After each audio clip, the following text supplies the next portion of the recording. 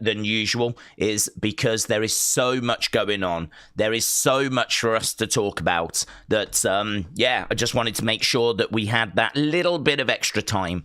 That way we can do the preview of what's on Raw tonight, and then we've still got pretty much 2 hours plus to kind of chat away and talk about what you want to talk about. And the reason why there's so much is because Elimination Chamber definitely got people talking. People were talking about whether the winners were the right winners. People were talking about probably most of all the Danhausen moment, which really has got the internet talking, not in a positive way, but it definitely did get a reaction. And, there was just lots of other things. I mean, we were expecting Finn Balor to be attacked by the Judgment Day. That obviously didn't happen. We know that CM Punk retained, and as a result, we are going to get a CM Punk Roman segment tonight. As well as that, the fallout has been pretty crazy. There's been lots of stuff being said with Jade, Chelsea, Rhea. I think it's actually got quite real, and I think it's actually got quite heated, and I think it would be in WWE's interest to grab those girls, sit them down on the next show that they're on, just make sure that this thing is not getting out of hand. We looked at what was said between Rhea and Jade on Unseen, but there's been a few comments now between Chelsea and Jade, and they also feel to me like there's a little edge of truth in there. I don't know that all these girls have got together backstage and have said, right, I'm going to say this, you say that, right? And it's all planned and it's all, to create hype. Part of it feels like they're just sending messages individually. And I get the feeling that some of these comments are maybe landing a little more than probably they should be. So, I think that there's a little bit of spice, let's put it that way. There's a little bit of spice on the road to WrestleMania now with Jade, Rhea in particular.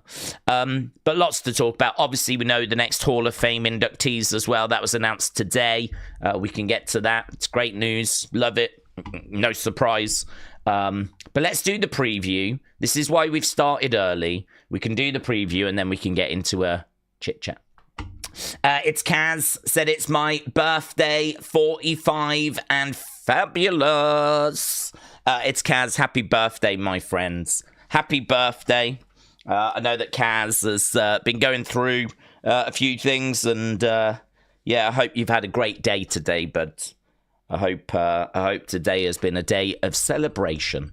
And many congratulations. So I remember you saying the other day that your birthday was coming up. So happy birthday, Kaz. Right, let's jump over to the Raw preview. So we've got Roman Reigns returns en route to his WrestleMania match with CM Punk. We got CM Punk looking at WrestleMania after defeating Finn Balor. I don't know if they're going to be two separate sections or if they're going to be in the same segment. I mean, I would imagine they'll be in the same if they're both on the same show. I don't know why you'd have them as two separate things, so I can only imagine they're connected. Liv Morgan is going to talk about choosing Stephanie. I mean, Stephanie made her cry, so it's probably that. Dominik defends his Intercontinental title against Penta. Could we get a new champion? That definitely feels like a question, doesn't it? Let's go and do a poll. Who leaves as IC champ? Is it going to be Dom? Or is it going to be Penta? Who leaves as IC champ? Okay, and then the other thing we've got is Gunther goes to war with Dragon Lee. Now, obviously, that's been building for a few weeks. I think Dragon Lee played a part in Gunther not qualifying for Elimination Chamber. Then Gunther started last week by gloating about the fact that he had retired AJ, and we were in Atlanta, Georgia, where AJ's from. And, we opened the show with Gunther gloating, and of course, Dragon Lee was not going to stand for that. So they started brawling backstage last week. So we've done a few things to kind of build to this match. It's probably not a match too many people are going to be that excited for, but it's a Gunther match, right? Gunther is fantastic in the ring. Like, every time he wrestles, not everyone, but the majority score his in-ring very highly, right? He is excellent in the ring at putting on like a dramatic contest back and forth, makes it feel legit. He is, a master of his craft. And he's going in there against Dragon Lee, who's also no slouch. I just think it's hard for Dragon Lee to kind of stand out because we've got Penta, we've got Rey Fenix, we've got Javon Evans, we've got some amazing in-ring talent. How does Dragon Lee stand out compared to all of them? So I think it's just hard for him to sort of make his mark. So I actually think this match will be okay. I actually think this match has got real potential to be a bit of a sleeper where it could be really, really fun. So not down on that. Not down on that. It's for the title. Not down on hearing from Liv. I hope she's got something to say. CM Punk, Roman, certainly not down on that. So, yeah, could be good. The road to WrestleMania, there are no excuses now. There are no excuses. Elimination Chamber is in the rearview mirror. We are now fully focused on WrestleMania. That's in about, 6 weeks? It's not long. It's the next PLE. There's no Saturday night's main event. We do have, I think, an NXT PLE coming up, though. But main roster-wise, it's the next PLE. So it's fully focused now on WrestleMania. Whatever's going to be in those video packages before the matches, we're going to be doing that stuff now, right? Between now and WrestleMania. There's the odd thing already that can go into them. But, like Liv smacking Stephanie on the head with a microphone last week. I'm sure that will make the video package. I mean, that's her basically choosing who she wants to face. Her crying in that interview, I'm sure that will make the video package. So there's a few things that will go in already. But, there's a lot more hopefully to come. So, right, Connor said, Days, do we think that Drew will win and retain his title on against Cody? Because we're getting Drew Randy. Well, we're getting Drew Randy right now, but that can absolutely change. There's been no word about it being Drew Randy, and Cody has been rumoured to be involved all along. So I think there's a good chance that we see the title change. I think there's a good chance. It's not guaranteed because I think also what might happen is that Jacob gets involved and the match kind of ends in a bit of a no contest. I mean, this feels to me like we're heading to the Fatal 4-Way. I mean, the journey of this. I mean, many of you join us for these streams, and many of you watch the Unseens. So you will have followed the story. And the story started out as being like Cody, Roman, but then we heard it had changed, and it was now going to be Cody, Drew. And so Cody Drew was the new plan. Then really, since Drew won the belt, it's been Cody Drew at WrestleMania. The only thing is they were just umming and ahhing about, do we add Jacob? Do we add Jacob? And then word the other week was, yes, they are adding Jacob. And this is why when we went to Elimination Chamber, it just felt like it was going to be Cody. And I had messages from people on X going, Cody's going to win this. It's going to be predictable. I don't know why I bother watching WWE, right? And then, of course, Cody didn't win. Randy won, which was a shock. It was a shock to me. It was against the odds. Cody was the firm favorite to win, according to the bookmakers. And I don't know if you saw the interview with Triple H on the post show, but Triple H was like, big swerve tonight. No one saw Randy win. I'm sure some did, right? But he was like, no one saw Randy winning. I mean, he knows that what he did, what he just booked, kind of caught people off guard. He knows what people are speculating and what people are saying. And I think he's made the decision to add Randy to this match. I think he's made the decision that we'll put Randy in there as well. We'll make it a fatal 4-way. So the thing is that right now it's Drew against Randy. The rumor all along has been Cody Drew. And then in recent weeks, the rumor has been that Jacob's getting added. So, I mean, this thing just screams fatal 4-way. How do we get there? Well, there's lots of ways. One of the ways is that Cody wins the title, Drew freaks out, Drew gets the opportunity to get his belt back at Mania. Maybe Jacob keeps getting involved. Maybe Jacob gets involved in Drew's rematch, and then that's how we end up with the Fatal 4-Way. Equally, Cody could try and win the belt on Friday. Jacob could get involved. You know, but there are ways of kind of getting all these pieces in. Drew's not going to be happy about it. I don't know if Randy's going to be happy about it. I doubt Cody is happy about the way that he lost his title in early January. Jacob just wants to get his hands on Drew.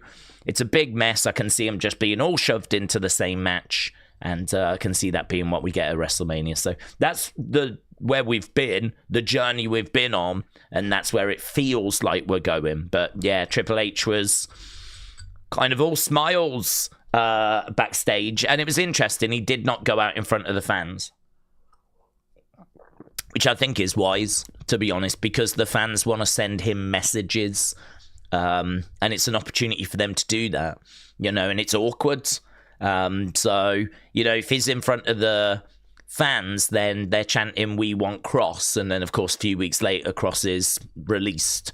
Or, you know, the fans are chanting, "You effed up," you know, like they did after that's what they were chanting to him.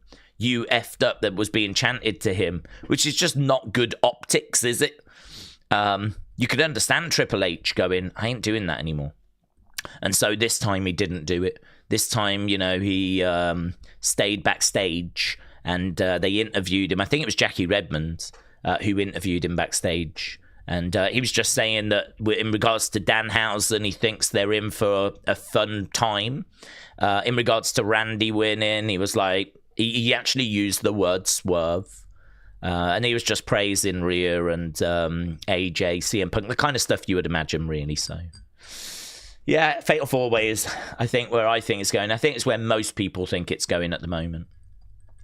Ronnie said, "Days, it's ridiculous.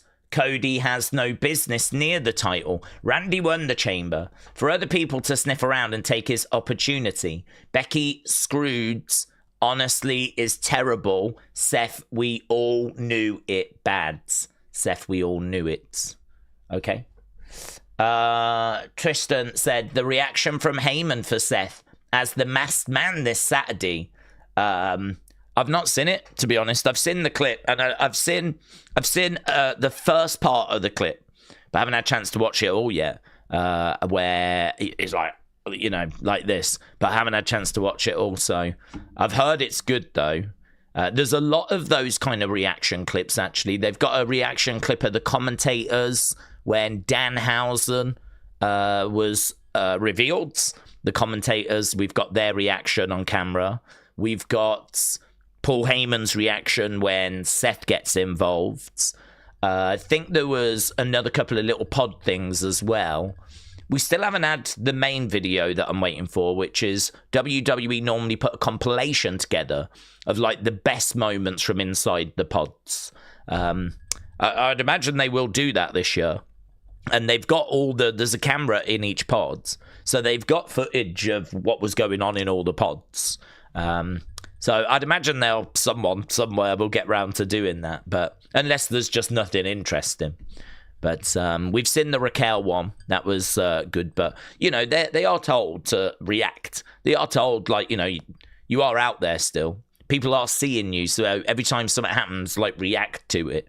If someone gets chucked into your pod, like, you know, react. I mean, if you're like Randy, maybe your reaction is to just stand and stare, you know, and not really freak out. But if you're Raquel, she was like pointing and laughing at Tiffany, and she was loving the fact Tiffany had been hurled into her pod. So there's all these little reactions that still yet to see the light of day.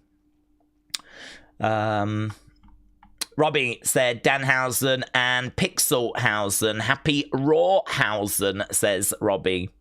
Shout out to Dazehausen. I read it wrong. Shout out to Dazehausen and Pixelhausen. Happy Rawhausen. Robbie, shout out to you. Yes, I think I heard that Danhausen is going to be on this show. So I think we read that in Unseen that his next scheduled appearance is meant to be tonight. So yeah, I'm excited to see what they do with him. I know there was a lot of disappointment, and I understand it. It's not hard to understand, is it? You hype up a crate, people tune in to find out what it is, and then you bring out someone a load of people don't know. I mean, yeah, like, I get it. And to be honest, someone that's going to divide opinion as well. I mean, it's not like you just brought out Obafemi. You've brought out like a comedy character, and comedy is very subjective. So, you know, some people are going to look at it and go, who's this dweeb? And some people are going to be like, what's this? And kind of, you know, maybe not know him, but be a bit more on board straight out of the gate. But yeah, I mean, it was largely negatively received, judging by the live crowd reaction and the things that I've seen online. But it's okay. I mean, honestly, I think that as we move forward, that will start to fade, and people will hopefully just start to focus on who he is and what he brings. And I think it's going to work out. I mean, I think that he is very entertaining. I think he is fun. I think people are going to enjoy his social media. I think that I think he's a good pickup for them. Whether they should have debuted him the way they did, I don't think they should. I think they've, you know, kind of hyped him up too much there. I think that there were much more realistic ways of bringing him in, you know. But whatever. It is what it is. WWE did something wrong. Breaking news. From the team that brought you 2025, you know. So I'm sure it'll work out okay in the end. RTX said Seth was revealed. Theory was nowhere to be seen. Do we think that he went? What is happening? Well, was he nowhere to be seen because Logan had been eliminated? I mean, Logan was eliminated. So Seth came in, Logan was in there, Heyman was on the outside. I don't know where Theory had gone to. I don't know. I mean, Seth didn't go after... I don't know. To be honest with you, the theory about Theory being with Seth has been around for a while, right? And there is potential for there to be something to that, but I don't know that there's anything in... I mean, I just don't know where he was. I think if there was footage of Theory, like, running away as soon as Seth arrived, that would be very interesting.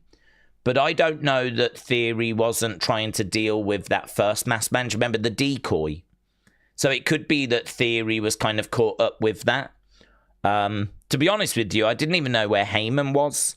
So, like, what was going on with Heyman and Theory, I don't know when Seth was there. So I think without that kind of information, I don't know. I feel like it's a bit of a conspiracy that doesn't have much in the way of, like, evidence. Like, if there was footage doing the rounds, which there could be, I've not seen it if there is, right? But if there was footage of the masked man arriving and Theory just runs away at that exact moment, you'd go, oh, that's interesting. Why did he run away at that moment?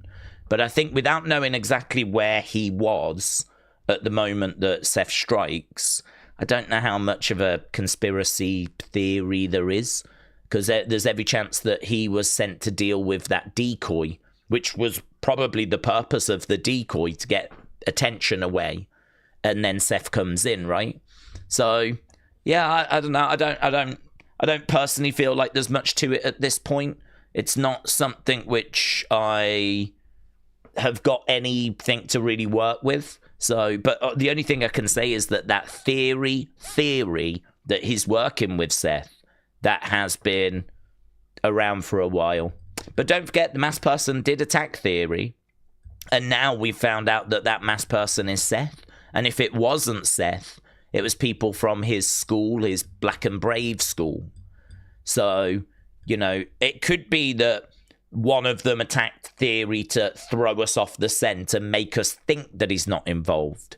There is a chance of that, but I don't know. I don't feel like there's too much to it at this point, you know. Connor said, do we think that WWE could automatically get Drew, Nick Aldis happening at some point? Nick Aldis called Drew a son of a at Elimination Chamber. Yeah, there's a chance of it. I can only go by reports, of course, because I can't see into the future and see what WWE have got planned. So the only thing I can say with those kinds of questions is there a chance? Yes. Nick Aldis has said that he'd be willing to compete still, but it wasn't long ago in Unseen there was a report that said that there was no plans to have Nick Aldis or Adam Pearce wrestle anytime soon. But we know the dirt sheets aren't 100% right 100% of the time. We also know that plans change, and certainly the plans for WrestleMania have reportedly changed many times. So I think at WrestleMania it's the Fatal 4-Way with Cody, Drew, and Randy, and Cody, Drew, Randy, and Jacob. So once that's done, I don't think Drew will have the belt after WrestleMania. He may blame Nick Aldis for that, and we could end up with Drew against Nick Aldis at Backlash, right? Or something along those lines. Certainly don't think it's going to go down at WrestleMania, but there's always a chance. He's saying Theory was right there. Why didn't he stop Seth, says Sean. Saying Theory was right there. Why didn't he stop Seth? I don't know where Theory was. I don't know where he was. So I couldn't say. This is what I said. I don't know where Theory was. I don't know if he was dealing with that mystery person. There was a load of security that was around. I mean, was he just standing next to Heyman? You know? Should it have been that he should have run round without knowing exactly where Theory was? I don't know. I mean, are you telling me that Theory was just standing by the door and was not doing anything? Because then, yeah, I would say that's interesting. I'd say it's interesting that he didn't get in there and deal with it if he's standing by the door and he can get to him. But I don't know where Theory was standing. I don't know exactly where he was located when Seth struck. Jacob should get the title at Mania, says Tom. I think we are setting up Drew Aldis, says Michael. Connor said if Jade wins and retains her women's championship against Rhea, then we're going to riot, says Connor. William, hello, hope you're doing well. King Gamer said WrestleMania has had iconic elements like Undertaker's streak and Money in the Bank ladder matches. What could be a new invention to make it stand out? Well, I think they were quite interested in the Andre Battle Royal doing that, and it never quite worked. When they first started doing it, they wanted it to be like the men's and the women's 2 battle royals, and you know, you got a trophy, and I think that really was their intention, was to make that kind of like the next thing. But yeah, it didn't really land, did it? I still, you could save it, honestly. I mean, you could do it, I suppose, and the winner gets a title opportunity, and it'd give it a bit more importance then. I suppose the thing is, it's just maybe a little bit hard to make a battle royal exciting because, I mean, we've done so many of them that it's just kind of hard now to, and if you're going to do it every year as well, to do some stuff that we've not seen before. So perhaps they found there were some limitations with it. But I think the Andre Battle Royal and the Women's WrestleMania Battle Royal, which we've actually long since stopped doing, but there was a women's version as well for a short time. I think they were meant to be that. I think if you want to introduce like a new sort of gimmick or something, I think something with surprises would be good. I mean, the reason why people love the Royal Rumble is because you don't know who's coming out next. So if you had something at WrestleMania that was that featured surprises, that meant you didn't know who was about to come walking out, and you did that every year, I think that would go down very well. Whether that be a segment, like who is it this year that's going to read out the attendance, you know? If you make a thing out of, we've got a mystery person that's going to read the attendance out on Saturday, and it could literally be anyone. It could be flipping Bret Hart, it could be Shawn Michaels, it could be The Undertaker, it could be The Rock, it could be Stone Cold, it could be anyone, right? Demolition, Hogan when he was around, Macho Man when he was around. Like, maybe you could make a thing out of that. Who reads the attendance on Monday and Tuesday? On Saturday and Sunday. And you could make a thing out of it. Could be anyone from WWE's history, or even a major celebrity. I mean, it could be that flipping Taylor Swift comes down, or Beyonce comes down, or flipping who knows, right? So maybe you could do something along those lines. I think a surprise element would be really, really good.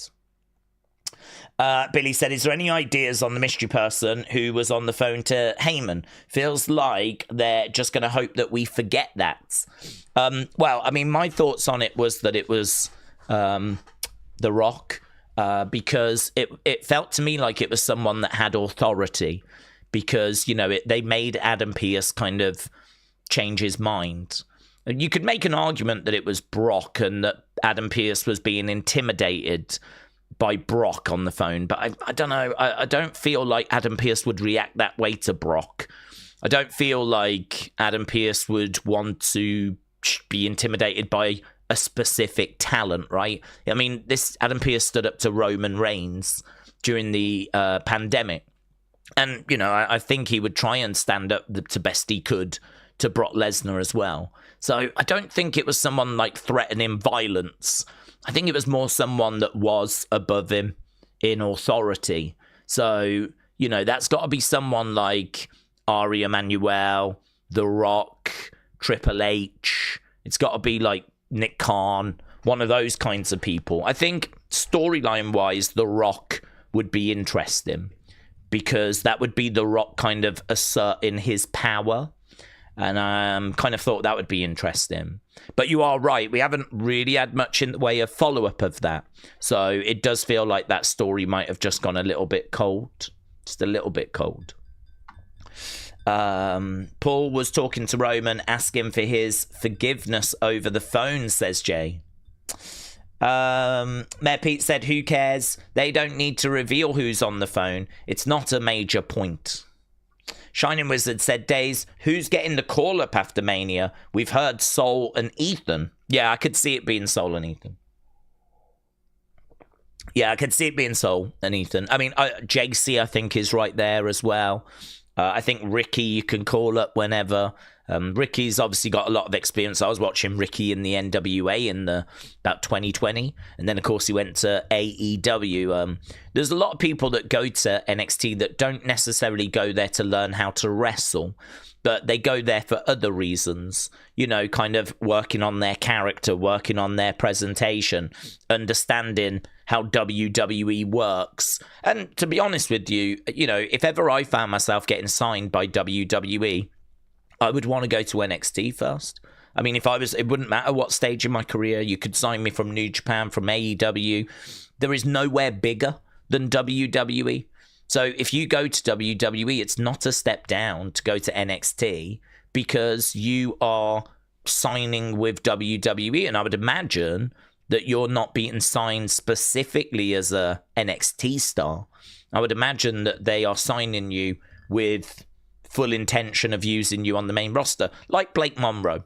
I would imagine Blake Monroe was signed with the intention that she will be on Raw and SmackDown. I think the only way that doesn't happen is if she absolutely drops the ball, right? And I think what you've seen from Blake Monroe is a woman that has struggled, to be honest with you, at times. I mean, her character feels a little bit undercooked. You know, the strength of the vignettes has been good. The presentation on the vignettes has been good. But there doesn't really seem to be much depth to this character. You know, she's sort of started to tease now that there's a darker side to it. But we haven't really been exploring that either recently. So Blake Monroe, you know, I feel like she's stumbled a little bit in NXT. I don't think she has brought this fully formed character, this fully formed world. And I think that we're having to try and work a few things out, right? Whilst we're in NXT. And it's good that we're doing it there and not doing it on the main roster. Otherwise, she'd run the risk of being a bit like Tiffany where, you know, the criticisms of Tiffany last year was that her character felt very one-dimensional, and it felt like we'd seen a lot of what she could bring. I think there's a chance that she got a bit burnt out, Tiffany. I actually thought her performance in the Chamber was very good. She did a match the other day as well, which I also thought was a good attempt. Right, I'm going to say a good attempt because I don't think the match itself was scored very highly. It wasn't terrible, but it was her against Kyrie. And it wasn't terrible, but it was, I could see there was a lot of like moves that she was trying. I could see there was a real effort in, you know, I'm going to do this, I'm going to do that. Like, it felt to me like she was really trying to put in a good performance and vary her moveset. And, you know, it was not Tiffany just like phoning it in, right? This was not a burnt out Tiffany. This felt a bit like a recharge Tiffany that's, you know, just trying to work it out, trying loads of different moves, trying to engage the crowds, work in a match, which it was okay. But yeah, I you know, I've got nothing but praise for Tiffany. I think she's going to be okay. But yeah, Blake Monroe runs the risk of, you know, being a bit like that if she had gone straight to the main roster. So this is why I think it's fine, good, healthy for people to go to NXT first, because you can work on your character, you can work on your presentation. If you do have any kind of gaps in your wrestling, which you might not have, but if you do, you've got some of the best trainers in the world to work with. Pick their brain and flesh things out. I mean, Shawn Michaels is right there. I mean, amazing, right? So you've got all of that. The other thing as well, you know, if Danhausen had gone to NXT first, then the crowd could have got used to him. And then by the time he gets called up, that box moment would have gone very different. You know, if he'd gone to NXT and done 6 months in NXT and had entertained, and, you know, clips were being shared online and all this kind of stuff, had he have then come out of the box at PLE, he would have got a different reaction. I'm not saying it would have been overwhelmingly positive. I'm just saying it would not have been as negative as what it was. So the idea that NXT is only there to teach you how to wrestle is not correct. It does a lot. It does a lot of other things, working on your character, working on your presentation, getting the fans used to you, you tweaking like any issues with your promos, yes, any issues with your wrestling as well, but also just getting to understand how WWE operates, what they look for, you know, how the machine works, who to speak to if you need certain things. I've said it before and I'll say it again. NXT to me is like the reception desk. I feel like NXT is welcome to WWE. It's the reception desk. And I really don't think it's a bad thing to go there first. But some people go there with no idea of wrestling, right? Next in line, for example, right? Don't know anything, right? You got to train them on everything. They need to get a character. They need music. They need to learn how to wrestle. They need everything. And then some people join, like Blake, like Ethan, like Ricky. They join from big companies like AEW or TNA or New Japan, and they only need like a little bit of time there. So in regards to who's going to get called up next, I think Blake needs a little longer. I think Soul is ready. I think Ethan is ready. I think Ricky, you could call him up, he'd be fine. Whether we need to, you know, just keep going a little bit longer with him in NXT, debatable. But I don't think you put him on the main roster. I don't think he would sink. I think, you know, he could cook a bit longer in NXT, but you could call him up. JC, I think she's ready. What you do with her, I'm not sure. Do you put her in a new faction? Don't think you can call up Laney. That would be a bit early. But we did it with Riot Squad. Riot Squad had Sarah Logan and Ruby Riot, who both, you know, could go to the main roster. And then you had Liv Morgan, who at that time was not ready. But we called her up anyway. And it just took her a while to work it out. You could do that with Fatal Influence. You could call up JC. You could call up Fallon. I think both of those would be absolutely fine. Laney is the one that might struggle because she's not had much NXT time. So she's the one that might struggle. But as we said, it would just be very reminiscent of Riot Squad's when we had 2 girls that were ready and 1 girl that wasn't quite ready. But we did it. And, you know, Liv worked it out eventually. And I'm sure Lainey would work it out eventually. So, yeah, there's a few. There's a few that we could call up if needed. But we have just called up Oba, Javon, Trick, you know. I don't know how many main roster spots there are, to be honest with you. But there will likely also be the dreaded releases. There is every chance that we get those this year as well. Keep the Dream said, do we think that the Wyatts MFTs are going to end at Mania? I don't know if it ends at Mania or if it ends around Mania, but I would imagine that would be the end. I always see, probably wrongfully, I always see Mania as the end. Mania to me is the season finale. I know they always make out that the season premiere is like September time, but for me, I feel like WrestleMania is the end of the season and Raw is the season premiere. I've just always seen it that way. It doesn't quite work that way because we do get things that carry on after WrestleMania. WrestleMania isn't always the end. I think about like Ronda and Charlotte, for example. I believe that Charlotte got the match Charlotte I think won at Mania, but then we did a rematch at Backlash, and obviously Backlash tends to have quite a few rematches from Mania, so it doesn't always quite work that way. But by and large, think about WrestleMania 40, you think about WrestleMania 30 with Daniel Bryan. It's kind of, you know, this is where we do the big moments. And then, you know, Raw is where we call people up from NXT and we have like a bonkers show and we, you know, off we go, you know. We are then the furthest away from WrestleMania again, and WrestleMania is the biggest show. So, I think for me, I would definitely wrap it up around Mania. Like either one of the go-homes or at the show itself.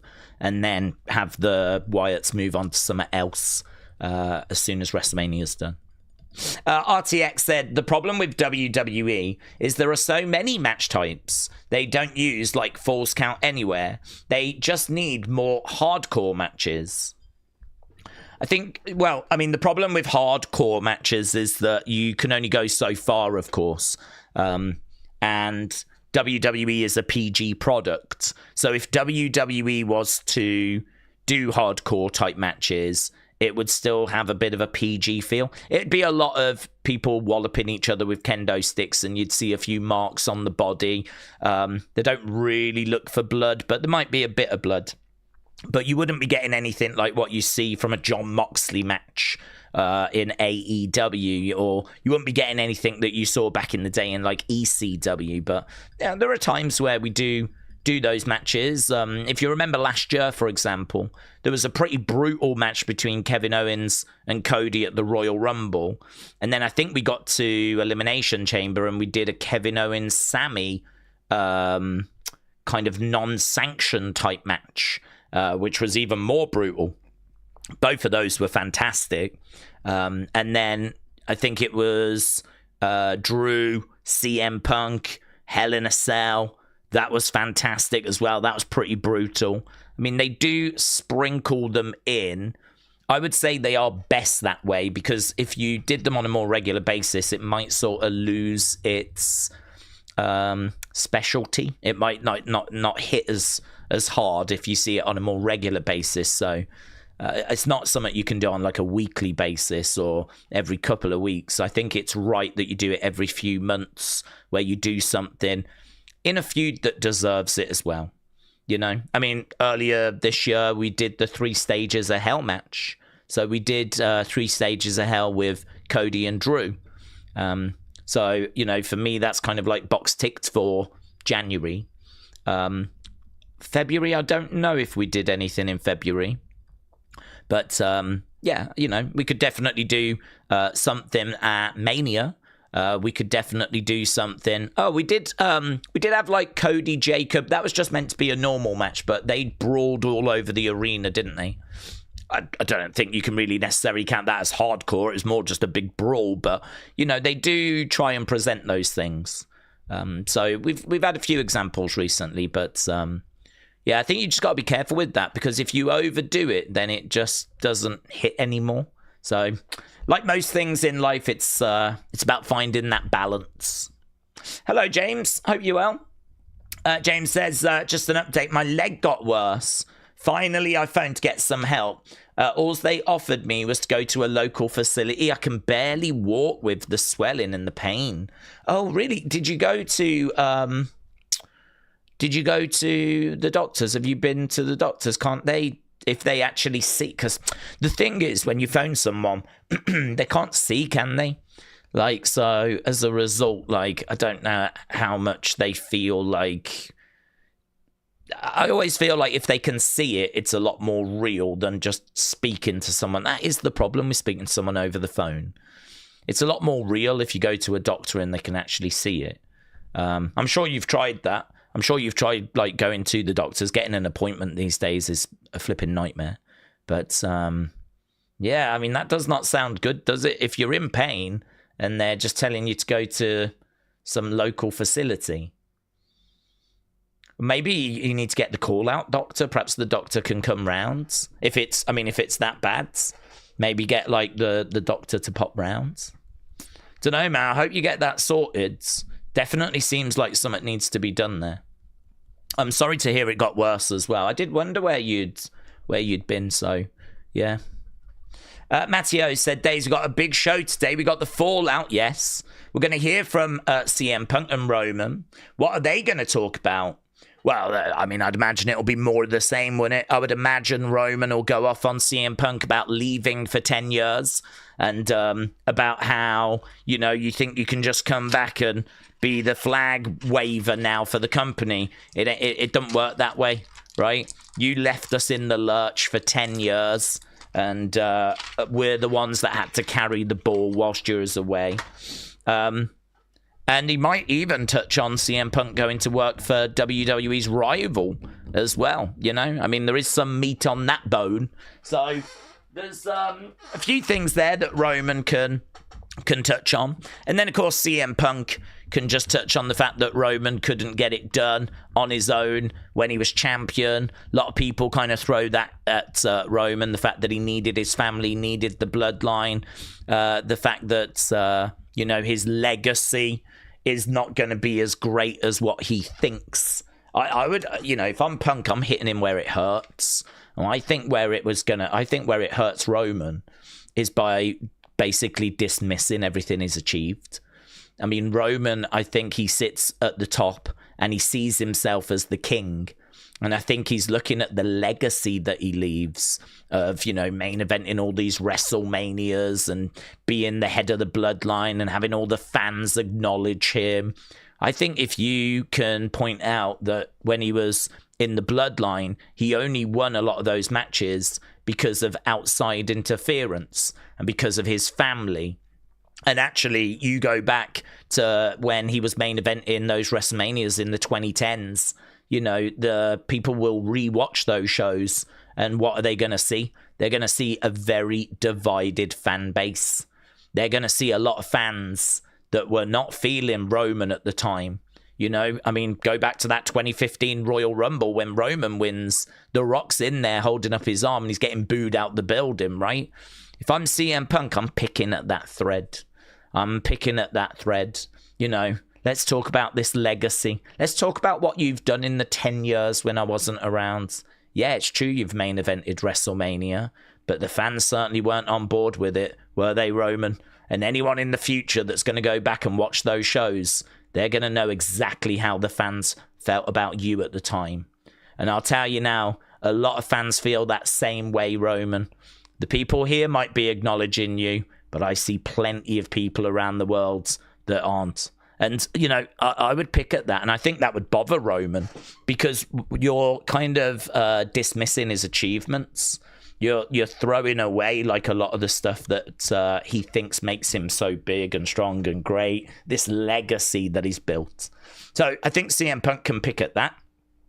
You know, CM Punk was like, where is he? Part-timer, yeah? That's another little thing that you can pick at. The fact that he's never around. Anything that's a little chink in the armor, anything like the bad reactions he used to get, the fact he needed his family to help him win matches, the fact that he's now part-time, right? All of these things are little things that CM Punk can pick at. Vice versa, Roman can have a go at the fact that CM Punk left WWE, took his ball, went home, didn't come back for 10 years, worked for the rival company, made the comments that he made. I mean, we touched on some of this in that last promo. There's still meat on the bone to go a bit further. I suppose what I don't know, though, is if we do that this week, are you going to be able to do that every week all the way up to WrestleMania? I mean, it feels like you're probably going to have to do something else. If we only had a few weeks to go, you could probably just do some promos. But we've still got like a month and a half, haven't we? So it's going to be very interesting to see what they've got up their sleeve, whether these two are going to come to blows, whether they're going to do a flipping can they coexist match. I wouldn't be shocked if they did. It is a trope that WWE like to wheel out. We could absolutely see some people come down to, get involved. Finn Balor and the Judgment Day.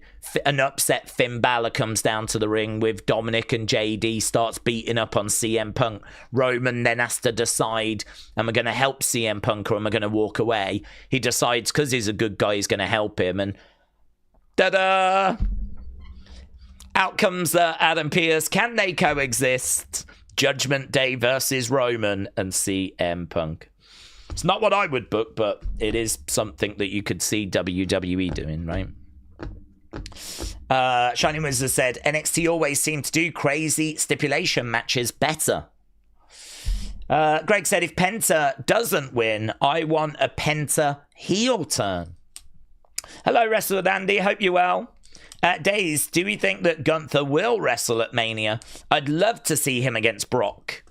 I think he will. I don't know that we do the Brock match. Obviously, we know the rumors are LA Knight. The fans the other day were chanting Ober, so there's maybe every chance that Gunther is kind of at least third on the list, if not even lower, right? And the reason why I say potentially even lower is because I think there's a really good chance Gunther is the one that is going to retire Brock. And if Brock retires at SummerSlam, then that says to me Brock Gunther's locked for SummerSlam. So if you're going to do Brock Gunther at SummerSlam, then I don't think you do it at WrestleMania as well. I think you'd want to get Brock in there with someone else. And it could be Ober. The only thing is, how does that match go? Because I don't think you can give Ober the loss. I don't think Ober is size, strength, power, aura. That's what Ober is. And him losing to Brock, there's no shame in it. But it does just diminish Ober's aura a little. Because at the moment, the question is, who can stop this man? At the moment, it's like, this guy is such a monster. At the moment, it's imagine him against Brock. Imagine him against Roman. And the reason why people are saying that is because what's going to happen? Yeah, when we do that match. Obviously, if we do one of those matches, we're going to get the answer. And if the answer is Ober loses, I think it does diminish his aura just a little bit. Not loads, not a train wreck, not a problem. I mean, as long as it's not a squash and it's like a real battle, then it's not like the end of the world. But I just wouldn't do it. I wouldn't do it. I would not have Ober lose at WrestleMania, which is the most watched event over 2 days. Rumble is the most watched event on one day, but across a weekend, it's obviously WrestleMania by a good distance. And it will be probably again this year. So with that being said, Ober losing on such a high profile event doesn't make me feel good. So that would be my concern. If you do Ober Brock, then I think Ober's got a win. If you do Ober LA Knight, the thing with LA Knight is he isn't size, strength, aura, right? It's not like his music hits and he comes out and we're all like, oh, imagine him against Brock and all that kind of stuff, right? He is average sized, right? He is the underdog. He is the unchosen one. He is someone that would go into a match with Brock and be the underdog, right? you wouldn't expect him to necessarily be able to beat Brock. So if he lost to Brock, I don't think it damages LA Knight much. As long as it's not a squash. As long as, you know, he pushes Brock to his limit and he looks good, I think that would be absolutely fine. I don't think it would hurt LA Knight much at all. I think it would just take a touch of aura away from Oba, because all of a sudden, you know, in your mental ranking, Oba cannot be number one. We know that he is not as good as Brock, right? So the LA Knight match, it makes sense to me. I think LA Knight is very popular, very over. He's shown that for a number of years now. That popularity has not faded. It was not a fad. So I think that putting him in there with Brock and hopefully having it be a really good match, real contest. I don't know. You could go either way with it. I wouldn't be down if Brock got the win. I think that because of the size and the strength of the man, I mean, he's beaten so many legends that I think it's probably realistic to think that he would beat LA Knight. That's the realistic outcome. That's the outcome I would expect. If this was a boxing match or an MMA fight, UFC fight, Brock would be heavy favourite going in against LA Knight. So if LA Knight put in a hell of a performance, looked really, really good, but just fell short, I think that would be okay. Some people might disagree, but I would be okay with that. And in regards to Gunther, I think they're probably going to save that a little further down the road. But I think you get it. Yeah, and I'm with you as well. It's a match I would love to see. I'd love to see the Oba one as well. It's just, how many wins do you give Brock this year if he's going to retire at SummerSlam? How many victories? It feels like you need to give him quite a few wins, because if he's going to lose at WrestleMania, say he does, and he's probably going to lose at SummerSlam, then you can't have him lose all the time. You've got to give him some wins somewhere. So this is why I was quite into that Brock segment the other day, and I know a lot of others weren't, because they were like, that could have been an email. But to me, it really got me thinking about, okay, they've laid out how we're going to get to WrestleMania now. They've laid out what we're going to do. We're going to do Brock Open challenges, or we're going to do an open challenge. Whoever steps up gets the Mania match. Well, it doesn't have to be LA Knight in that first week. We've got about 5 weeks. So, you know, do you bring someone else out first? And do you do a bit of a back and forth, which might lead to a match? Or maybe Brock, you know, grabs them, F5s them, they're lying there in pain, and he's like, you're not what I'm looking for, or something like this, you know. I don't know quite how they're going to structure it. I mean, it could just be that LA Knight comes walking out and, you know, answers the call, and then we just do a few weeks of builds. Or it could be that, you know, Brock does a match on Raw. I would be tempted to do that if I was WWE. I would be tempted, if Brock is going to retire at SummerSlam, I would be tempted to have some people come down and for Brock to be like, if you really think that you're good enough to face me at Mania, why don't you prove it right now? Or have Heyman say that. Do a spontaneous match. Brock gets the win. And you maybe do that for a few weeks. And then, you know, have LA Knight come down. And maybe LA Knight can, you know, just get... I don't think he would get a win over Brock. Perhaps something would happen, a bit of a brawl, BFT, you know, before Heyman can even say, let's do a match. BFT prevents it. And, you know, Brock then is livid, wants to get his hands on LA Knight, and we build it that way. So this is what I was thinking with that segment, was you've shown me something quite interesting there where I know his schedule. There's a few weeks to operate. How do you book it? Who would you have come out? And got me thinking about that. We don't see Brock tonight. I don't think we see him next week either. I think the next time we see Brock is in 2 weeks from today. I'm sure they said it was the 16th. I think we've got him pretty much every week from the 16th. So I'm not expecting LA Knight to step up to Brock tonight. I think it's one that they're just saving a bit more for the future, and that's okay. I'm not down on that either. I think there's more than enough for us to focus on this week. Roman's on the show, for example. We got the Roman Punk segment. We've got an Intercontinental Championship match. We're going to hear from Liv, Gunther against Dragon Lee. We're going to have Becky crashing out if she is on the show, but AJ Lee, I believe, is going to be on the show. So it feels like we've got more than enough anyway to kind of get our teeth into. Connor said, do we think it's time for Balor to win the Intercontinental Championship from Dom? I'm not really too bothered about Balor winning the Intercontinental Championship. For me, Balor's done all of that. Balor in the mid-card, winning tag titles, winning mid-card belts, don't care about it. For me, I'm looking for Balor to be around the world titles. And yeah, we're going to need to build him to that. So if it's a case that he faces Dom, gets the IC title, and we just build him up to, going after titles. I know he faced at the weekend, but no one gave him a chance. He didn't win. No one was surprised. And it would be great if we could, legitimately get him in the mix where, yeah, he's a player.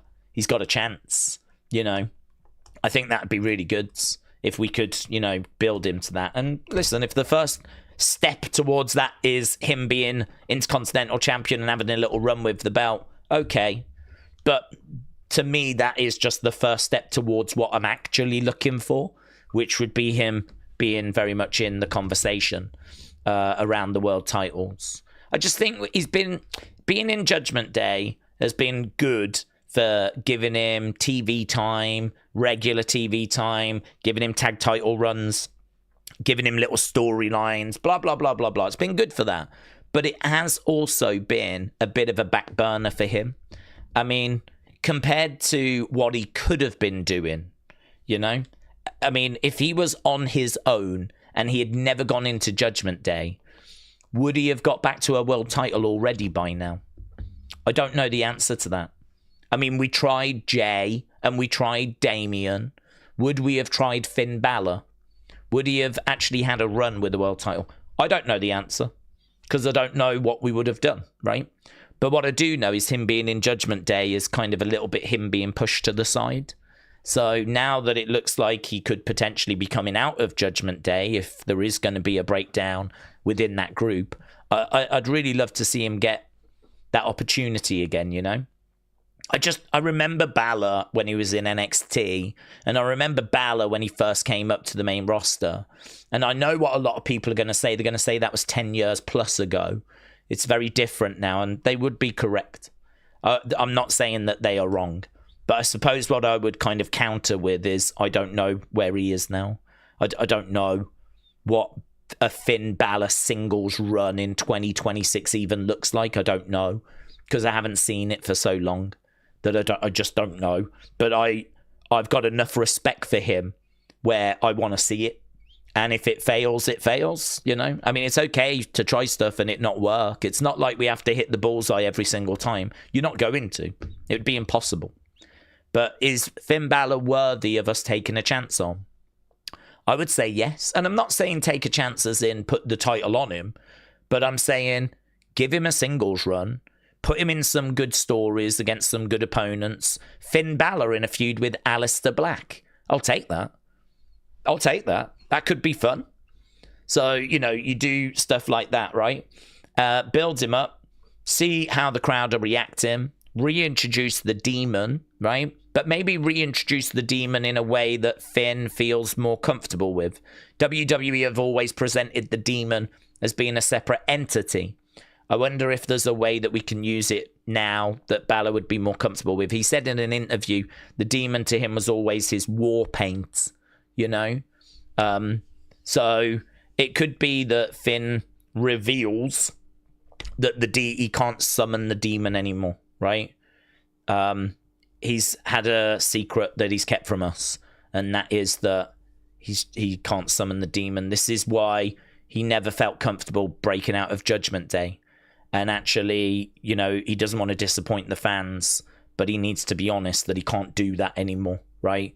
But what he can do is he can put on the Demon war paint, and he can channel whatever there is within him, right? To bring his absolute best. You could maybe reframe it that way in a sit-down interview with Michael Cole, where we just let people know, if Balor comes out with the Demon paint on, this ain't a separate persona. This is still Finn Balor, but it's him ready for war. And that was apparently how Finn originally had the Demon character in New Japan. So, but when he got to WWE, they changed it to like a different persona, the demon. Yeah. Which you can understand. It's very marketable that way. So, I don't know. I'm willing to give him a chance. I'm willing to give him a run. I'm willing to go. I'd be willing to sit down with him if I worked in creative and be like, I don't know what's happened up until this point, Finn, but this is your time now, right? Whatever has gone on in your career, it's led you to this point. And this point right now is a singles run where we have got a clean piece of paper and we can do whatever you want to do, right? The goal is to get you to a world title. The only way that we can do that is if whatever we do next connects with the fans and we get momentum and it works. So I want to know your thoughts and your frustrations and what you want to be doing and how you want to be presented. And whatever happens, you are going to live and die by that sword. Okay? So if it works, we are looking to get you to a world title. But I am going to be crystal clear with you right now. If it doesn't work, we cannot get you there. Right? So whatever we do next, we're going to do it together. And I would have that conversation with him. And I would sit down and I would say that to him. Because, yeah, it is true. Everything in your career has led to this. You've just been on the back burner in Judgment Day. You've just been kind of pushed to the sidelines. Let's see what we can do now, right? Where are we now? And I'd have an idea, obviously, of like who's available, what brand is going to be on. You know, I'd have an idea of the roster. It's not, you know, he might call out some names that might know that's not quite possible because, well, you know, we're going to move you to Smackdown or whatever. And I know that we've got these 4 or 5 people that we can work with or, you know, whatever. But I think a conversation like that, if he does break out of Judgment Day, would be quite interesting to have with him. See where his head's at, you know. Because, I mean, at the age of, what, 40, 45, whatever, something like this, 44, 45, I think you probably can get another couple of years out of him. I'd be very interested to know when he's looking to hang it up as well. And some people might be like, it's too late for Finn. At that age, we should be going with young talent. And again, you could understand it. I could understand that argument. I just think that there's some young talent out there that's just got loads of time. There's loads of time for, you know, your Tricks and your Javons and your Obers, whatever. We've got loads and loads of time for them. Finn Balor, we don't have any time. If we are going to do something with him, we kind of need to do it now or just accept that we're never going to do anything. And it's always just going to float and bob along like it has since he went in Judgment Day. So, yeah, there we go. There's some Finn thoughts. Leroy said Finn was whinging about how long the painting took to change to a mask and a shoulder Carl Levesque to combat that, and then just used the best, most protected tool he invented to get him to the top. So you're saying that Finn was talking about how long it took to do the paints. I could understand that. I mean, it was very, very intricate, wasn't it? I could understand that taking a long time. I certainly wouldn't be doing it on a regular basis. But I think for things like Mania and SummerSlam and stuff like that, you know, people do love that look. It's very impressive. It's harder to kind of stand out in wrestling. You know, like we just said with Dragon Lee, how does Dragon Lee stand out? Because he's got a moveset, which is good, but I mean, it's nothing crazy if you compare it to Rey Fenix or Javon Evans or Penta or Rey Mysterio. You know, he's a luchador. He's got that lucha style, but couldn't really tell you stuff that he does that I don't see others doing. So as a result, makes it hard for him to stand out, makes it hard for me to care about him when I've got so many others that are very comparable. I think with Finn Balor, you know, with the Demon, he's very much got something there that we're not really seeing. You know, that kind of body paint, face paint, aesthetic in a serious presentation. You know, some people might say, well, we've got Danhausen now, but in a serious presentation, we don't tend to see that. So I think there is real value to that. It's very marketable and make loads of merch and stuff like that. But I don't know. I'd have to see where his head was at now. James says, Dave's great news about Demolition going in. Yes, I agree. Yeah, Hall of Fame, Demolition are in. Probably not like a massive shock because they obviously signed that Legends deal and we've been making figures of them. So it feels like, you know, once they came back in the family and we started making merch and stuff like that, yeah, I mean, it felt like it was probably on the cards. So, but it doesn't matter. I mean, doesn't matter if it was coming or not coming, whatever. But it was, it's definitely deserved, and really pleased to see them go in. Looks like it is just Axe and Smash. No word of Crush going in, which I can understand. Axe and Smash were the bulk of Demolition during Demolition's run. It was Axe and Smash. It was only at the end that kind of Crush came in. I got asked, I can't remember who it was, might have been Wrestle with Andy, asking about, like, would we put Crush in? I would put Crush in personally. I think that he contributed to the group at the end, and I don't think that it is a problem to put him in. It doesn't lessen, you know, Axe goes in, Smash goes in. It doesn't, if we add Crush in as well, it doesn't lessen anything. It doesn't make Axe or Smash going in, like, less. You know, that group did have a third member. Well, it had a fourth as well, because Moondog was the original Smash, I believe. But, I mean, he was only there for a very short time. So there was a couple of members. Moondog, Rex, I think it was there for, like, literally a few matches at the very, very beginning, and they could tell it wasn't going to work. So he ended up getting replaced with the Smash that we know. And then, you know, towards the end, we brought in Crush. They were then a 3-man group, and Axe would leave, and then it would be Smash and Crush for a short time. I feel like Crush could go in. It's one of those where it is a conversation to have, because his contribution is nowhere near as great as the other two members. But why not? Why not put him in? I don't see it necessarily being an issue. I don't think he's in full stop, is he? I mean, if he doesn't go in with Demolition, I hope he just goes in. Because I think his career, what with being... Let me do WWE, Crush WWE. Brian Adams. So what with being in Demolition, what with him being Kona Crush as well, and like all the stuff that he did. I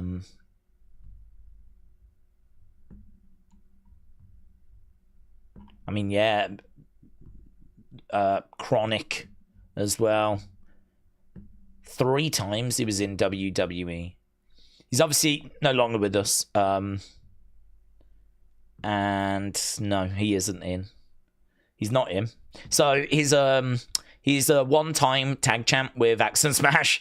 So, you know, that's his only accomplishment, you know. Never won any other title. The only accomplishment he got in WWE was winning the tag belts with Demolition. So he is a wrestler that I would put in. He is a wrestler that I think did enough and was around enough. I mean, he was in WWE on 3 separate occasions, and he worked in WCW. So for me, I think he did enough to warrant going into the Hall of Fame, but he's not in yet. So if he doesn't go in with Demolition, and it seems like he isn't, I hope they find a way of putting him in individually at some point. Dort Knight, hello, shout out to you. Said, do we enjoy wrestling more when life is not tough? Do we enjoy wrestling more when life is not tough?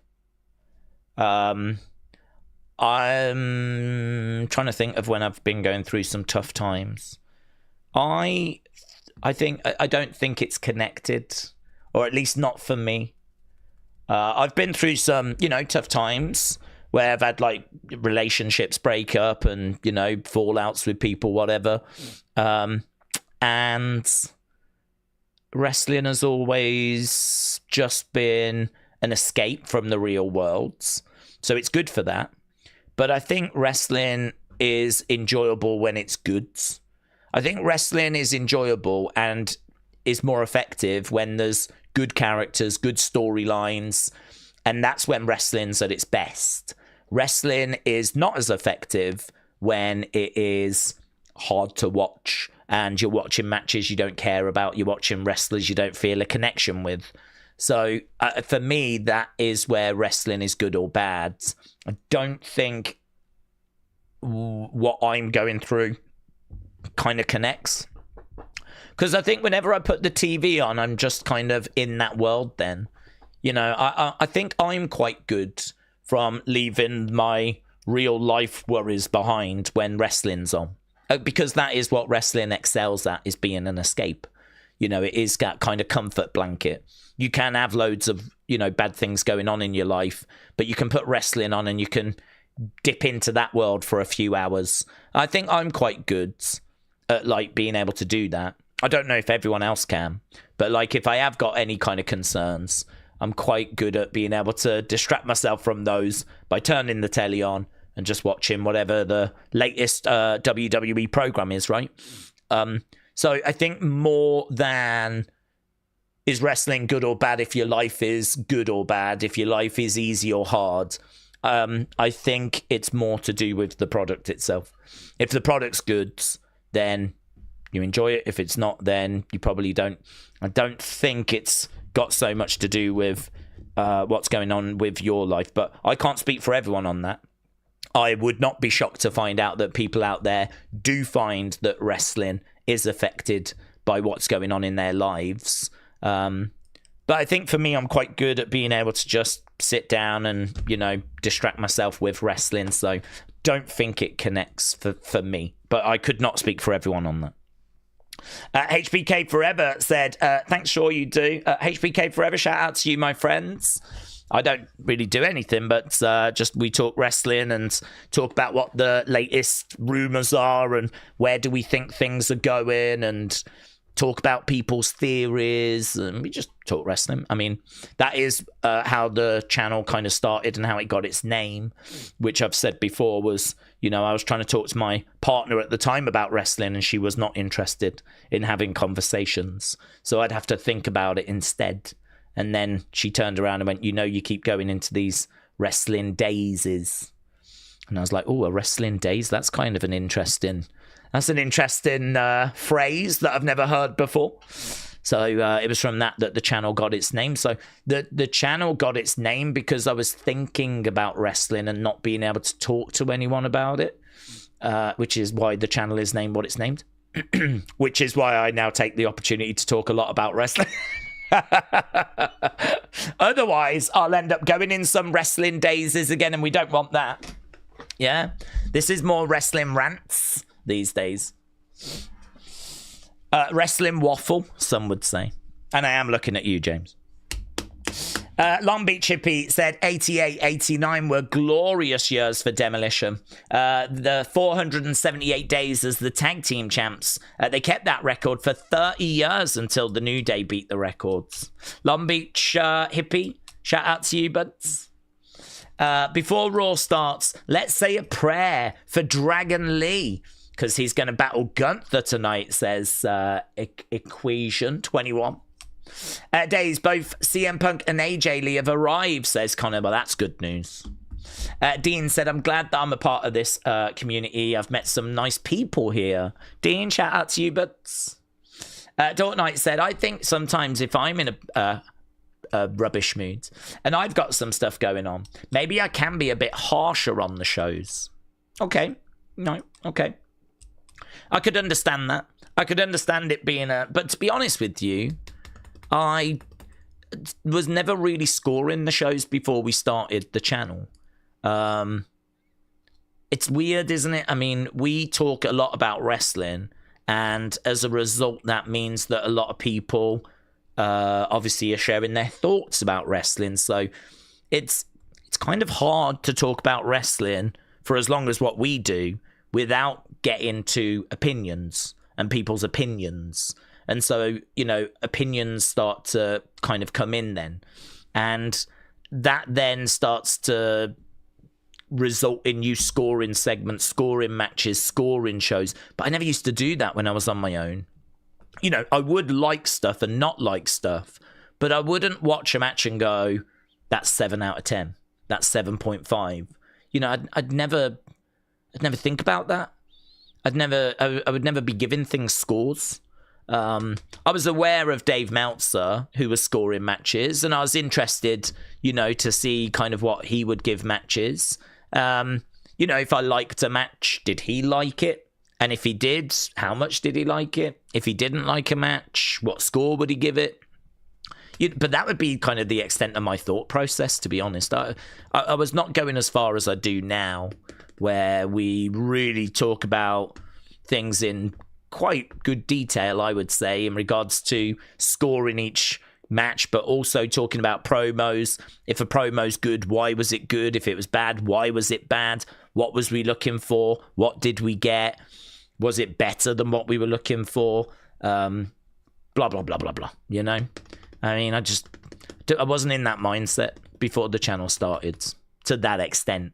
So I was in the mindset of more, wonder where this is going. So this has happened. Oh, I wonder where that's going. I wonder if it's going to lead to this person and this person. Or they could do that and that, though. So there was a bit like, oh, this person looks good. Like, really impressed with, you know, such and such. Them against them would be awesome. And I think, you know, I've kind of lost a bit of that. Because when you're looking at what the dirt sheets are saying and you're looking at the latest rumors, you kind of don't wonder so much where things are going. You kind of more wonder how we're going to get to where we're rumored to be getting, if you know what I mean. It's more like, how are we going to get to Cody being involved in the main event at WrestleMania? Right now, he isn't. But the dirt sheets are saying he's going to be. Now, they could be wrong. But if they are correct, which, you know, they've got a good hit rate. They're not far from 100%. But they've got a good enough hit rate where I still believe he is going to be involved in one of the title matches. How are we going to get there? Well, we know he's got a match on Friday. He's going to win that. Blah, blah, blah, blah, blah. So I can see what you're saying about if you're in a bit of a bad mood, you could be a bit harsher on a show. But I'm just trying to think back to, you know, before I had the channel when, you know, I lost grandparents and, you know, relationships ended, whatever. I just wasn't really scoring shows at that point. I was just using it as an escape, really. And I was able to do that. But I would say if you're going through some tough times, maybe don't try and score it, maybe. I don't know. Or perhaps you watch it and you just feel just down on it, yeah?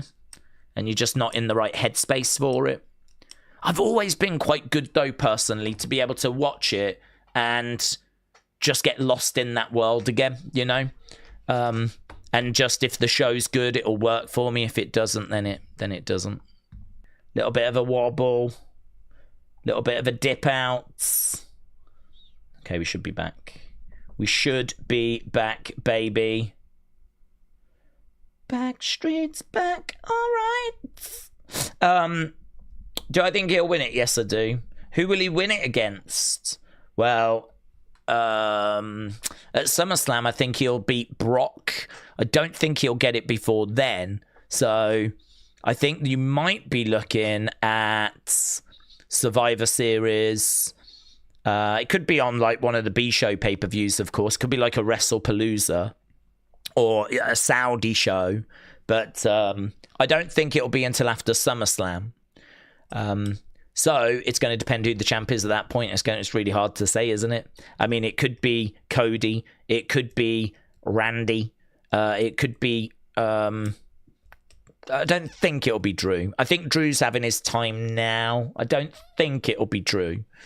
I think probably most likely to be Cody. Roman might lose to Punk and then might start sniffing around that belt again, that undisputed championship. But don't know, it's hard to say, isn't it? We're looking so far into the future. I think it's probably going to be beyond SummerSlam. William, shout out to you. Piper Niven effing cooked Jade Cargill, said Alex. Yeah, it got spicy, didn't it? She was like, stop embarrassing yourself on here. You do a good enough job of that in the ring. And it's like, oh, mates. I don't feel like those girls. And certainly if you think that Piper Niven is injured at the moment, yeah? Piper Niven is not someone that's backstage. She's not someone that is going to be backstage and all the girls getting together having a chat, right? I feel like Piper Niven saw some exchanges online between Chelsea and Jade, and she just jumped in. So that means that stop embarrassing yourself on X, you do a good enough job of that in the ring, is not a comment that has been sort of pre-checked with Jade. This is just shooting from the hip stuff, right? And you could imagine Jade looking at that going, I'm not even in a program with you. You don't even go to work at the moment, right? This is not building to anything. This isn't building towards me versus Piper, because Piper is not medically cleared. So what Piper is saying is just like real animosity, you know?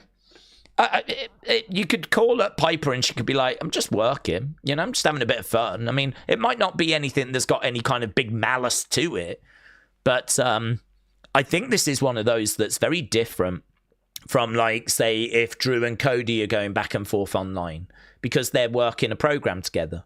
And so, there's every chance backstage they check in with each other and they can talk about anything that's off limits and stuff like that. But with what I was seeing between Rhea, Jade, Chelsea, Piper, I think that this has already gone too far.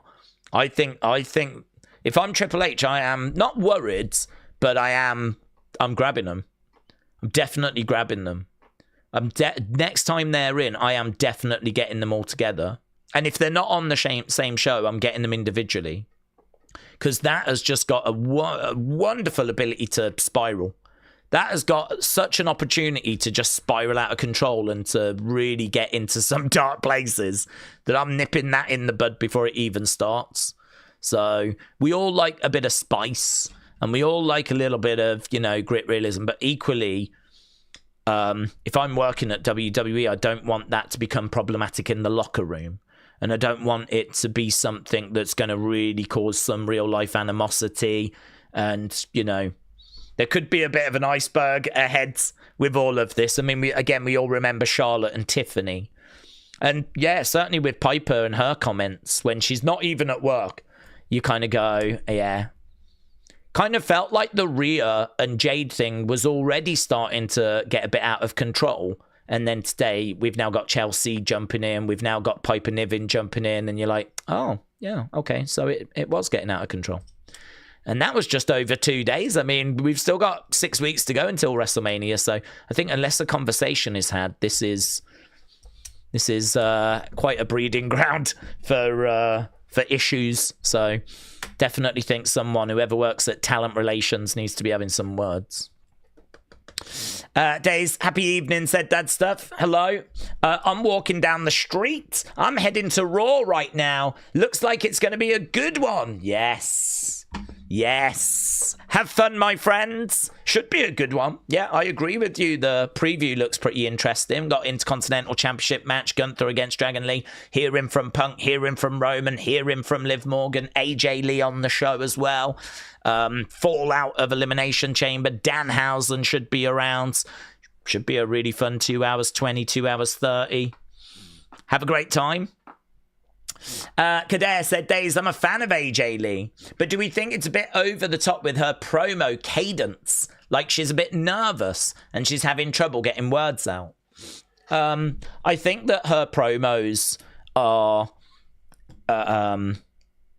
yes, I agree with you that they're a bit over the top. Her presentation is very interesting to me because the reason I love AJ Lee, and I said this the other day, is because she's very manipulative. She's someone that likes to play people off against each other. She is that sort of conniving, sort of doesn't really know any limits. you know, she is like someone that will just do what needs to be done to hurt people, right? Obviously, she's in a babyface mode at the moment, right? And the other thing is she's making very limited appearances, certainly up until this point. So there's not been a great deal we can do with her. So at the moment, she's kind of doing her sort of promo style, which is a bit OTT and a bit kind of like character-based. But there isn't really much in the way of, like, content for her to be delivering.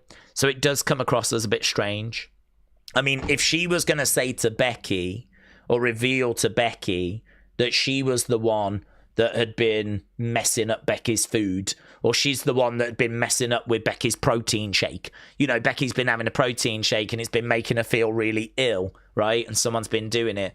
AJ came back and revealed it was her. And then, you know, this is why she's doing all these kind of mannerisms, you know, because she's got a bit of a screw loose and she'll do whatever she needs to do to get back at her enemies, you know, people that she's got as a target. And I said, you know, we saw that with Caitlyn back in the day where Caitlyn had a secret admirer and she was getting flowers and all this kind of stuff. And then the secret admirer was going to come out on Raw and reveal themselves. And of course, AJ Lee comes skipping down and was like, do you think anyone would find you attractive? Do you think anyone would actually send you flowers? And, you know, you go, oh, that's cold. But when she delivers these lines, she delivers it with a smile on the face, a little tilt of the heads. You know, she delivers it with the mannerisms that you're seeing. And it's very impactful. And it's, you know, sugar wouldn't melt in the mouth kind of a thing. Again, when she betrays people, like she betrayed John Cena and she betrayed Daniel Bryan, and, you know, she would betray all these men and she would play them off against each other and she'd be delivering it with a smile on her face. Like that kind of, you never knew what she was going to do next. She was very manipulative. That's what I loved about her, because we have not seen many women kind of doing that. You know, her in-ring was never mind-blowing, right? Her in-ring is solid, watchable, it's good, it's not down on it, right? It's not a problem. Her promos are a bit different because of the way she was presented back in the day, right? She was, when she needs to deliver a bit of a more focused promo with a bit of intensity, she can. She can deliver that kind of, you know, I'm the best in the world, and, you know, she can deliver that. She just hasn't really delivered that so far since she came back. It has been a bit more like, hi, Becky, you know, how are you? It's been that kind of a style, but unfortunately, there's just not much content for her to actually work with because she's not been around. So I think what I would say is her promos are interesting. I enjoy watching them because I enjoy seeing the presentation of them. I can understand why people would look at them at the moment and just be like, this doesn't really feel quite right. Something feels a little bit off. Doesn't feel, don't know, it feels a bit forced, a bit scripted, a bit performed. I could understand that. I think there probably is a little bit of rustiness that's in there. Maybe she hasn't quite got the rhythm and the vibe of the promo quite right, the presentation of it quite right in a few places. And there probably is some very serious nerves as well, to be honest with you. But a lot of what you're seeing is the way that she was delivering stuff back in the day as well.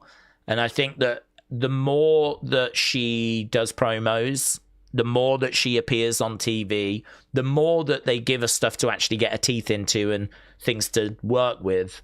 Like I said, even silly things like just putting stuff in Becky's protein shake or whatever, you know, things like that. You know, she'll just get more comfortable. The delivery will get a bit tighter, and, you know, it'll be fine. But, you know, I think we saw, didn't we, that the match was okay at the weekend.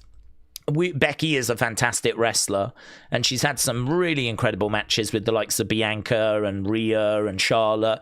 I don't think too many people are going to say the match with AJ was mind-blowing, amazing, oh my God, all this kind of stuff. It was fine, and it had some nice moments, and there was also moments that felt a little bit, it was all right. You know, it was watchable. It kind of felt like a 6 out of 10 type thing to me. 6.5. It's not bad. It's acceptable. But I think they can run it back in the future and it would be even better. Because I think that, that's AJ's first singles match in 11 years. We shouldn't be shocked that it didn't bring the house down, you know? And that was a hard house to bring down as well. Chicago was, I don't know, not in a great place, was it? Which we come off the back of Atlanta last week on Raw, also being very muted. So I don't know if there's something wrong with American crowds. I don't know if it's a case that the product just has not been grabbing them.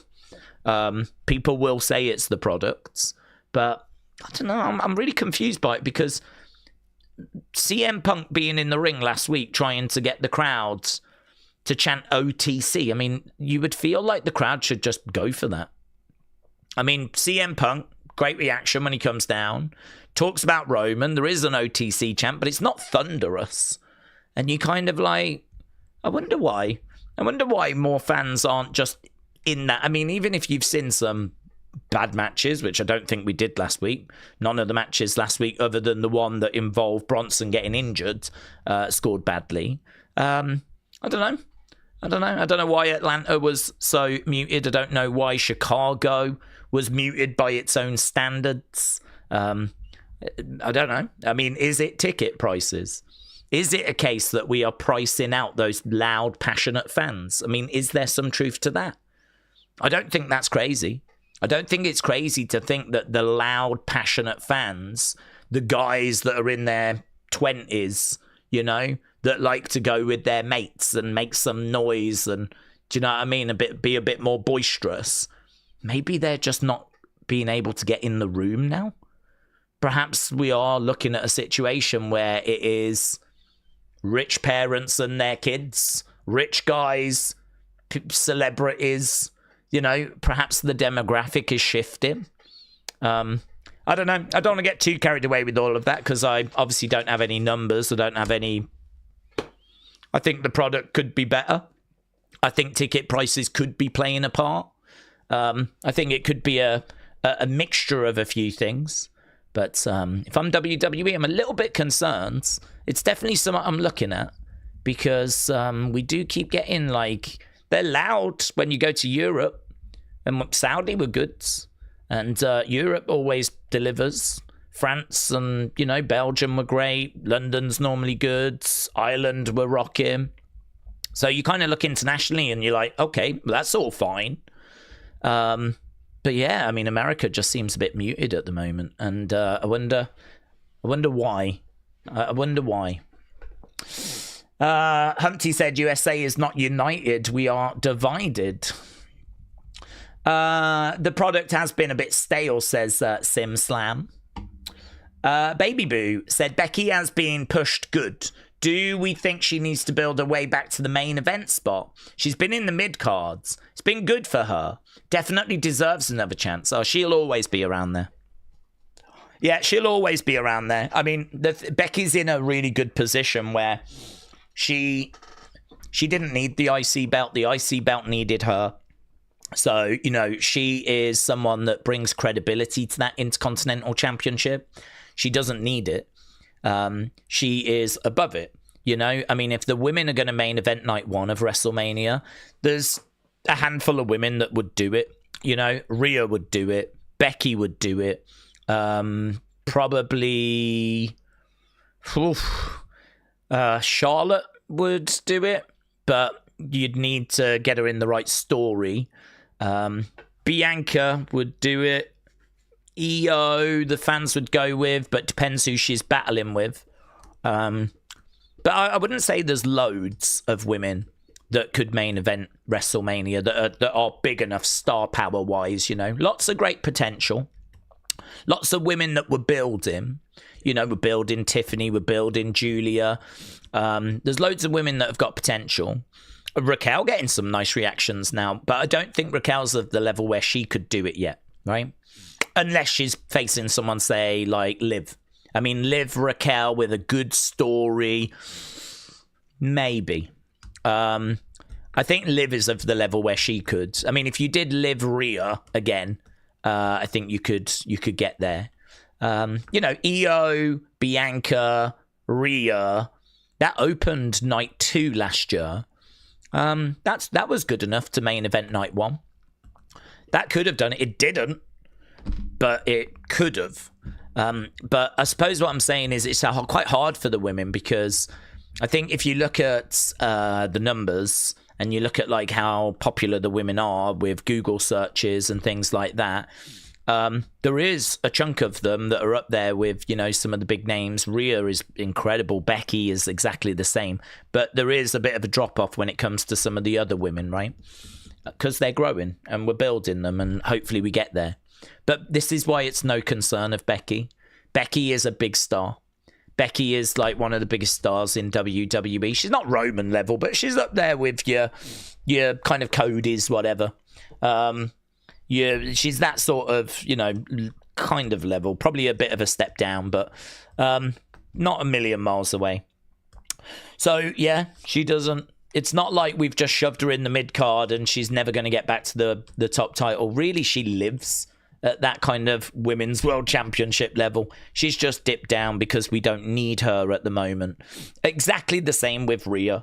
Rhea has just been faffing around with the women's tag titles. And those women's tag titles don't mean anything. But she's just been faffing around with those along with Io. And then she's just won a chamber, and right now she's going to go after one of the top titles. So never, when it comes to those women, they're never like a million miles away. It's not like Damian or Jay. Jay Uso was around the World Heavyweight Championship. He's now gone to the tag titles. Doesn't feel like he's going to very easily get back to a world championship again. It feels, if anything, like he was an experiment that didn't quite work out. And I would say the same for Damian. It feels like Damian was an experiment that didn't quite work out. And it doesn't feel like it's going to be very easy for him to get back to a world title. But I do not feel that way for Becky and Io and Rhea. All of those girls, it feels like they can quite comfortably get moved back to a world title as and when we need to. Corey said it would be refreshing to have someone own WWE that cared about it other than just money. Sean said, I know it might be crazy, but did we hear the story? I might have heard it vaguely. So what can go so wrong with the James and Sean? Sean, I don't know what story you're talking about, but WWE, like football teams in the UK, are so expensive, you won't see fans who love the product owning it. There's a lot of criticism for TKO, understandable criticism for TKO. We know that they are a business. I mean, Vince was always a business. Vince was also trying to make money, but I got to give him credit. Didn't realize how much he was not capitalizing on when it came to the product. I mean, like, Vince is a businessman who made money and I think was very happy with where things were. But, one example is he could have sold sponsorship on the ring years and years ago, right? Decades ago. But I always heard he didn't want to because he felt it looked messy. He didn't like how it made the ring look. He wasn't a fan of it. So he just didn't do it. Well, that's not TKO's concern. TKO came in and we'll slap something there, we'll put something there, put it on the turnbuckles, we'll have dancing mascots around the ring area. We'll every match can be sponsored. We'll put dude wipes on Dominik Mysterio shirts. What else? What else can we sell? Do you want the commentators in mascot costumes? Do you want the ring announcer to be dressed as a Dunkin' Donut? I don't know where their limits are, but fair play to Vince. It's only now that you realise that, wow, he could have been doing all of this. And I'm sure, I know for a fact the ring stuff was something he turned down. Don't get me wrong. He has definitely done sponsorship stuff before, but not to this extent. Like we're seeing with TKO. And then the big one being the ticket prices, of course, where they have just gone through the roof. Absolutely astronomical. And again, Vince could have done that. But, I think he always tried to keep it, relatively acceptable, Now it's just crazy, isn't it? It really is crazy. Really is crazy. There's no sign, obviously, that that's going to get, undone or anything like that. I mean, I think this is just where we are now. This welcome to the TKO era. This is just where we are. I don't see any of this getting rolled back. So, yeah. We've just got to hope that we've reached the ceiling of it now. We've just got to hope that this is as bad as it's going to be for the next 5 years or so, and then it'll just slowly, continue to creep up with inflation. And hopefully this is as extreme as it gets, but they'll charge as much as they can whilst people are buying tickets. It's simple as that, isn't it? If people stop buying tickets, like what we've seen for WrestleMania, that's where you start getting these 25% off weekends. So they're just basically trying to see, I think they're even trying to find out where the ceiling is. What is the most we can charge before people stop paying? So even they're kind of testing those limits. Apparently Judgment Day have arrived, but there's no Finn, says Connor. Sweet and Sassy said, why is the women's locker room all of a sudden defending Rhea's character in real life against Jade's? What's happened? Or is this another storyline? Honestly, I think that Jade is someone that is a little bit isolated. I think Jade is someone that came in with a big fanfare. I think Jade is someone that has always kind of hyped herself up. I don't know what that looks like backstage. I could believe that Jade is a little isolated backstage. I mean, if you think about how Rhea came through, she came through the Indies, she came through NXT. If you think about the challenges that Chelsea has faced, where she's been in WWE and been let go, come back again, had to work on the Indies, worked in TNA. Jade has just been picked up by AEW, given an undefeated streak, and then brought into WWE like the future of women's wrestling, right? You could imagine a lot of girls looking at her going, she has not had to grind the same way that we have had to grind. And I think the way that you can then endear yourself and really get in with those women is by being humble and by going, yeah, you're right. I don't know the stuff that you guys have been through, and I don't know everything you know, but I'd love to work with you. I'd love for us all to make money together, and I'd love for this to be a success. She might have done that to some extent, but I do think there's probably a bit of work that needed to be done there from Jade, and I have no idea because I'm not in the locker room. I've got no idea if that has happened. Judging by what we're seeing, I would say it probably has not. Or if it has been done, it's not been done successfully. This is interesting to me, actually, because we've talked about this before. We spoke about it last year with Charlotte and Tiffany. And what we were saying is that in wrestling, there are so many spots. There's only so many spots. There's only so many PLE spots. There's only one woman that's going to be women's world champion. There's only one woman that's going to be women's WWE champion, right? There's only one woman that's going to defend that belt going in at Mania. And there's only one woman that's going to leave with that belt coming out of Mania. So you have to understand that there is professional jealousy, right? It's not an unhealthy thing. It's a natural thing where people are all fighting for their place on the card, you know? People are all fighting to not only get to the main roster, but to get as good a position on that main roster as possible, to get TV time, yeah, so that they can build their fan base and sell more merch and make more money. And if you can get to WrestleMania and be champion, amazing. So there is always this constant sort of professional jealousy that's kind of always there amongst the guys and the girls. It's just sort of always there, right? And sometimes it gets a bit ugly. Sometimes it can get a bit out of control. For a lot of people, I mean, it can stay relatively quite low down. It can, you know, they can rise above it. You know, if you're Becky, it's not really a reason for Becky to be jealous of anyone right now, because She's getting TV time. I'm sure she'd like to be world champion, but she's been that before many times. She'll probably get there again. She's probably very comfortable. She probably knows, rightfully, as long as I make the most of what I'm doing right now and I have some fun, like she's doing with her crash outs and, you know, kind of having a go at Sam Roberts and, you know, giving Sean Mooney the Announcer of the Year award. Like, she's having a good time. As long as she does that, focuses on herself, she's probably got a great relationship with Triple H and knows, yeah, I'll be back in a title match, maybe SummerSlam, maybe next year's Mania. I mean, for her, professional jealousy is so low down that it's just not really a thing. But I think when it comes to, you know, some of the other women, I think that it can be a little bit more higher up, if you will.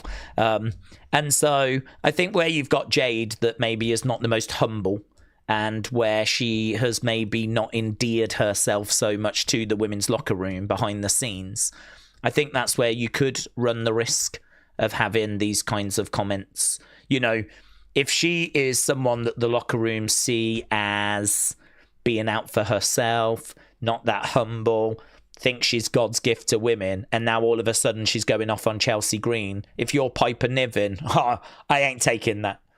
Not from her. Not from Jade. So I'm going to jump in as well. And this is why I said, I think this is why we need to get all the women that are involved here in a room, and we need to get this sorted, right? We need to get it. If there's a real life issue, let's just get it out in the open and let's get it dealt with, right? And if it is that the girls are saying that Jade has not really been, you know, endearing herself, right? She's been very arrogant behind the scenes, all this kind of stuff. Maybe you just have a word with Jade and go, listen, you're going to make this a lot harder for yourself than you need to, right? You don't need to be walking around acting like you're God's gift to women's wrestling. Certainly when, if we're going to be honest, there's a lot of development that needs to be done there, right? As a result, and, you know, your accomplishments are still, they don't match a lot of the other women. Like, you haven't achieved what Becky has achieved. You haven't achieved what Charlotte has achieved. You know, accomplishment-wise, you're starting out on this journey. So you might want to think about just endearing yourself a little bit more. Maybe, you know, smoothing some of those rough edges, right? Trying to be a little more of a team player. I mean, that's maybe the conversation that needs to be had with Jade. Listen, I am only speculating because I'm not in the women's locker room. I've tried to get into the women's locker room. They won't let me in, right? But if I was in there, maybe Jade has been trying to do these things. But perhaps there is still a little bit of a resistance to her. And perhaps it does just spill out online. I get the sense that some of the comments we have seen have been based in reality and that people are taking this as an opportunity to say some stuff. As I said, there's really no reason for Piper Niven to jump in and say what she said. There's not really she's not competing at the moment. She's out of action. It cannot lead to Jade versus Piper. And I understand Piper wanting to stand up for Chelsea, but if this was just storyline, I don't think Piper would feel the need to jump in. Chelsea's been in feuds with Julia, Kiana, people like that. Piper has not been jumping in and saying anything. But on this occasion, today, she did. And that is very interesting. And it did feel, certainly when you see what's said, like, stop embarrassing yourself online, you do enough of that in the ring. You kind of go, ooh, that feels a bit spicy. That feels like there's a little extra to it right there. So, yeah, a lot of speculation there on my part, right? A lot of speculation. I'm certainly not saying what I've just said is accurate or true, but what I'm saying is that's roughly what I think is going on, right? When it comes to Rhea, Chelsea, Jade, and what's going on behind the scenes. I think there probably is something to that. I don't know that to be true, and I do have to stress this because I don't want to paint a picture that's not accurate. But if I was working in talent relations and it was my responsibility to, you know, keep the locker room harmonious, and I'm reading those messages, that is where my head is at. Maybe if I knew them all better individually, I might think differently. But as an outsider observing, that's how it seems to me. So again, I just have to keep saying what I've been saying, and that is I think that they should grab these women and at the very least just check everything's okay. They might turn around and go, no, we're just working. It's all fine. Everything's fine. It might seem spicy, but we want it to be spicy. And you'd be like, girls, that's brilliant. The work you're doing is fantastic then, because it really does come across like there's some real animosity in there. So, fantastic. As long as we're all good, that's fine with me. Yeah? And they might be like, no, we're just having fun. It's all fine. I don't think that's the case, though. I don't think that's the case. Something isn't sitting quite right with these exchanges. So I don't think that there is harmony. But it'll make it very interesting, won't it, to watch and see if anything does kind of... what happens with those messages and what happens with the segments, and see kind of how this plays out. There is potential for another Charlotte Tiffany situation here. MJF says a lot of the wrestlers don't seem to consume wrestling on their days off. They all just wrestle the same, and I think that's true, says Humpty Vision. Kader said, Days, thoughts on Seth potentially taking on Logan at Mania if Braun doesn't come back? Not crazy about it. I mean, I'm not crazy about Logan. I am obviously not a fan of him as a person. I don't think too many people are. I think that... him against Logan, I believe it's a match we've seen before, is it not? I'm sure they've faced before. So it would be them running it back again. And I'm just, I don't know. I don't have any intrigue there. I'm just not interested. Logan is not the problem. Logan was not even in the group when Seth got turned on by Braun. I understand you can make a story out of it because of the fact that Logan still decided to join, right? After what happened to Seth, but Logan's been heel for a long time. I mean, it's no great surprise that Logan is out for Logan. So, I don't know. Do you know what I mean? Seth going after Logan, I just feel like it's below Seth. What's to be achieved there?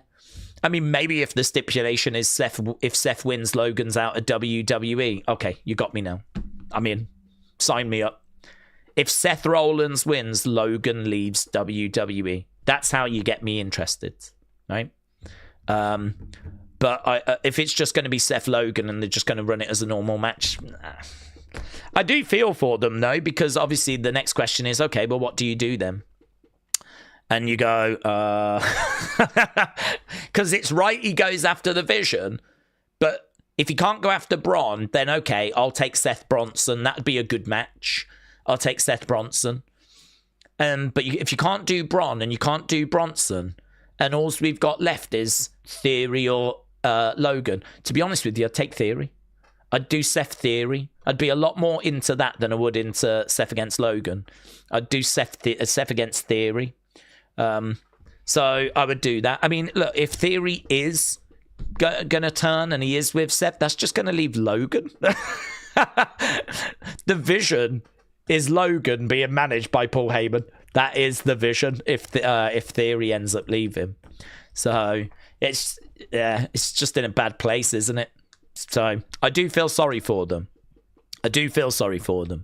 I can see that is not ideal. So if they're going to do the Logan match, then yeah, give me a good stipulation, make it something juicy. Benny said Danhausen segment was awful. I knew the crate was never going to be big, but all that at a PLE is pathetic. I'm glad to see Demolition in the Hall of Fame. Long overdue. Who else is left? There used to be a list in my head, but I think we've put a few of them in now. The ones that used to be in my head were Sid, Bam Bam Bigelow, British Bulldog, Demolition, Cyndi Lauper. But as I said, out of that list, there's a few that have gone in. So, have we put Sid in yet? Has Psycho Sid gone in? I don't know. I genuinely don't know off the top of my head. I don't think so. But he definitely should go in. Psycho Sid. Sid is not in. So, Sid has still got to go in. Bam Bam? Have we put Bam Bam in yet? Bam Bam Bigelow. Bam, bam, boom. Love Bam Bam. Bam Bam Bigelow is not in. So Bam Bam has still got to go in. Sid has still got to go in. Cyndi Lauper has to go in, right? It's an absolute flipping disgrace that she's not in. That what she did for wrestling. Here's me saying that a celebrity, a singer, should go in the Hall of Fame. But you know why? Because she was fantastic. She didn't have a match, right? She wasn't interested in putting herself over in that way. She was a manager for Wendy Richter. So Wendy Richter was the wrestler, but Cyndi Lauper would do some of the talking, would be the hype woman. You know, she'd be like, Moolah, we're coming for you. And she'd come down with a towel celebrating. And but she was bringing her woman to the ring. She was bringing Wendy Richter, the wrestler, to the ring. And at that time in the 80s, to have, you know, I mean, look, Cyndi Lauper was a massive pop star, right? Maybe the biggest in that time frame of like 84, 85. So it's a little bit like, I don't know, when Lady Gaga was on top, yeah? I don't even think I could tell you right now who the big star is right now. I mean, I know Taylor Swift, of course. This is a little different because Taylor's been around for a long time. So it would have to be someone that's got hot in the past couple of years. Maybe Tate McRae is a name that I'm aware of. Maybe it would be her. I don't know. But back in the kind of 84, 85, it was Cyndi Lauper. And Cyndi Lauper really helped WWE cross over into MTV. MTV did a couple of shows before WrestleMania 1. You had the Brawl to End It All, right? There was another one that I can't remember, but there was a couple that they did, and the Cyndi Lauper connection was really important for getting them extra exposure. And don't forget as well, this is a time where WWE are trying to expand. This is a time where they're trying to go from being the regional New York-based promotion to being, you know, not only all over America, but they're trying to, you know, expand globally, right? But they're trying to do America first. So this is not like now where they are the market leader, right? Firmly cemented at number one. This is where they're trying to grow. So Cyndi Lauper coming in and working with them and helping them, you know, with getting on MTV and providing that star power at that time, huge. If you're going to have a celebrity wing and you don't put her in it, you might as well just close the celebrity wing. Like, there is no reason to have a celebrity wing. It'd be like having a celebrity wing and not putting Mr. T in, who was in the main event of WrestleMania 1, right? It would be like having a celebrity wing and not having him in it. And you'd be like, I don't even know why you've got this. Because if you're not going to put him in, or you're not going to put her in, there's no point in having it. Because you're just putting a load of people in that have not contributed as much as what she contributed or what he contributed. So she's got to go in. I have no idea why it's not happened. She's even spoke about it recently, about how she would be, you know, up for it. And like, I don't think if there's a falling out, I don't sense it's on her side. So I don't know. And I don't understand why there would be a falling out. I'm not aware of any falling out. I believe they, you know, did what they did around WrestleMania 1 and, you know, around Wendy Richter, and yeah, it worked, and that was it. And it was good.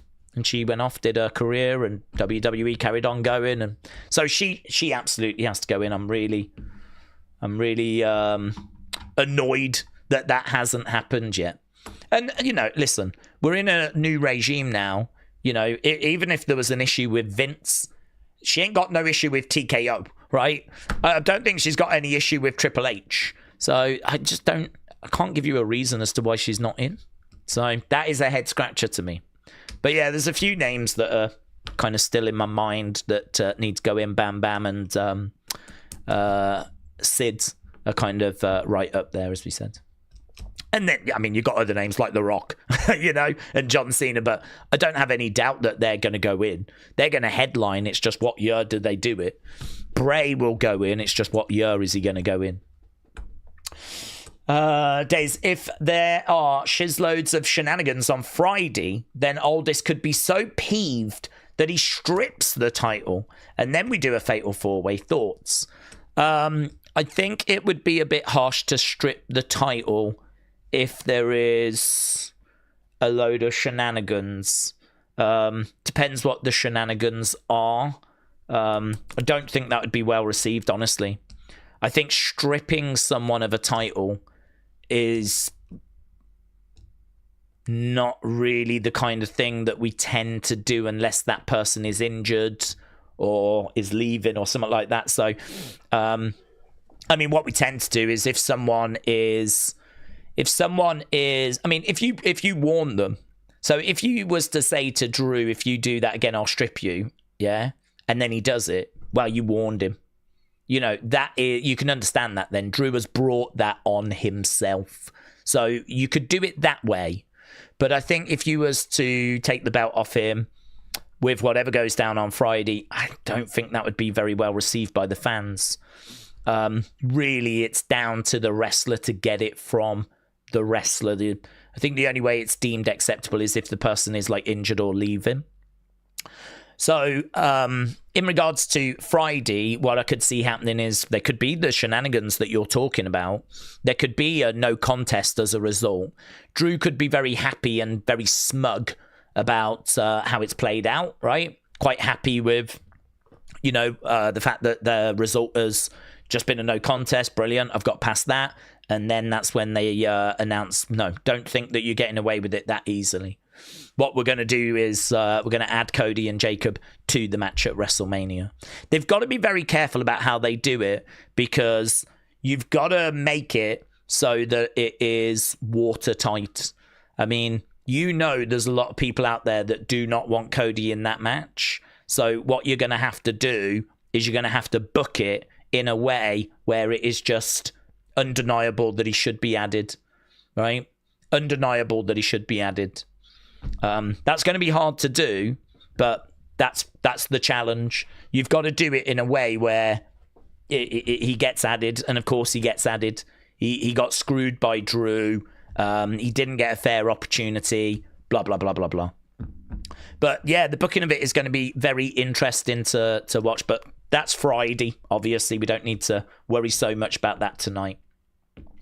Sean said, I think the problem with Logan is people don't care. He can have a 4-star match and people would say it's a bad match because people don't care about him.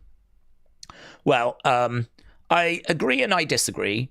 I think that the match quality that he was having was very good before. And we wouldn't say that it wasn't good because the matches he was having when he first came in were good. But we know why they were good, and we've had conversations about that. The reasons they were good is because of the fact that it was the only match he had to focus on. And we were just showing the things he could do, and we weren't worrying about the things he couldn't do. And so it was a very careful presentation. And they do that with celebrities. They did it with Ronda. You know, everyone was praising Ronda after WrestleMania 34. What a performance. Maybe the best performance from an outsider, right? Absolutely incredible. She's a natural, right? But the truth is, we just showcased some really good moments for her. And we didn't have her do stuff that she was uncomfortable with. And you can craft a very, very good match. I mean, WWE have been putting matches on since, like, you know, the 60s and even before that. And they've been doing WrestleManias since 85. You know, one thing that WWE can do very well is construct wrestling matches, right? And actually, you know, make them really entertaining. And they seem to bring out some of their best work when it's celebrities. And I think the reason for that is because they know they have to go a little bit further with a celebrity. Like, it's not so much go in there, guys, feel it out, do whatever, but let's do this spot and that spot, right? We don't leave it to the wrestlers as much because we can't, because one of the wrestlers is a celebrity or an outsider and they have no idea what they're doing and they could get very real injuries and we have to make sure they don't. So I feel like when it comes to celebrity matches or outsider matches, we actually go even further with that sort of preparation. And as a result, you know, the matches tend to be entertaining. So for me, I was never in any doubt as to what was going on with Logan's early matches. It was that. Which is why when everyone was getting so giddy about Logan and how amazing he is, and he is, look, he's athletic and he puts the work in. I don't doubt these things. But I can't compare him to other wrestlers because I think he is getting that favourable treatment, right? He's getting that preferential treatment. For me, it was always going to be more interesting when he became full-time and, you know, all of a sudden then we're not going to give him that favourable treatment because we can't. We can't do that for every match he's going to have. Like, he is going to have to do a bit of sinking and a bit of swimming and a bit of a mixed bag. And to be honest with you, I think that's what we've been seeing recently. If you look at his match scores over the past 12 months, certainly since he went full-time, but even a little bit before that, and compare it to how his matches were being received at the very beginning, there is a decrease. There is a decrease in that match quality now. So I think what you're starting to see now is a Logan that you can start to compare to other wrestlers. I think now you're starting to see a full-time Logan that isn't getting that preferential treatment. And I think you're starting to see a full-time Logan that you can start to judge fairly now. But I don't think you could do that before. So in regards to Logan was having 4-star matches and people wouldn't give him the credit for it, I think there was a good reason for that, right? If he has a 4-star match now, well, I think now you have to say respect. If he's going to do it now, if he's going to go to WrestleMania with Seth, put on a really great match, of course there'll be people saying that Seth played his part in that, right? Because Seth will have played his part in that. But I think now you have to go, yeah, okay, respect. Because I don't think he's going to be getting the preferential treatment as much as what he was. Certainly 2 years ago, 3 years ago. He's been doing it a while now as well, you know. I mean, he is just going to have picked up things and he is going to have improved and he is going to have worked a few things out and he is going to have built up a moveset and he is going to have had many experiences now. So, you know, he has been doing this a little while. It is hurting him not having house shows. But, yeah, I mean, I don't worry so much about what people are saying in regards to his scores. We just watch the matches and try and score them fairly. I do think, though, there is that caveat for his early work. I think we have probably moved out of that now, though. So whatever he delivers this year will be interesting to see. But he's a deeply unlikable person. I mean, we know about the Crypto Zoo situation. We know about the Suicide Forest stuff back in the day, right? There's a recent one as well where he sold shares in that Pokemon card. He started up a company where you could buy shares in the Pokemon card. And so he sold, I believe, like 49% of that card to people. And then there was some sort of issue, I believe, with the website. And so he ended up buying these people out of their shares. So I don't know the full details of this, right? So I would urge that you check this out yourself. But my understanding is, not long ago, like last year, he sold percentages in the card, then which he sold, right? But there was some issues, and so he bought those shares back. Then he went and sold it, and it sold for a crazy amount of money. Could you imagine if you was one of those people that had shares in that card? You know, you could have had a real windfall there. You could have made some money there, some serious money. And instead, because this website didn't work, Logan just ended buying these people out and then selling the card anyway and making all this money for himself. There's just stuff like that where you're like, it leaves such a bad taste in your mouth. I mean, this is someone that so obviously is just out for themselves. And listen, the world is full of those people. But this is a guy that just, I don't know, man, it just doesn't seem to be able to help himself, does he? When it comes to like public relations. I said, I think it was in Unseen, he was trying to buy Hulk Hogan's WrestleMania 1 boots. And I was like, imagine if he bought those for $1 million, right? And he's got money. He's just made, 16 million or whatever from this card. So imagine if he bought Hogan's WrestleMania 1 boots and then donated them to WWE so that they could go back into the warehouse and WWE could have them. Like, that would be a real classy move. That is Logan basically throwing $1 million away, but doing it so that a very important piece of WWE history is returned to WWE. Like, that would be amazing. And I would be full of praise for that. But all you keep seeing with Logan is this very selfish, him trying to do crypto stuff, which people say turned into a scam. Him trying to sell shares in a card, which he then brought back but sold it anyway at an inflated, crazy amount of money. And he's now just made himself a load of money, something which he likes to brag about, of course. He's just a deeply unlikable person. It's just, why would you want to root for this guy? Why would you want to back this guy? Why would you want to support this guy? He's just out for himself. And I tell you, after that Suicide Forest stuff, he is lucky that he's even around right now. I mean, his career was in the gutter after that. And he's even said himself, if it wasn't for KSI reaching out saying, do you want to do a boxing match? He doesn't know that where he would be now. KSI and that boxing match that they have kind of gives him an opportunity to get back on his feet. So you can thank KSI for the Logan run continuing, or us having to deal with Logan. So yeah, he is what he is. I mean, I suppose in a way you look at him and you go, do you know what? He's still in his 20s. He's still young. You can understand him trying to make his money and all this kind of stuff, but I don't know, man. I mean, he's just so deeply unlikable that I'd love to see him out of WWE. I just don't have any time for him. I've got no interest in him watching him whatsoever, And the heat that he gets as well as a result is like, get off my TV heat. It's the kind of heat where it's like, I just don't want to see you. I don't want to see you.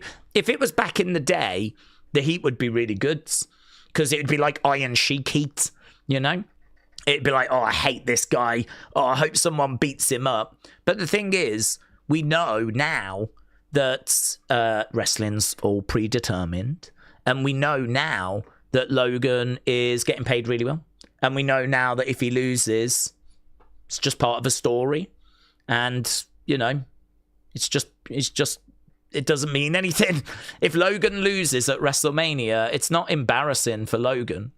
Do you know what I mean? Like, it doesn't matter. He's getting paid. So, as a result, you can't even hope that Logan is going to lose matches or whatever. Do you know what I mean? Like, just get off my TV. I just don't have any interest in watching you. So, that's my feelings on Logan. I think that he is very athletic. I think that he is very dedicated. I think a lot of his success, building up a YouTube channel like he did, having, the physique that he's got, and having, the financial success that he's had. You don't do that unless you are someone that's really determined and you are someone that really does kind of put the work in. I don't think that he's just fluked his way to all of this, right? I think there's been a lot of damn hard work. I think there are things you can respect about him, right? But if you're going to use all of that to consistently do things that kind of only benefit yourself, and you're going to consistently do things that's going to potentially scam your followers, like the Crypto Zoo thing, right? And there's other little controversies that have come out. Like the Lunchables thing, where people said that it was crazy low in calories. Actually, when it comes to kids, they need a certain amount of calories. So bragging about Lunchables or Lunchly or whatever being low in calories, it means that they need to eat more of that stuff to get the calories that they need. And if they were to do that, they would actually go well over certain other areas. So you've launched a product for kids that is actually not beneficial for kids. And you go, why have you done that? Why don't you just sell a shirt or something, Why try and launch a product for kids that there's so much that can go wrong with that. You know, I know there's people saying there was moldy cheese and all this kind of stuff. But, I mean, you've got to be so careful when you're doing stuff aimed at children. I mean, really, and certainly if it's food. Apparently it was too low in calories. So if they were going to get their calorie intake for the day, they were going to have to eat 2 or 3 of these things. And if they did that, they'd be well over their daily intake for other things. And you're like, why have you done that to yourself? And do you know why? To make money again.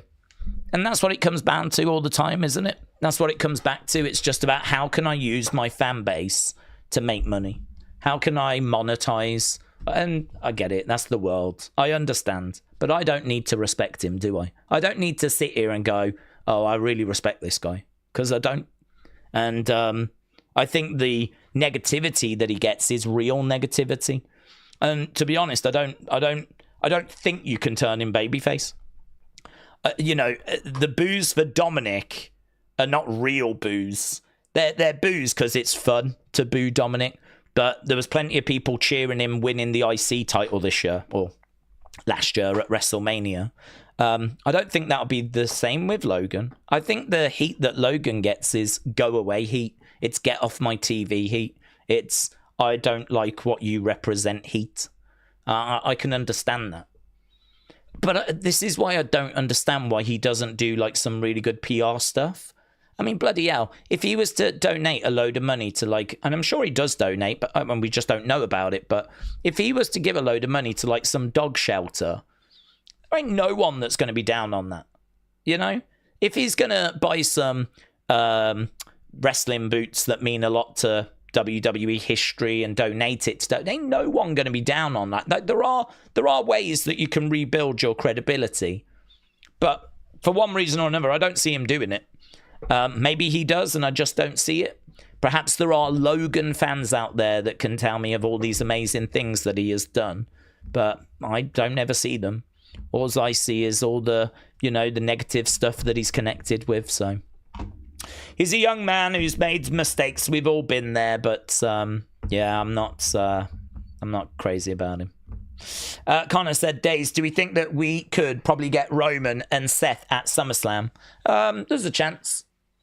I can't say yes or no. There's no reason as to why we would. I mean, if Seth comes back, he would be a babyface. Roman, I'm guessing, is a babyface. Babyface versus babyface. I mean, you could do it. But, I mean, Seth's got a vision problem. So there's every chance it's Seth Braun at SummerSlam. So I can't say that they won't do Roman Seth at SummerSlam, but I can't sit here and say why they would do it either. Sean said, I don't get it. Logan scams his own community that care about him, and he shows that he doesn't care about them. Well, I mean, look, I don't think he necessarily is trying to scam them, right? Because that would be a stupid thing to do in the sense of, you know, if they realize that they've been scammed, then they're all going to leave him, you would imagine, right? So I don't think he necessarily sets out to do it, but I just think he does put them in bad situations. The Crypto Zoo thing lost a lot of his fans a lot of money. That's bad. That's really bad. That is really bad, right? To actually advertise and promote something that the fans get into, and then they end up losing like a lot. There was people that lost thousands. I've seen interviews with people that lost money during all of that. And then like he said he was going to reimburse and everything, but then that process was taking a long time. There was like documentaries that were done about where's the money, Logan. You said you was going to reimburse these people. What's going on? And the whole, I don't even know where we are with it. So, you know, I've seen that he said he was going to reimburse, and then a long period of time went by, there was still no money, and you're like, you know, I don't think he set out to like scam them, but did he do enough work before he jumped into that opportunity? He got into it because he wanted to make money. To him, it's a money-making opportunity. I don't think it's about scamming the fans. I think it's about, you can make this much. And he's like, let's go, you know, let's do it. You know, he sees the dollar signs. And then when the thing turns out to be a scam, and it turns out he jumped in to partnership with people he shouldn't have jumped into partnership with, that's on him. He might not have meant to have done it, but it's on him. He has still exposed his fans to something that turned out to be a scam. Whether he was in on it or not, it does matter, but the result is still the result. Your fans have still lost thousands and thousands of dollars. I mean, it's bad. That is bad. That is negligence to expose your fans to these kinds of things, right? Should have done your due diligence. I mean, blooming out the whole... Look at Hook Tour Girl. I mean, Hook Tour Girl was brought down with a crypto scam. She got in with a load of people she shouldn't have got in with. She launched that tour coin or whatever it was, and it crashed. And a load of people that put money in lost money. And she was done. She was cooked. It was over. So, you know, a crypto thing brought her down. The thing is that Logan's obviously got a bigger fan base. Logan, as a result, has got a bit more resilience and can weather that storm a little bit more. But it still happens. He's still exposed his fan base to a crypto scam, which resulted in them losing a load of money. But he's made a Teflon, isn't it? I mean, you would imagine that the Suicide Forest thing, followed by a crypto zoo scam where people lose loads of money, you'd think that that'd be the end. Surely that's it. Surely it's over at that point. But the guy has just got this ability to keep going. He's just got this ability to not let these things bring him down. And we might be at a point now where he's been involved in so many scandals and he's been involved in kind of stuff like where you just can't bring him down. He might be above it, you know. It might be a case that that's it. I mean, without getting political, Donald Trump, like, obviously was found guilty in court and all that kind of stuff. You would imagine that might stop him from running for president again. But, you know, so enough people believed in him where it didn't. You know, even being convicted in court didn't prevent him from getting his second term, you know? He's kind of above the noise in many ways. I mean, you've got all the Epstein noise that's going on. You've got the court stuff that's been going on, and he's kind of above it. You know, I know that his rating at the moment is kind of suffering a little bit, and we're not getting political, don't worry, okay? But the point I'm making is it didn't stop him from getting a second term because he's above it. Somehow he's found a way of rising above that noise. And I feel like Logan is sort of in that position where he's got these things, these controversies, but he's managed to kind of now rise above it. So, you know, it is what it is. Everyone's going to have their own opinions about him and about the things that have happened, and I'm sure the things that are going to happen in the future. But yeah, I mean, I don't think I'm in the minority on this one. I'm personally not a fan.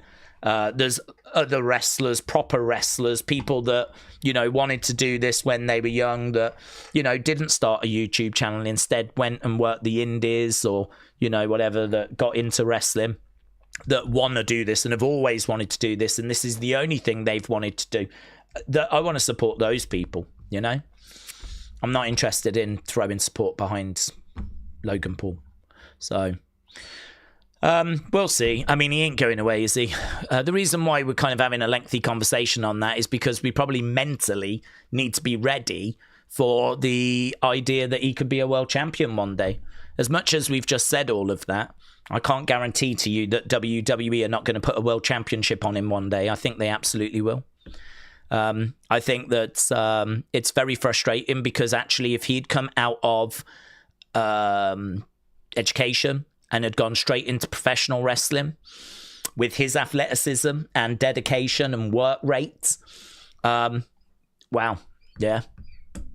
Yeah, I mean, there's enough people that don't like him that are still willing to say he's really good.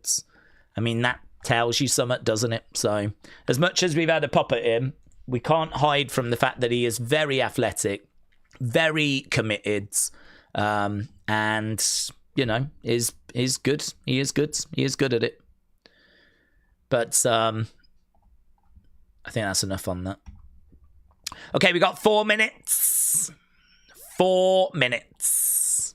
We are going to be live with Raw countdown clock has begun. I don't know what's opening the show, actually.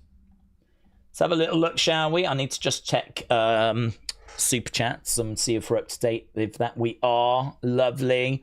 Big shout out to everyone that's joining us. TJF said Daisy recently scammed people with that Pokemon cards. He bought it back cheap and then sold it again. He's still not paid anyone back from that previous scam. It's crazy, said TJF. Cleveland said Logan will fly and pay you front row seats for every show, PLE, to have you be the biggest fan. Would you do it? No. Nope. Nope. Not interested. I'm genuinely not interested. I mean, I enjoy streaming with you guys. So, you know, I could have gone to Clash in Cardiff, Clash in the Castle. I could have gone to Raw in Birmingham, which was a show that meant a lot to me because that was the building that I went and watched WWE in like 94. They ran that building last year in August, did Raw in Birmingham. I didn't go to those shows. I could have, but I was here with you guys because I love doing this instead. So, no, if he was to turn around and go, I'll get you front row seats, you can be the new green shirt guy, I'd be like, no, thank you. You scammer. Shining Wizard said, my prediction for tonight, Raw opens with a boring arse promo, said Shining Wizards. Days, the only thing that is missing from the PLE was Triple H saying, does it feel like WrestleMania season now? Also, is Logan your least favourite? Yeah, I think so. I think so because of, you know, everything I just said, you know. It's least favourite, but in a very real way, not in a, you know, Gunther's a heel, let's boo him type way, or Dominik's a heel, let's boo him type way. It's I just don't care for this guy. I don't want to see him succeed. I don't want to see him have success in WWE. And if WWE are going to give him success, I'm going to be really disappointed in WWE for doing that. Because it's their choice, isn't it? It's their choice. I'd imagine it's something they're very aware of, actually. Because I don't think he's going away. I mean, once this contract's done, I won't be shocked if he re-signs another contract, you know.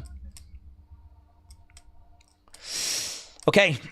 Joe said, feels like a new era. Feels like a new era. Process said, I was at that Birmingham show in 94. Was you? That's cool. That was so special. There was, I remember seeing like King Kong Bundy. I think Shawn was there. Undertaker was there. I think it was Undertaker maybe against, oh man, who did he face? He might have faced King Kong Bundy, or it could have been Karma. I remember Alondra Blaze was there as well. I think she was taking on Bertha Faye. We looked at the cards a year or so ago, and brought back a few memories. I need to find them. I've got pictures from that show. They're awful pictures. It's like black, and then there's like a little sort of ring, and you can just sort of make out a couple of people in the ring, but they're good enough to show that I was there. And you know, I mean, they were taken using like cheap disposable camera type thing. We didn't have camera phones back then, obviously. No such thing existed. And we didn't have a nice camera either. We just little disposable thing, which I'm not even sure if it had a flash. So yeah, they didn't come out brilliant, but they came out. We got something from them. So I need to find them actually. That is, those would have been like my first live experiences. Yeah. I think it's going to be a lot that Logan will be a champ in the next 3 years. I don't like the person, but you can't fault the athleticism, says Samuel. Robbie said, I was going to go to Smackdown on Friday, but it was about $300 for the nosebleeds. AEW in the same venue is $44.50. Yeah, there is a reason for that, though. You have to watch AEW. Phoenix said, I really hope Penta gets the IC title. The division needs new energy. That belt needs defending. I don't know how often he's been defending it, but it feels very, very infrequently. So I am with you. I would not be down on Penta getting the win there, but I don't know. A lot of people are thinking it's going to be Dominik and Finn for that. Okay, we're back. Yes. Here we are. We were only here, what, like 48 hours ago, watching Elimination Chamber. I think the show was pretty well received. Do you know what I've not done? I've not looked at Cage Match. I don't really look at Cage Match for Raws and Smackdowns because they don't really get enough feedback, right? But, ooh. Well, it's not loads of scores. It's got 169. And, oh, that's a surprise. That's a surprise. I'm quite surprised at these. So 5.1, which I think's low. 51 people gave it a 4. The women's match 6.69. AJ Becky 5.4. These are out of 10. 7.07. You see, I would have said that CM Punk Finn Balor was probably the lowest rated match. It was certainly the lowest rated match from our community. 4.56 for the men's chamber. I mean, I think considering the mystery man, Drew getting involved, I don't know, man. 4.5 seems really harsh to me. Well, perhaps it didn't land as much as what we thought. So, there we go. 5.1. It is still low, though. You know, normally for these shows, we get a good 300, 400. So, 169 is still low. But that's where we are right now. That's how it scored on Cage Match. And that is very disappointing, isn't it? That's the kind of score I would have expected if Cody would have won, you know? Do these people know that Cody didn't win? That's the kind of score that I would have got. What would it have been if Cody had won? Oh, my God. Jesus. Do they do minus numbers? So, there we go. Seems like the people of Cage Match did not enjoy Saturday as much as we did. Community opinions were good, though. Community opinions were largely positive. We're just looking at that men's match. We got the Seth reveal.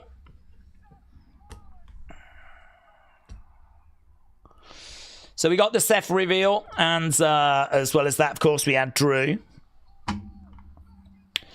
And, of course, we had Randy capitalizing. Jay said it was a solid show, in my opinion. The women killed it. I think the worst part was the men's chamber. Majority of the match felt a bit lackluster and a bit all over the place. Ronnie said Cody got everything he deserved. Oh, yeah, this is what went down after. Here's Nick Aldis.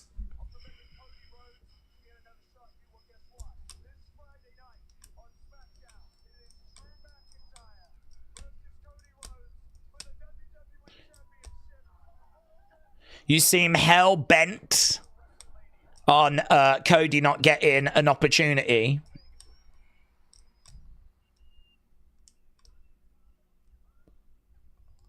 Okay.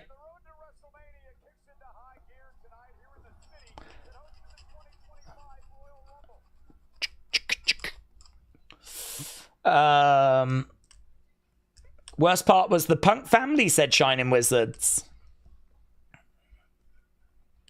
I don't know where we are. There's AJ and CM Punk. AJ and CM Punk.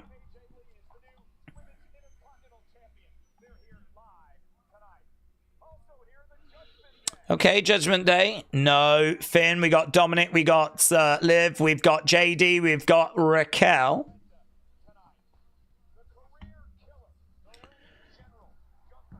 There is Gunther.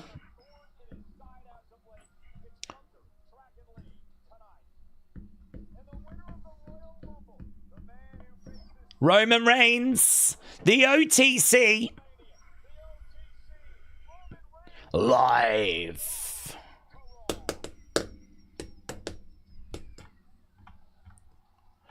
Okay, here's Theory, here's Logan, here's Heyman. Got a few boos ringing out. Okay, so we're opening up with Heyman.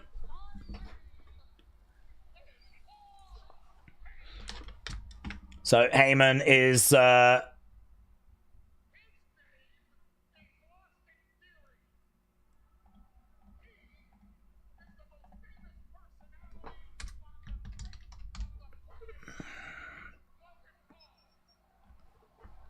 He says that Logan is the most famous personality. There's a t-shirt in the crowd that woman was wearing that said Stu's #1 fan. The cameraman.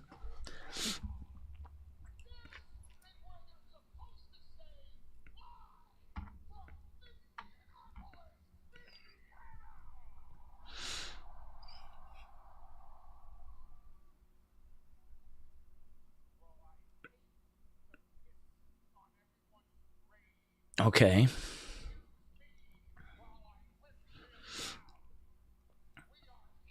Excuse me whilst I whip this out. I don't need to see that. Okay, Seth, he's going to talk about Seth, unsurprisingly.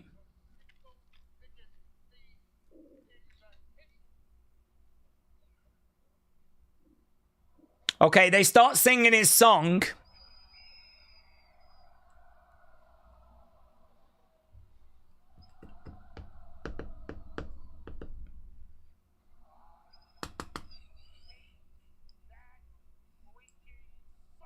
I hate that freaking song, says Heyman.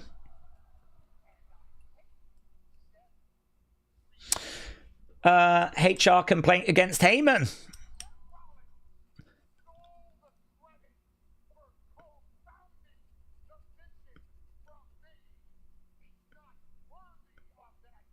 Okay, so Heyman says that Seth stole the credit for creating the vision. It was Heyman that created the vision.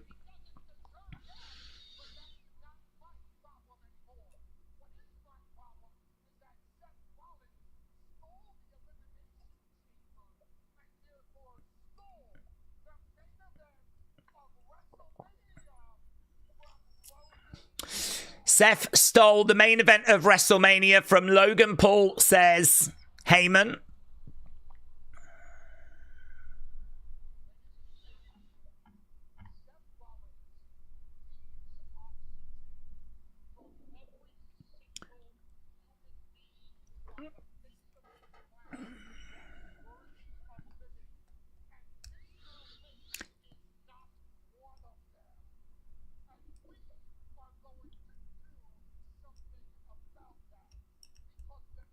He calls Seth Mr. Lynch.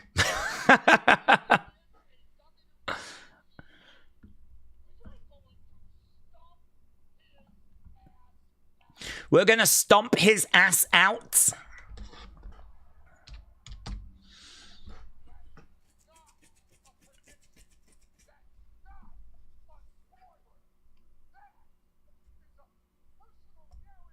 It's not a prediction. It's not a spoiler. It's a personal guarantee. We are live, said WrestleRants. Okay, so Heyman has had his say. Now it looks like Theory's going to talk. Here's my theory.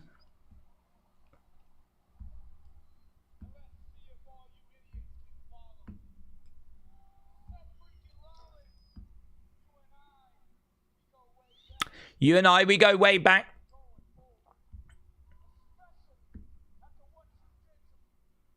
Crowd are chanting, you suck. Crowd are chanting, you suck.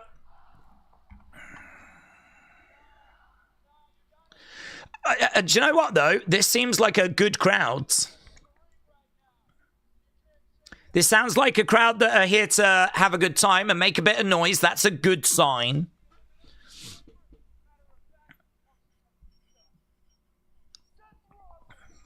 Well, I mean, that was not very good from Theory, was he? He didn't really get a chance to say anything there. Crowd interrupted him.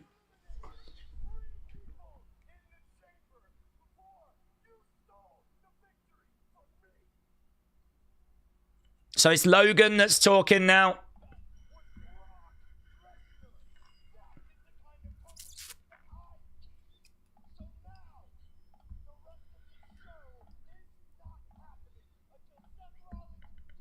Rest of the show is not happening, says Logan. Here's Adam Pearce. Okay, and we've got security coming down.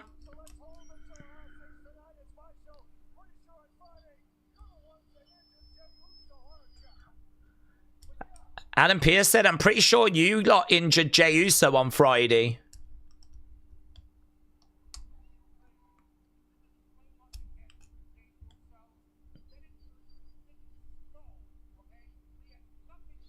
They're saying that they didn't injure Jey.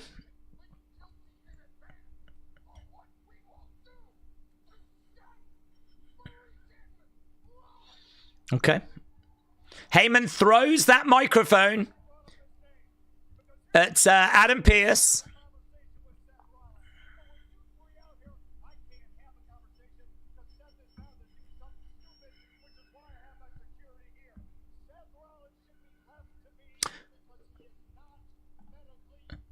Seth should be left to me. Is not medically cleared.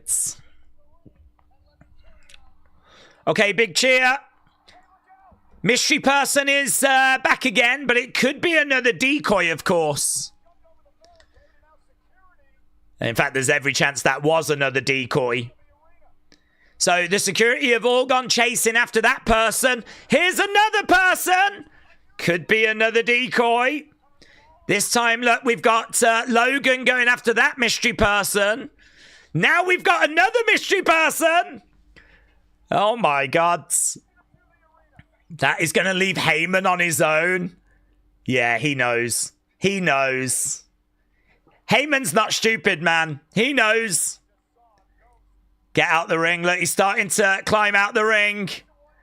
Looks up the entranceway. And now we've got what I would imagine is the real mystery person. Maybe? Or is the real one going to come from behind? There's another one. Is there anyone in this arena that's not a mystery person? It was Seth with a chair.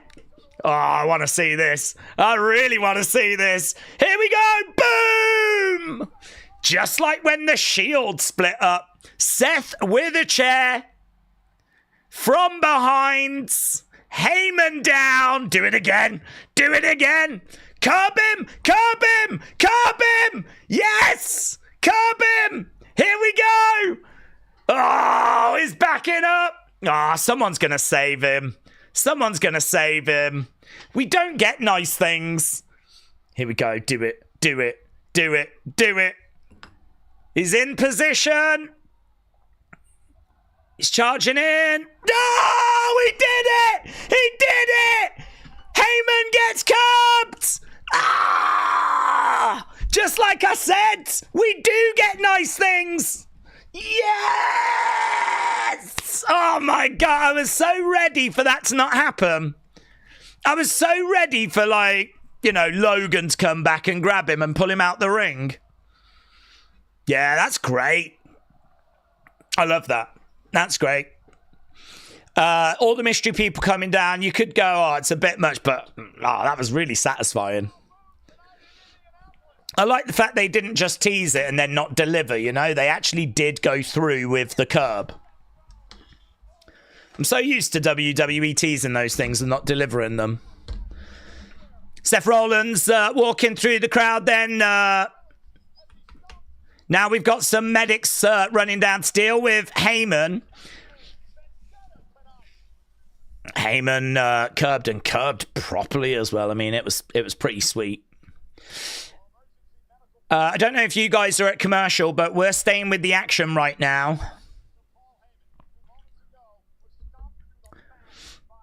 So we got medics and we've got people around Heyman. I mean, this is good because this is kind of like, oh, there's bloods. There's bloods. Heyman busted. Mate, there's blood on the face of Heyman. Blood on the face of Heyman. Again, I don't know if this is at commercial break, but there's blood just around here. Crowd are chanting, you deserve it. Heyman's being led away right now.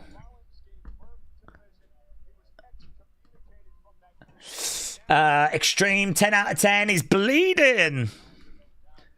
Yeah, brilliant. This is very satisfying. So this first segment can be titled Seth Rollins attacks Paul Heyman. Heyman took a chair and a curb stomp, says Pure. He did. He did. You reap what you sow. Heyman slowly being led away right now.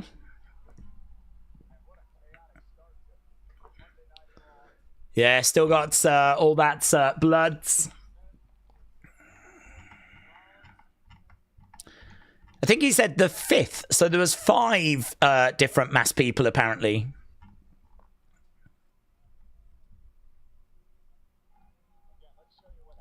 So they're just doing a replay. So we just had Heyman very slowly being led out of the ring.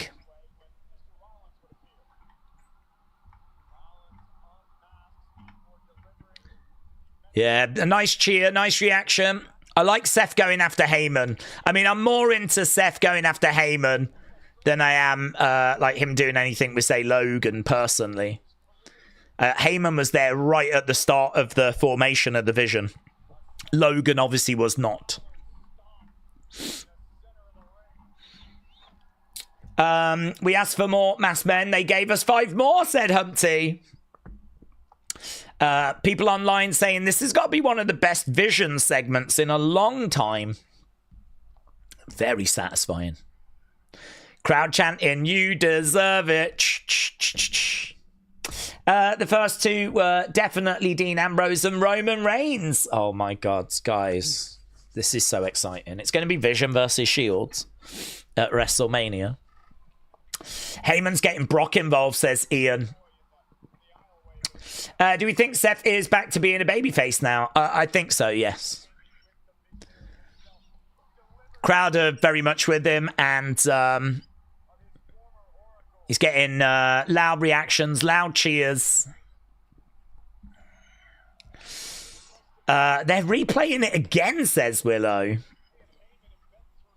They do love their replays. They do love a blooming good replay. Heyman help the way then. There he is in an ambulance. Heyman in an ambulance. Heyman busted open. Here's the Vision. So here's Logan and Theory.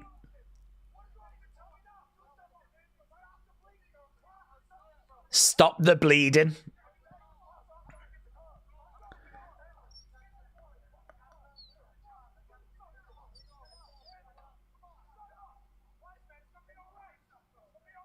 It's going to be all right, says Theory.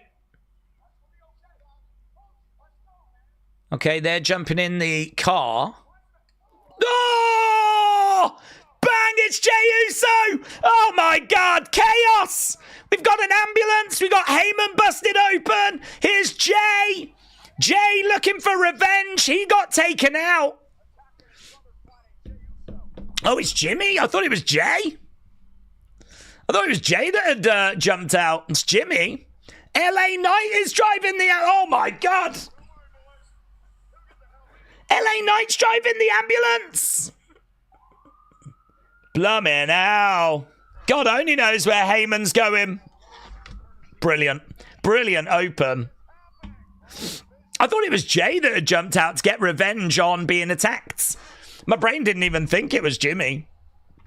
But it's Jimmy looking for revenge for his brother. LA Knight driving the ambulance. What a start. What a 20 minutes. Colton said that open is awesome. Chaos, says Glockness. Here's Gunther. Gunther's coming down. So our opening match is going to be Gunther against Dragon Lee. Gunther versus... Jesus, now he's been attacked. Oh my God. Dragon Lee jumps Gunther.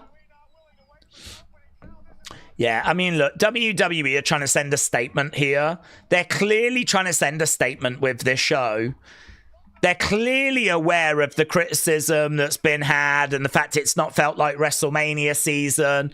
I mean, the open to this thing is bonkers. Absolutely bonkers. Bang. Very chaotic. Into the timekeeper's area goes Dragon Lee. And we are just going to commercial break again. 20 minutes in. Dragon Lee getting hurled into the timekeeper's area.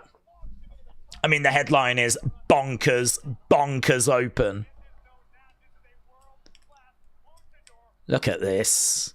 Look at the height that he got as well.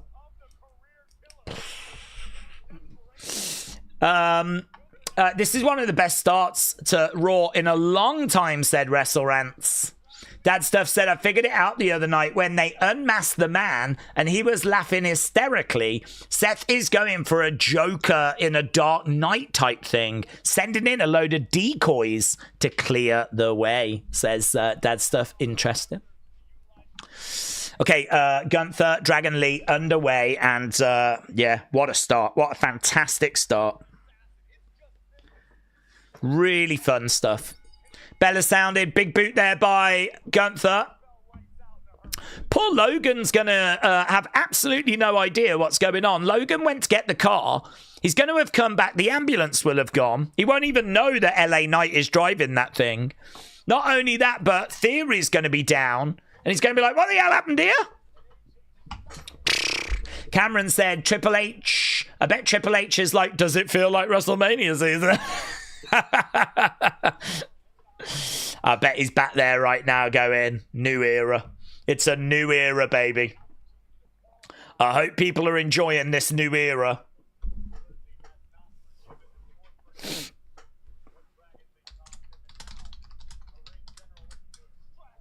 Shot coming in by Gunther as Dragon Lee goes back to the corner. So Dragon Lee is back into the match now.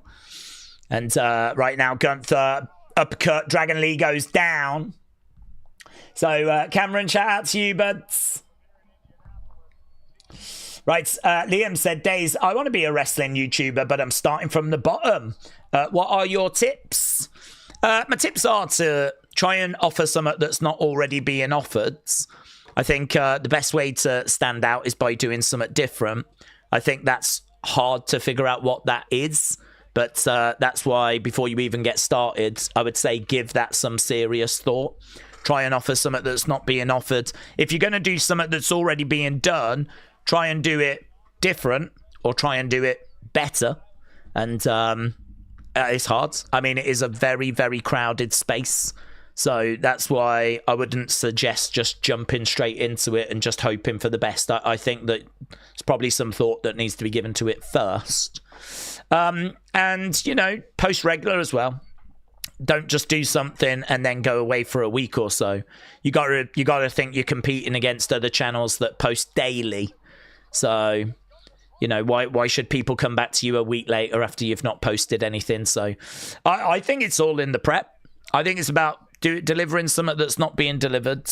I think it's about being different, standing out. And I think it's about posting on a regular basis. So those would be my starter tips, buds. And of course, you know, get a good camera, get a good microphone. Make sure that there's no issues with the presentation, you know. You don't want it to seem like it's amateur hour. So, yeah, good luck. RBD said, we know how to party in Indy, says RBD. Well, I gotta say, I think the crowd has been fantastic.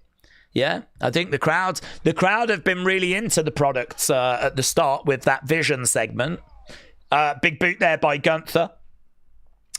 And to be honest, I mean, the crowd were not being given really much to get their teeth into. I know there's been the criticism of the crowds and about the fact the crowds haven't really been given much to kind of get their teeth into, but this crowd were into it, and all they had in the ring was Theory, Heyman, and Logan. But they were still chanting away for Seth and making plenty of noise.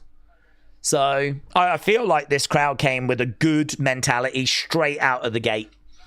It should mean that we're in for a real lively show. The criticisms of the crowds should not feature tonight. So yeah, RBD, I think India doing you proud. Joe said that backstage had some like Attitude Era vibes. To be honest, you do look at it. I mean, I don't know if you're the same, but you do kind of look at it and go, yes, love it, brilliant, yeah. I'm applauding, right? But you do sort of look at it and go, where's this been? Like, where was this in 2025? Like, why is it that you're only doing it now? I'm pleased you're doing it now, and I'm not criticizing you for doing it now, but, you know, I don't think it's unfair to go, okay, if you know that this is what people want, why have you not been doing it? Kick coming in, chop coming in there by Dragon Lee. Your tribal chief said the backstage scenes, that's what we've been wanting, says your tribal chief. Yep. And may the praise be as loud as the criticism. That's what I would say. Let the praise be as loud as the criticism. We've said that we've wanted a bit more backstage and we've wanted to see the wrestlers interacting more. We just got a dollop of that. And I think we've been very full of praise for it. So, yeah, it's good, isn't it? And the good thing as well is it's really set us off on a good tone. So, like, do you know what I mean? I feel like there's a bit of a buzz now. Feels like there's a bit of positivity. Kick out there by Gunther. Dragon Lee comes over. Kick coming in. Dragon Lee on big chop there by Gunther. So we're back from commercial break. These two going at it in the ring. And as we said, I mean, a Gunther match, you can't be down on that. Dragon Lee can always cause a few problems for Gunther, but right now, Gunther in control. Dragon Lee starting to come back, though. He's got Gunther. Kick coming in there by Dragon Lee. Gunther goes back to the middle of the ring. Dragon Lee rolling through Gunther. Oh! It's like trying to deal with a fly, trying to deal with a gnat. Drop kick there by Dragon Lee. Another kick coming in. Gunther goes down. Dragon Lee against the ropes. Drop kick. Gunther to the outside. Dragon Lee's going to look to go against the ropes, and he does. Goes through the ropes. Gunther grabs him. Hurls him. Big chop coming in. As Dragon Lee goes down. Dragon Lee goes down. As we go to commercial break again. Paranormal View said that opening was Bonkershausen. Bonkershausen! Very good. Very good. Yes. Does feel like there's a bit of positivity around, a bit of a buzz in the air. It's good. We have gone to commercial break again. We're half an hour into the show. I hope it's not just a hot start. I mean, obviously, we're hoping it's going to be a hot show. And could be. It absolutely could be. This match okay so far. We got Dragon Lee on the outside. Edward said, have you seen the rumours that Cody is going to win the title on Friday? I haven't, but I was told... I expect him to win anyway. Randy Cody would be better than a four-way, says Edwards. I've not seen any word about who is actually rumoured to be winning, like anything from Fightful or anything like that. Could be out there. I might have just not seen it. But I think he's got a chance, definitely. I still think the four-way is on, though. I still think that's the destination that we're building to. So, we'll see. Right now, we got Gunther in control, is being quite methodical. He's going to give up. Like everybody else. It's just I decide when.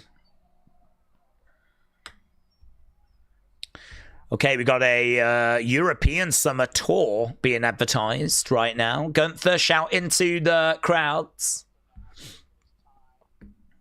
Becky, a minute ago, has tweeted out, does Jessica Carr even have a referee license? Show us proof. That reminds me a lot of like when Donald Trump was asking for proof about Obama's birth certificate. I'm getting those vibes. Oh, what a backbreaker that was! Knee to the back by Gunther. Looked absolutely brutal by the ring general. So, yeah. Oof. Nasty. Gunther back in control. PJ said, Days, I would love to see behind the scenes talks about the first segment in Unseen. I'd love to see the behind the scenes talks about the first segment in Unseen. Do you mean Unreal? WWE Unreal? Yeah, you could do. I don't think Unreal is going anywhere. The next Unreal is... I don't remember what we got up to. We got up to SummerSlam, I think. So I would imagine the next Unreal is probably going to touch on John Cena's retirement. I don't know if it'll go all the way up to WrestleMania. That's a lot to get into just 6 episodes, isn't it? It's going to really focus on John's retirement in at least 1 episode. Maybe 1 episode does the Rumble. I don't know. The problem you've got is that they're going to focus on the big PLEs, aren't they? If they're going to include talks about, you know, the open this, I don't know. It's got to compete with some pretty big stuff. You're going to have things like the title changing, aren't you, in the 3 stages of hell. You're going to have Saturday night's main event. You're going to have the Royal Rumble. You're going to have John Cena's retirement. You're going to have Elimination Chamber. I'm not sure. I'm not sure they'll show you talks about this show. They might do. They might do. But I agree with you. I mean, them sat around going, we've got to do something more exciting, you know, and then kind of coming up with this the start to this show. That would be very interesting. So, PJ, I agree. It would be interesting to see. Gunther coming over, grabbing Dragon Lee right now, looking for a powerbomb. Connor said, Days, Seth created the steel chair thing to Heyman, like when Seth put the chair to Roman and betrayed the Shields. Playing the mask angle makes me believe Dragon is going to win, said Fish. Right now, looking for another powerbomb there by Gunther. Going for the cover. 1, 2. Oh, he could have put him away. It's actually Gunther that pulls up Dragon Lee. So he could have put him away. Right now, we've got Dragon Lee down. So he's toying with him right now. He's playing with him. Dragon Lee on the outsides. He's looking for another powerbomb. He's got him up. Ow! Onto the edge of the ring. So there's a powerbomb. Another one, this time into the commentary table. Is absolutely murking Dragon Lee. Dragon Lee is just getting absolutely murked. They're saying check on him, Chads. Come on, Chads. Check on him, Chads. Dragon Lee is down. 4. Is Gunther going to break it? I hope he does. Count faster, says Corey. Yeah, and Gunther breaks the count.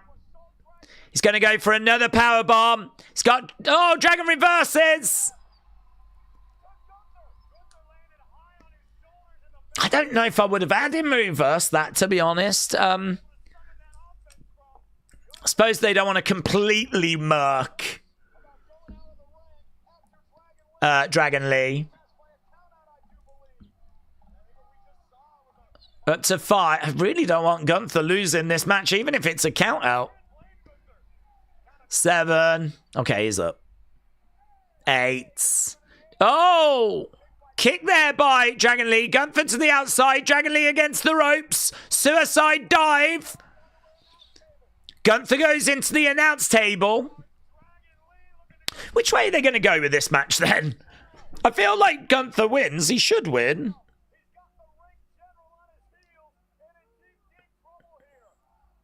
Okay, the crowd have got to a "This is awesome" chant.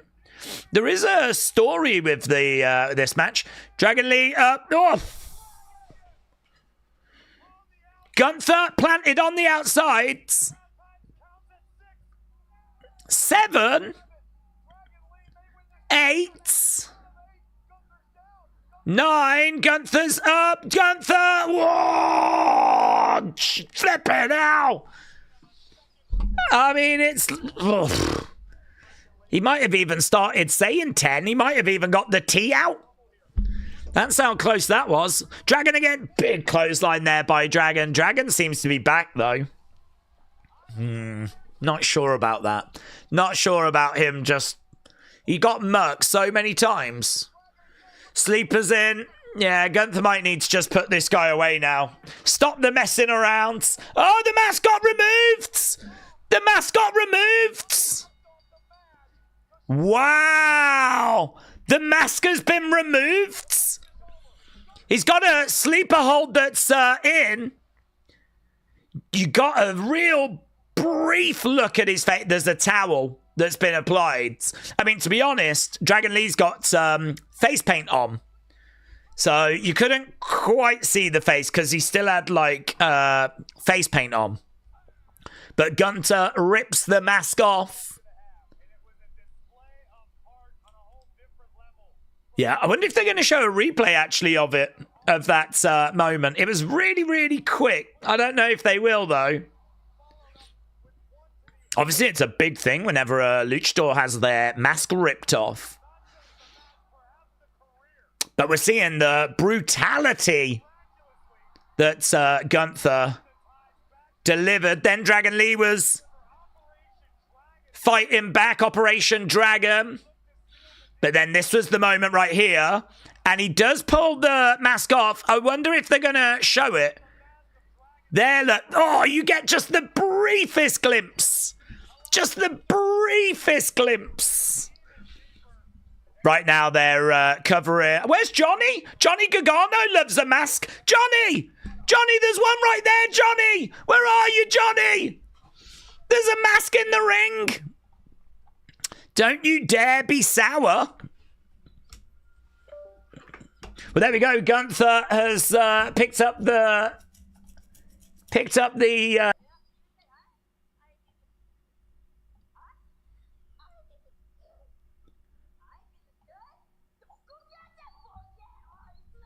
Oh, wow. Look at her. She's grabbing Kyrie by the throat.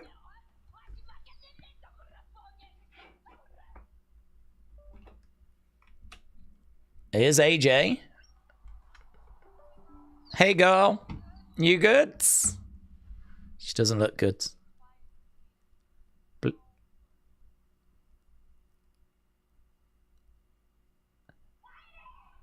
Oh, it was AJ that jumped that time.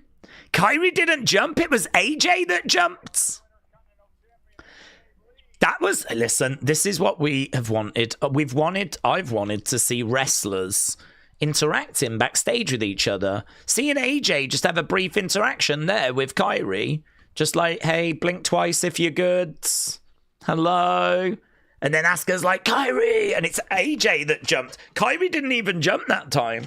It was AJ that jumped. Kyrie is starting to maybe realise that she's in a... Well, she probably realised already that she's in a toxic relationship.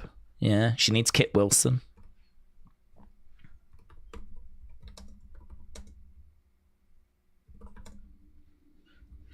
Here comes Theory and Logan. So I think we might be at commercial break. I think they're going to just say a few words. Is this during commercial? It might be. You just saw a 60-year-old man get curb stomped. I know, it's hilarious. It was hilarious. Do you know what the wise man has done for this business? Do you know what we've done for this business? Show some respect.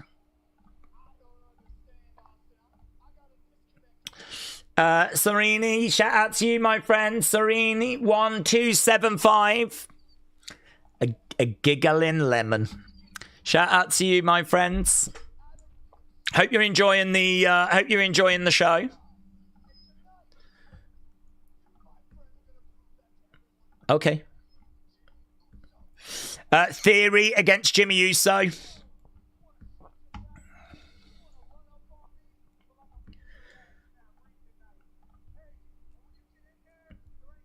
"40 minutes. It's been a really entertaining show."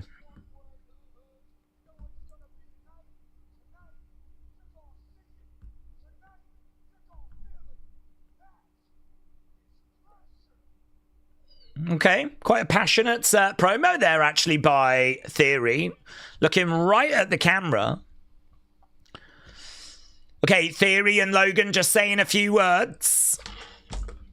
That Gunther match was classic, said Humpty Vision. Well, I mean, honestly, that's Gunther, isn't it? I mean, Dragon Lee played his part. We know Dragon Lee is a very, very good talent, but Gunther is so consistent with his match quality that we did feel going into it there was a chance that match was going to deliver, and you know, they had it open, they gave it, like, open the show match wise, and they gave it some time, and yeah, I think you're absolutely right. Kyrie and Kit, toxic masculinity.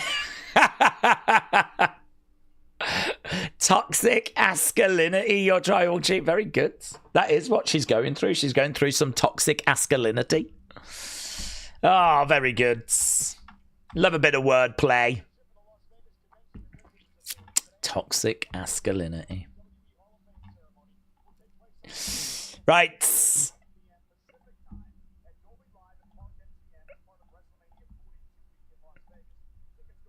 There's Undertaker delivering the news to Demolition earlier today.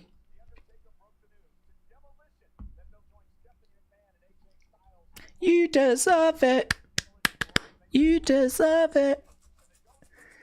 Now, this is where they should show a video package about Demolition. If you're going to put them in the Hall of Fame, tell fans why. Yes. No video package. They did this last year. I think they did it last year with Natural Disasters, where the video package went on YouTube, and you're like, that's a shame. That's a real shame. Hey, here's a tag team that's a legendary, and we're going to put them in the Hall of Fame, but for those of you that don't see them, we're not going to tell you why. Sucks to be you, doesn't it? If you don't know, then you don't know. Not our problem. Here's AJ then. Always lovely to see AJ Lee. This could be a fun segment. Don't know where Becky is, of course. Light it up. Light it up. Stars in the eyes.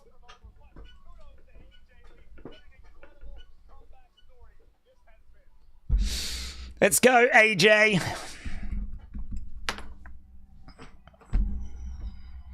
You deserve it.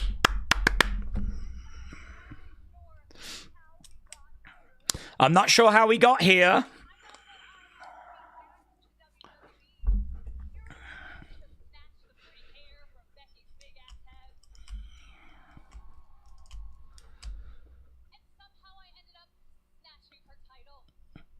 I came to snatch her hair, and somehow I ended up snatching her title.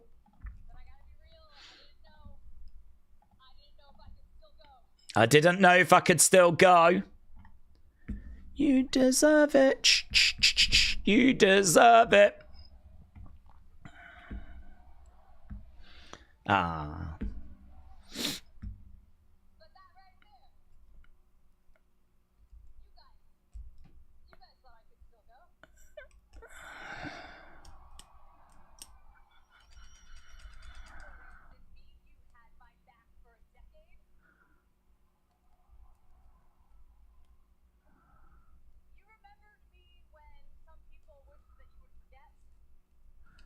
Oof.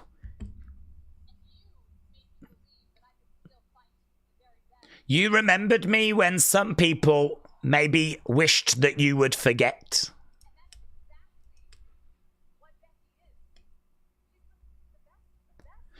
She's the best of the best, Becky.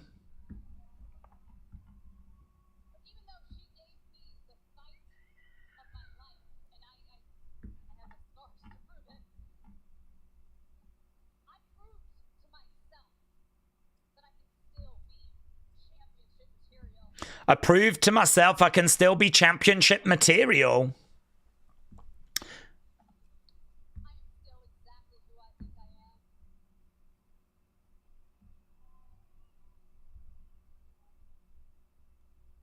She has got some marks on her arm.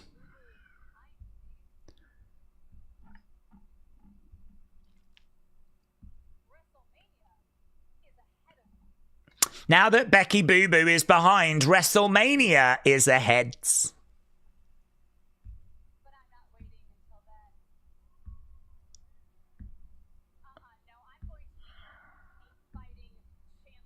Oh, she's going to be a fighting champion. Don't you dare defend that against Maxine.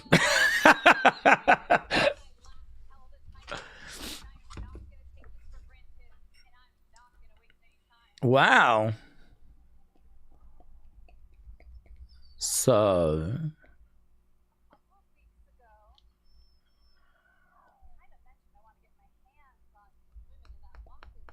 Okay. Are we going to get an AJ match tonight?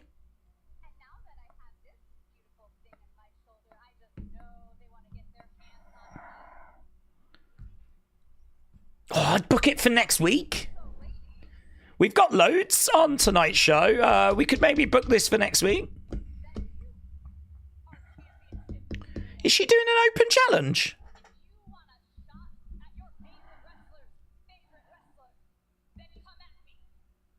Okay, I think this is open challenge. Who's going to answer it?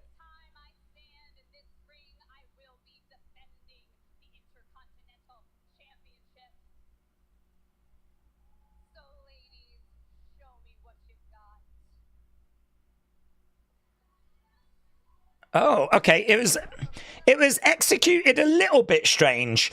The way that she kind of did it, it felt like someone was about to come out. She was like, "Come at me." So it was like, who's about to come out? But then she goes, "Because the next time I'm in this ring, I'm going to be defending." Does that mean there was like a girl backstage that was like, "Do I go now? Do I not go now?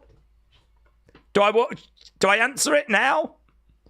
I don't think she's made it clear if I go now or not. Can I go now? Triple H is probably like, not this week. Well, I think it's right that you set some up for next week. I think we've got enough this week. I mean, it's been an amazing show. Really great. And looks like we could be getting a singles match from AJ next week. Okay, here's El Grande. OG El Grande.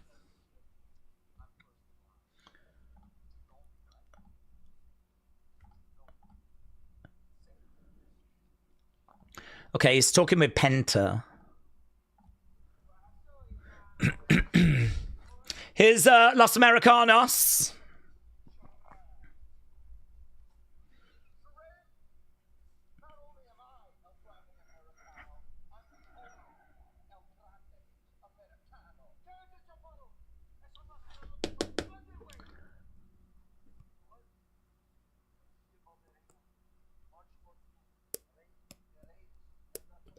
Oh, March 14th.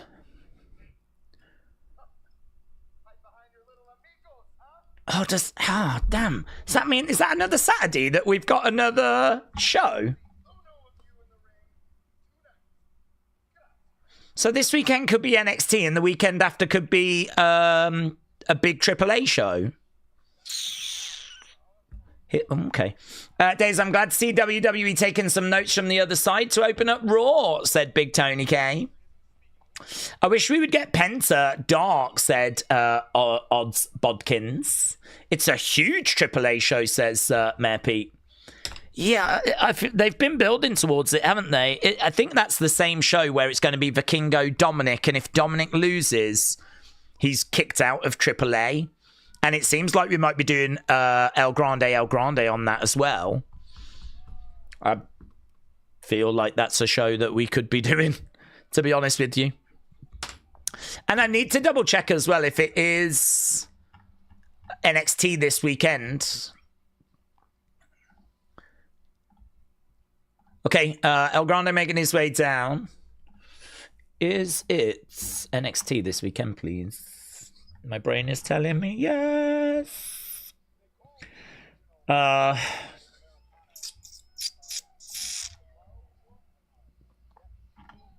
da da da da da da.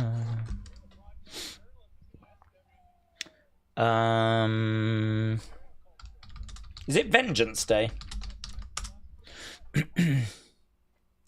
NXT Vengeance Day is March 7th. From the Performance Center, Orlando, Florida. Takes place Saturday, March 7th. Matches include Joe Hendry against Ricky Saints, Izzy Dame against Tatum Paxley, Lola Vice takes on Kalani Jordan in an NXT Underground match, and Blake Monroe takes on Jada Parker. So NXT this Saturday, we'll be doing it. And then the week after is AAA Ray of the Rays show. All the Rays, Rey Mysterio show.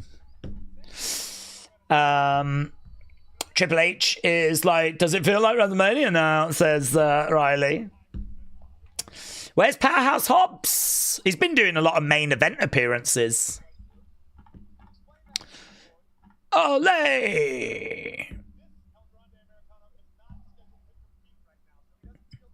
Okay, Los Americanos are making their way down.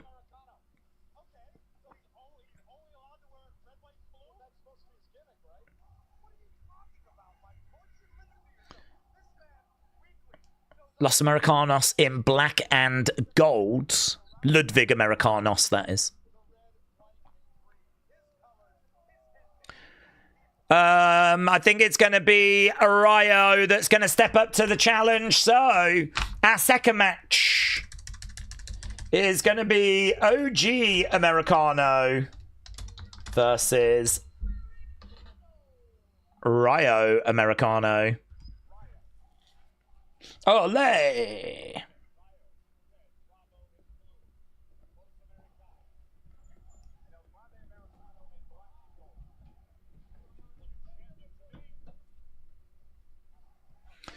Ole! Okay. Exactly, the Americanos match will push the tempo for most of us. It hasn't died yet, says the one. What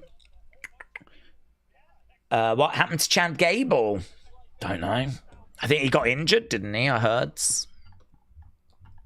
Don't know. Hopefully we see him again one day. Okay. WWE World is coming to Las Vegas.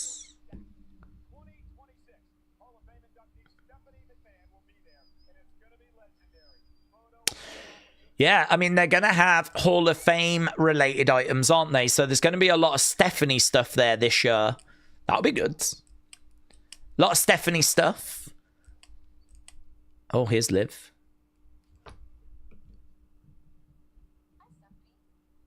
That's not my name. Oh, that was great. I love that sale. Love that.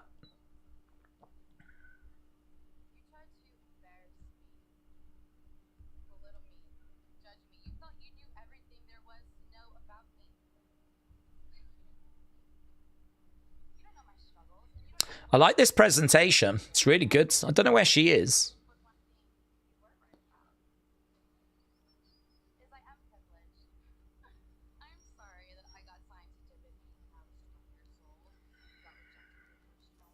Ooh.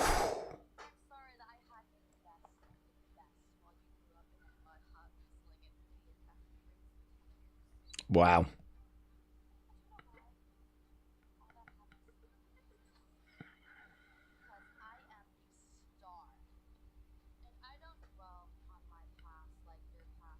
This is a brilliant vignette.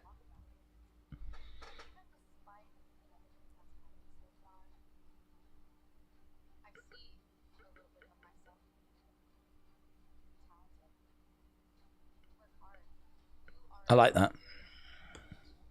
I see a bit of myself in you. Oh.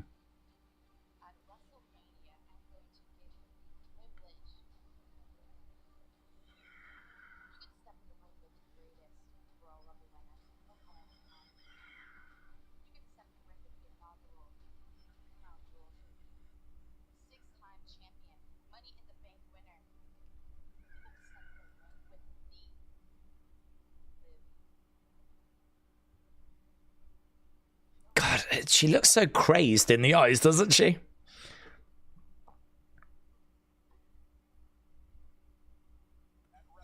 That was great.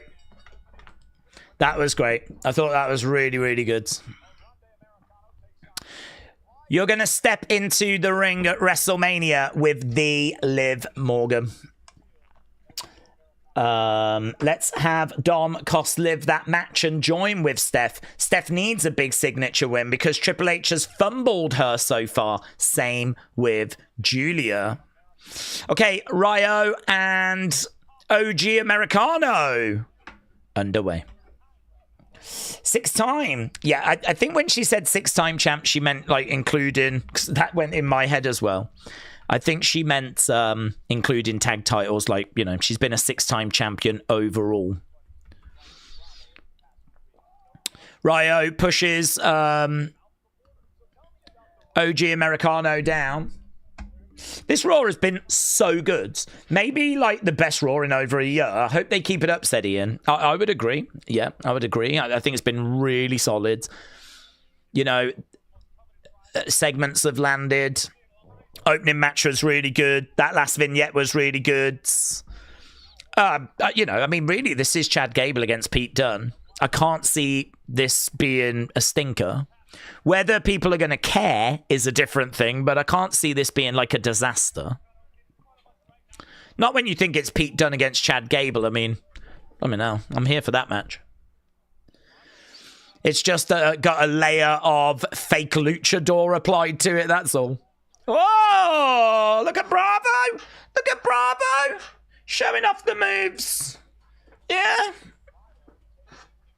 That's how we move in the West Midlands. Yeah, I can do that. Bang. That has allowed Ryo to get back into this.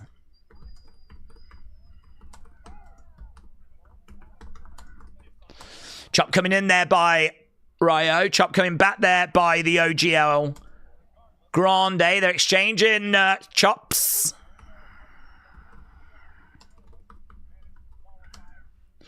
Against the ropes. Over the other side. Look, oh, that was great. That hip toss was sick. I mean, he got some real height on that. Ryo to the outsides. They should keep this Grande stuff in AAA. It's the only place where the fans seem to care. Brony said the opening angle was amazing. LA Knight being the ambulance driver was the cherry on top. All the Vision's enemies getting their revenge. Tony said it'd be a great match if we did Chad against Pete. I'd rather them without the mask thing. Oh, yeah, I do agree. This has got that unnecessary layer added onto it. But if you think that this is largely playing out on AAA, I don't mind Bravo with his dancing. Okay, looks like we're going to commercial break again. Hello, Zippy. Hope you're doing well. Ryo Viper said the Grande stuff is gold. Ryo is Pete Dunne. Bravo is Tyler Bates, said DB. I think Ryo is Danhausen, said Fishnate. Well, we still, I think, got Danhausen to come. This Days the Secret is out. It was I who is secretly booking Raw, said Big Tony K. Right now, Ryo in there with El Grande kind of said, do we think that Dominik will betray Liv at WrestleMania? Well, he could do. I mean, again, there's just nothing to base it on, is there? I feel like a lot of our conversations come down to that. The answer is normally the same. He could do. There's just no way of knowing. If WWE want to go that way, they can. Equally, they might not want to have Dominik and Stephanie kind of join together. They might not see value in that as a partnership. They might not feel that's the right way. It's impossible to know. There's no rumors on that. No, none of the dirt sheets are kind of saying anything. Chop coming in by El Grande. Brony said, I think Liv should win the title at Mania, then start building tension with her and Raquel. The only question is, who should be the heel? Raquel is a monster, but Liv as a face is bland. Yeah. I think I would keep Liv where she is. I feel like WWE get quite a lot wrong, yeah? Understandable that they get stuff wrong. You're always going to get stuff wrong. I could be booking and I would get plenty wrong, right? Because you're taking chances on things. You're trying stuff. It might not work. So that's absolutely fine. But you've got something that's working when you've got something that's working. I don't know why you would necessarily want to change that. Liv as a heel is a massive thumbs up. It's a big success. So I don't see the need to kind of rock that boat, really. So I think kind of where we are right now. And plus also Raquel, you know, when Raquel got eliminated in the chamber, the fans were booing. It says that there's some kind of click in there as well. Fans seem to be with Raquel at the moment. So I think I would lean towards Raquel being the babyface. Keep Liv as the heel because it's working. And it seems like the fans are kind of leaning towards Raquel from some of the reactions in the chamber. So, yeah, I don't mind that feud at all. Give Liv the belt and do a Liv Raquel feud. I can definitely see that. Where that leaves us with Stephanie, though, I'm not sure. That's the problem, isn't it? I mean, you've got so many people that deserve the championship. Liv having another run with it wouldn't be down on that. She's, you know, very entertaining. Stephanie continuing her run, I wouldn't be down on that. To be honest, I don't really mind which way they go. You could do Liv Raquel and just not have the belt involved. That way you can keep the belt on Stephanie. That might be the better solution. Because Liv Raquel will have enough heat to it where it doesn't need the title. Okay, I think we are back from commercial break. We got a leg sweep right now against the ropes. Nice. OG El Grande is in control. Blimey now, it's like an inverted angle slam. El Grande breaking out some impressive stuff. El Grande with a moonsault. Leg up there by Ryo and into the ankle lock. Ankle lock is in. Shot coming in there by the OG El Grande, climbing up.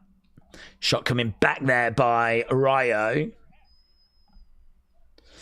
Gunther-esque. Oof. Oof. Ryo over-rotates, lands on his feet. Double knees there by Ryo.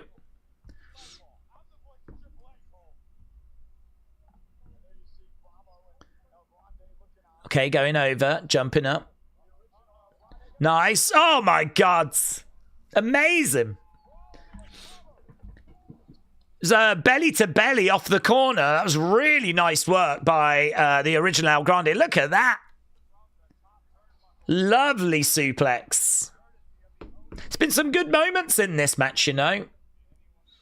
It might not be something that's like really grabbing people and blowing people's minds, but it's been some good stuff. We've still got Roman coming up tonight as well. Jimmy taking on Theory. We've got that match coming up as well. Right now, we've got the original El Grande trying to unmask Rio. Now we got Bravo in the ring. Over on the other side.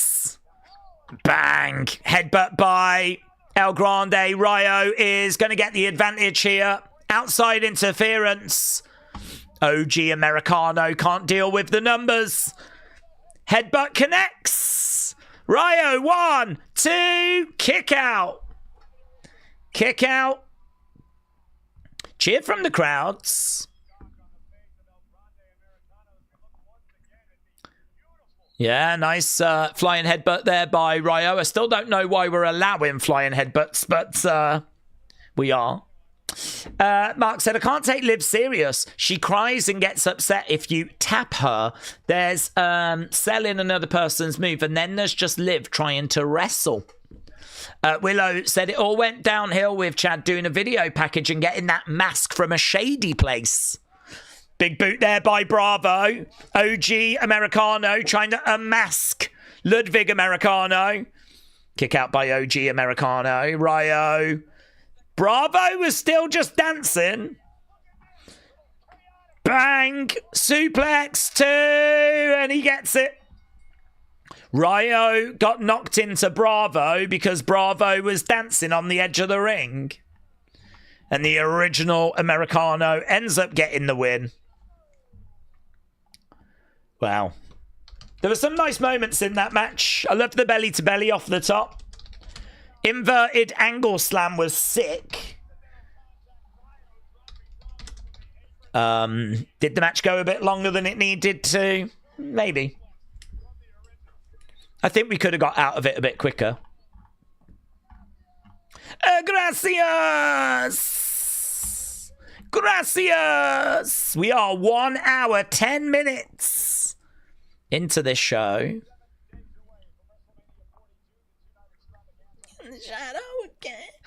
I think Liv has got more depth as a heel in terms of acting.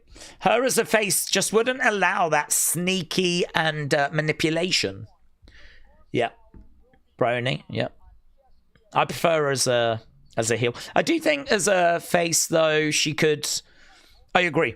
But I think if she did go back to being a face, I think it would be better than when she was a face before. I think she will have learnt some lessons. I think that she will have improved as a performer. But I still think she's better as a heel. Okay, here is Penta. This is quite intense. He's just cutting a promo ahead of that. Yeah, we've still got Roman and Punk. We've still got an Intercontinental Championship match. We had AJ Lee, obviously, and there was no Becky. So Becky staying true to her word. She said that unless Jessica Carr got suspended, she wouldn't show. She didn't show. Okay. Yeah, good. 2K26. There is Penta. There is Dom in the game. Intercontinental Championship defended tonight. They actually used 2K26 character models there for the graphic. Stephanie just doesn't do anything for me, said Phoenix. There are so many other talents that I connect with more. Adam Pearce didn't suspend Jessica Carr, said Connor. No, didn't. He's probably right not to.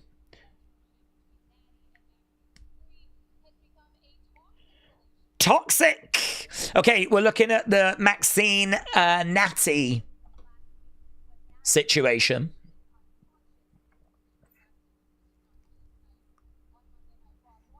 All right, Maxine is not here tonight. Here's Natty. Here's the low-key legends.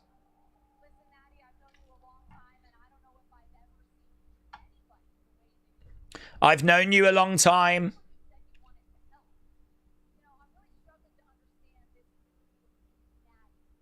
I'm struggling to understand this new Natty.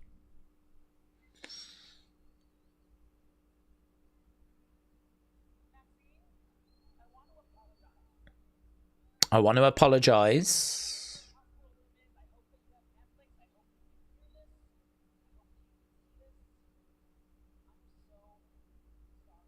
I'm so sorry.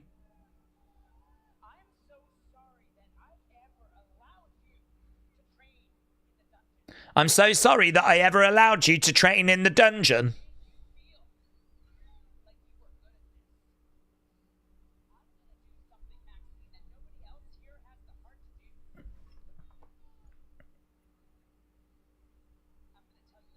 I'm going to tell you the truth.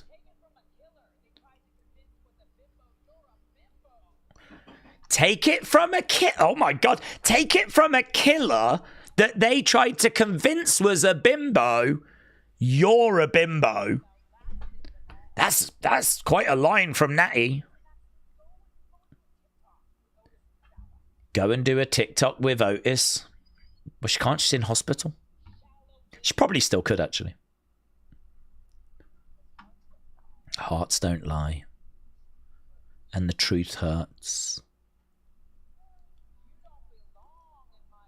You don't belong in my worlds. The only disappointing thing about this for me is I feel like Maxine is going to have a match and probably beat Natty. I mean, at the moment, I'm kind of listening to Natty going, yep. This all checks out so far. Like, Maxine should be in NXT. Nothing against her as a person, but she shouldn't really be on the main roster. She should be in NXT. We've got girls in NXT that are better. So it's kind of... It is a struggle with this feud to find yourself rooting for Maxine.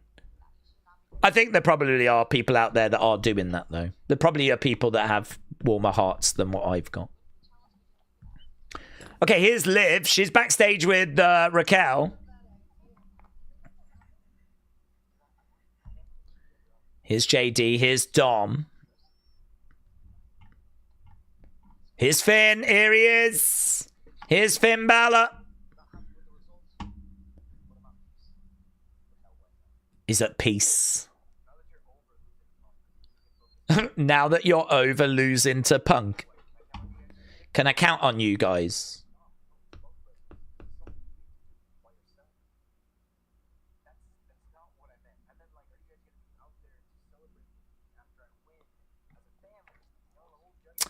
Are you guys going to be out there to celebrate with me? You know you can count on me. Family. Oh, it's all good. Isn't it, eh? Family. Yeah. I'll be out there to celebrate with you, Dom. I'll be out there.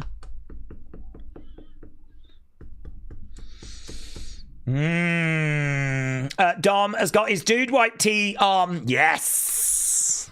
Legend. It's all good, said Pillskin.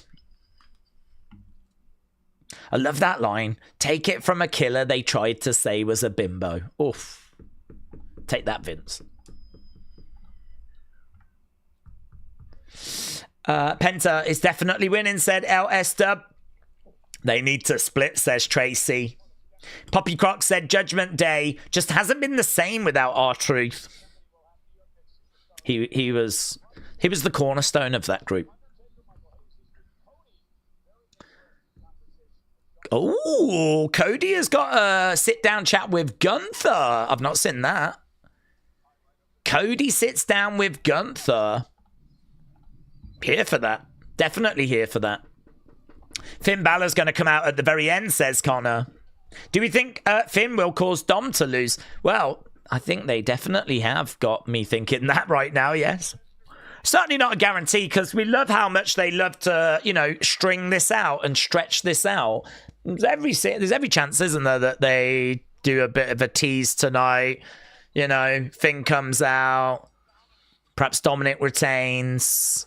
Finn doesn't look thrilled. And just tease it, and, you know, on we go. But I don't know. This does feel like a show where we're actually doing some stuff, so maybe we pull that trigger. Yeah. Here's Rusev. I'm tired of listening about Oba. Oba. Oba. Oba. Noba? He said no, Oba, Noba. Noba. You want this fight? I want this fight. Let's do it right now. Yeah, man. Rusev versus Noba.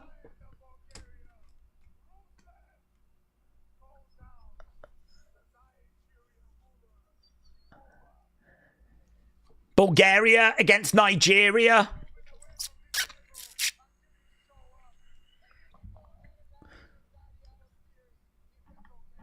Yeah.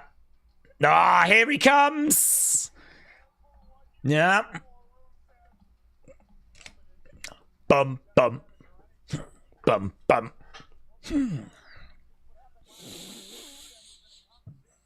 Yes. Yes. I feel like all of us right now are like, yes. Yeah, we've seen him murking Kit Wilson. We've seen him murking The Miz. He's going to struggle to deal with Rusev that way. Buh. Oh, buh. Oh, buh.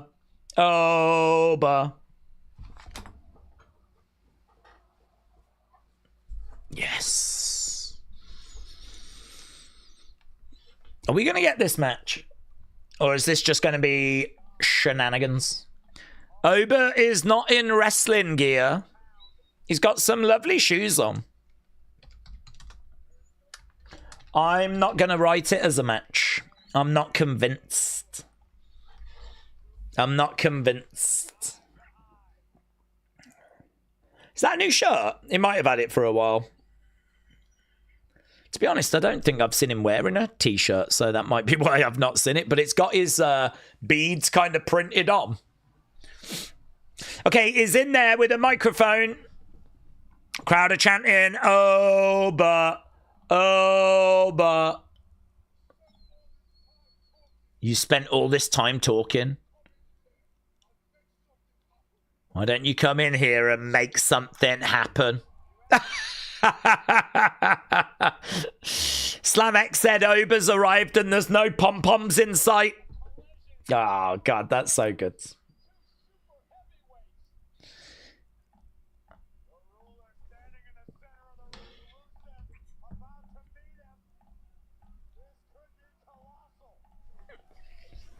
Okay, right now we got Oba and Rusev in the ring. Bang! Exchanging shots.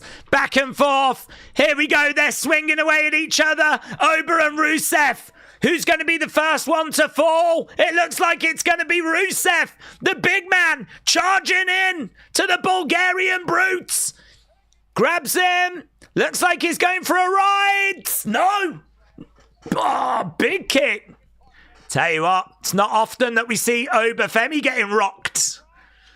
Here we go. Rusev. Oh, slam down. Ah! Mates. Big clothesline. Rusev to the outsides. Yeah, they're on a collision course, man. They're on a collision course. This match is going to be fire. Now, is this going to be WrestleMania?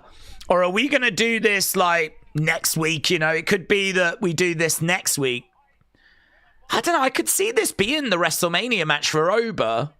There's not been any rumors as to what Oba's doing at Mania. I'm gonna get you. I'm gonna get you. Okay, we're backstage with Lyra. Look, it is a lion. Oh my God, said your tribal chief. What do you think?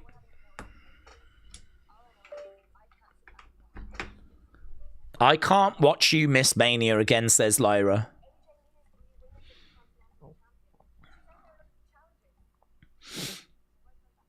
Why? Oh, why can't that be you? Yes, Bailey, AJ Lee. It's a dream match.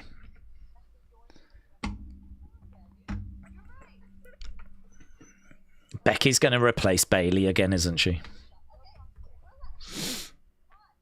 Oh, Bailey's got a massive smile on her face. She loves this idea.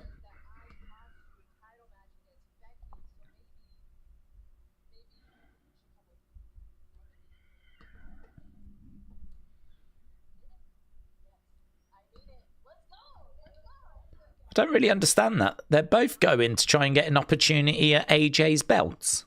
There's EO. EO looks sad. EO looks sad. Don't know what that was about.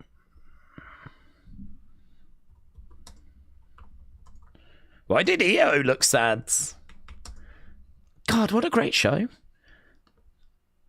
Oh, God. And they knew... So it turns out they did know how to do a good Raw all along. That just makes it so frustrating. Ugh. Poor EO. I don't even know why. Why is it poor EO? I don't even know what's happened.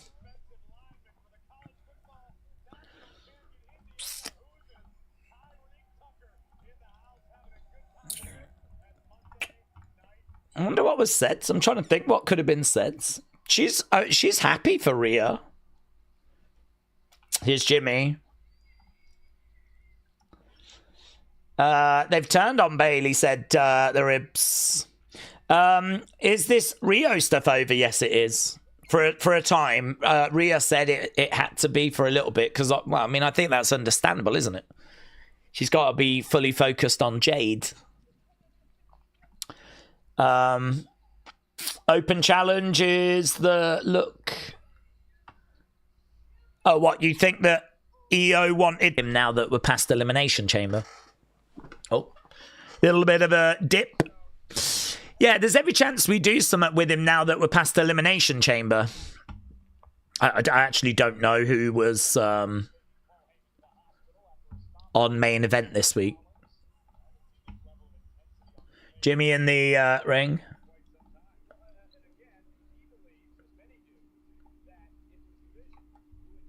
Bum, bum, bum. Okay, where are we time-wise? We've probably got about an hour left. Okay, Jimmy in the ring. Ian said the show started hot, but it's fizzled out. Yeah, I think the last match didn't reach the same level. It's a high level for it to kind of stay at. I don't know. I don't know if Jimmy and Theory is going to be able to keep that momentum going, but well, we'll find out. We still got Roman.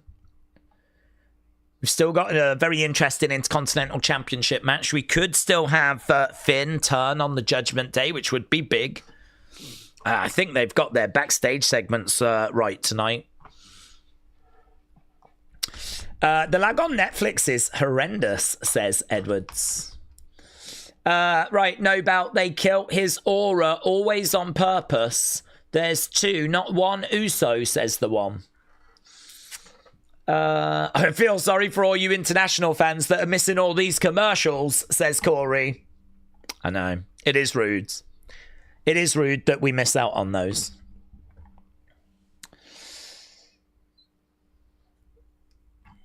Okay, right now, well, we do have a bit of a commercial at the moment. It's the WrestleMania one. Anthony is thinking Lesnar against Danhausen. Chris said, haven't we got a Danhausen appearance as well? I think that might be more a backstage thing. They haven't said we're getting Danhausen. It was the dirt sheets that said Danhausen would be on this show. So if anything, I could see that being a little backstage thing. Here's Theory with that new music of his.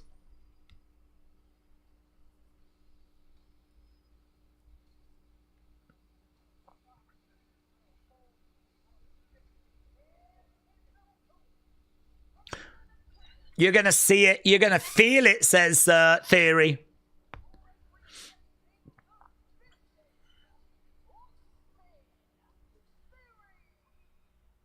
Okay. Sleaze Boy said, next Rumble match needs to be in Bali, hosted by Bonnie Blue. 30 men, one Bonnie Blue. And the winner gets Bonnie Blue at WrestleMania. I heard she got arrested. But I haven't heard if she's managed to get out of that situation. But yeah, I think that we would struggle to book that, what with it being PG, but well, I can tell you it would certainly get a good score from me. Jason, shout out to you, my friend, sending in a Wrestling Days gifted membership. Appreciate it. And King Yeti firing in some Wrestling Days gifted memberships as well. King Yeti, thank you, my friends. Always appreciated. King Yeti's been doing this so long now. But certainly not taken for granted. I really appreciate it, but hopefully those that benefited are sending their thanks your way. Alex said she's pregnant. Oh, is that the latest now? Well, there we go. I don't think we can do the wrestle. Well, sure, she will have had the baby by then, wouldn't she? Chop coming in there by Jimmy. Days, a 6 women's ladder match for the IC belt at Mania would be good. Yes. I think, yes, it would. I think I'd rather do the tag team one. But yes, we could do it for the IC. Okay, Jimmy Uso against Austin Theory. No Logan. Big shot coming in there by Theory. This is a big opportunity for Theory. This is why he's in the Vision, so that he gets matches like this, is representing the Vision right now. Bang. Theory shouting out at the fans. Bang, that shot was lovely. Lovely. Wow, Jordan. Jordan, I really appreciate it, dudes. 20 Wrestling Days gifted memberships. Woo. Wow. Really appreciate that, buds. We are going to tweak the members side. I keep saying it, but we are going to do that very, very soon. Might talk about it tomorrow, actually, on the member stream. We do have a member stream tomorrow for anyone that's just become a member. We have got a member stream. It's the hour before we start our NXT stream. 5 Eastern, 10 UK. Theory gets thrown into the ring steps. Super kick coming in there by Jimmy as Theory goes down. Big Jim getting back into the ring. So, Jordan, thank you, my friends. Very, very kind. Oh, Big Jim. Taking the top off that commentary table. Right now, Theory. Super kick. Theory on the commentary table. Big Jim. Big Jim going over. Looks like he's going to climb up. Oh, it's high risk, high rewards. If you can land it, it would be sick. Logan comes down. Logan, those shots look horrible by Jim. Okay, Logan gets involved. Yeah, numbers are against. Okay, there we go. Match has been thrown out. Match has been thrown out. Logan gets involved. Logan and Theory. They're beating up. Oh, it's Jay. Jay's back. Okay, so is this going to be WrestleMania, do you think? Is this going to be Jimmy and Jay against Theory and... Okay. So Jay's here with crutches. Boom! Straight across the back of Logan. Okay, this has got WrestleMania vibes, hasn't it? Usos against Logan and Theory. I think there are rumours, though, of Logan Seth. Oh, 1D to Theory. But this very much moves the Usos into the same orbit as the Vision. I mean, I think they're under the impression that it was the Vision that attacked Jay, but they've been adamant. They've been very, very clear that it was not them. There we go. It's a bad day for the Vision, isn't it? After what happened with Heyman earlier. Wow. We're redoing the pipe bomb. Is that a pipe bomb tease? Dudes. Ah, Danhausen!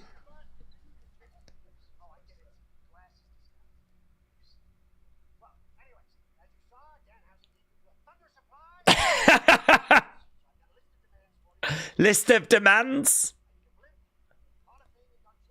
Hall of Fame induction. He needs the Triple H point in photo.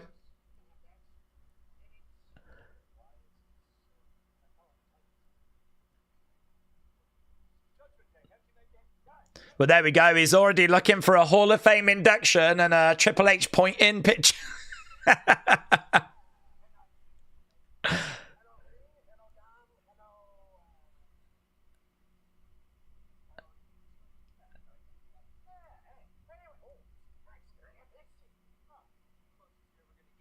This is as close as you're ever going to get.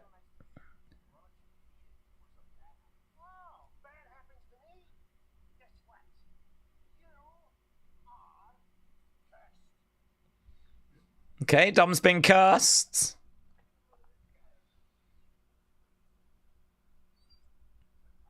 Okay, Danhausen disappears. What if Dom loses the championship later? What if Dom has been cursed and he loses the championship later and then Finn turns on him? Imagine if all that goes down later. Loses the belt, Judgment Day splits up, and then next week Danhausen pops back up and goes, I did curse you. I did curse you. The curses are real. God damn it. Right. I don't think we need to score that match because there wasn't really much of a match. Ah, the young OG. Here's the young OG. I like Danhausen's requests.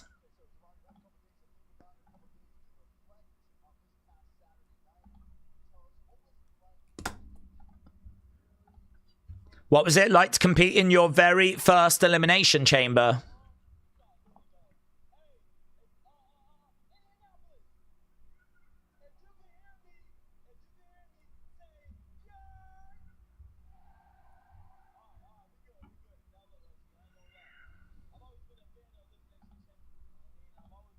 I've always been a fan of Elimination Chamber, says Javon.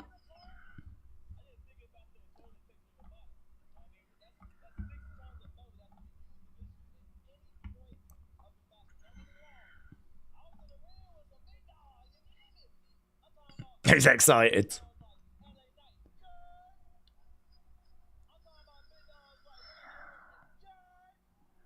I sort of like the presentation of Javon. He's kind of like that.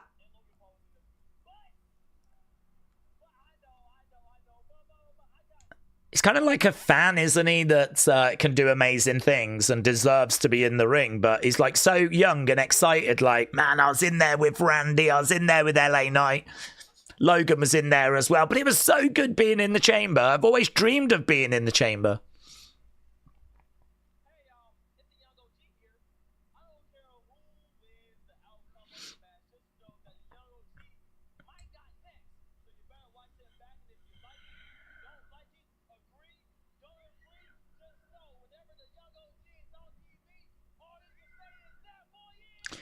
Bouncy.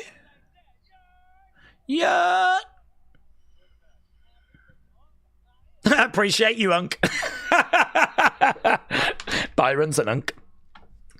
There's been a lot tonight to put a smile on your face, to be honest.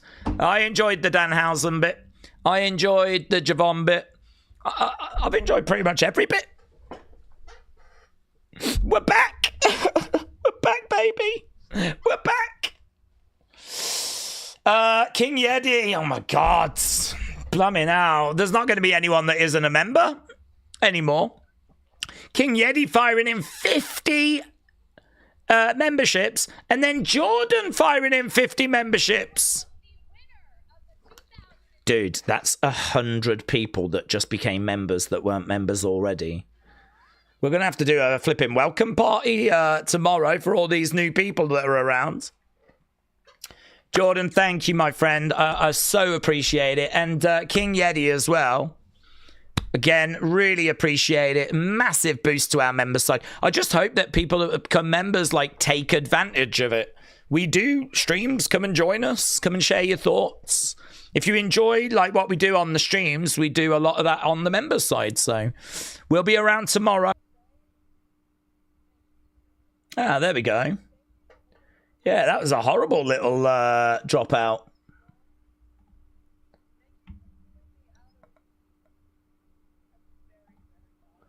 Okay, Rhea is thanking EO right now. You did the same for me. But you won the chamber.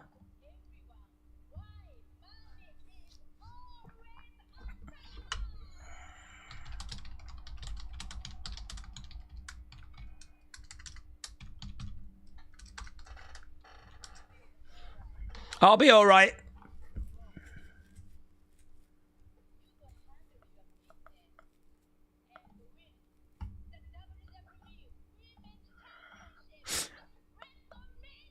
Okay. So EO says, go and do it. Go and win your championship at WrestleMania. And I'm going to do it for you. Hold down Raw.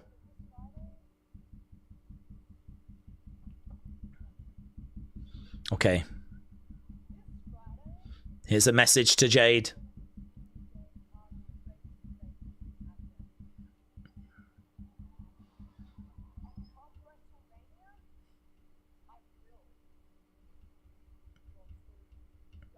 Wow. Intense. I like the contrasts. Very affectionate with EO. EO thanking Rhea. Rhea thanking EO. Very supportive of each other. To be honest, if there is a betrayal coming between those two, it's going to hit like a ton of bricks, man. Friendships don't tend to last in wrestling, so if there is going to be a betrayal there, it's going to hit hard. But I love the contrast for, how friendly she was with EO and then bang. She turned, switched it up, got very, very serious then with a message to Jade. So looks like we're going to be seeing Rio on Friday as we head towards their match at Mania. Okay, blimey now, there's going to be a gauntlet match. I literally cannot keep up with everything that's happening right now. There's a gauntlet match that's going to go down next week with all the women. The Obafemi against Rusev is going to be next week as well. I cannot keep up with everything that's happening on this show. Okay, we're bringing Penta out. That means that we're going to be doing the Intercontinental Championship now. There's a report that's come out a few hours ago. Jade Cargill facing locker room heat despite WWE push. I wonder if they're just looking at the same tweets that we've been looking at. Penta making his way down to the ring. So Penta is going to be in action against Dirty Dom. Let's get to some of these messages.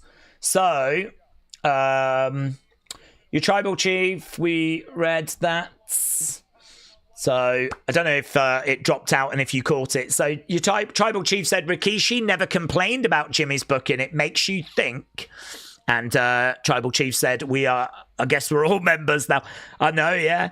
King Yeti and Jordan, big thank you for all the support. Hopefully that came through before we just had a little dip off with a little bit of a lag. Jordan firing in some more memberships as well. Jordan's really desperately trying to get as many people members as he possibly can. Corey said, I love being a memberhausen. A memberhausen? I don't think we can steal that from Danhausen. I'm sure he's got his own memberhausens. J7 said, Dom will face Danhausen at Mania to reverse that curse. Yeah, that was a pretty fun segment, to be honest. I kind of enjoyed that. Okay, Penta in the ring. We got Pyro shooting. I only went off in 3 of the 4 corners. I wonder if that was on purpose. One of the corners did not have Pyro shooting out of it.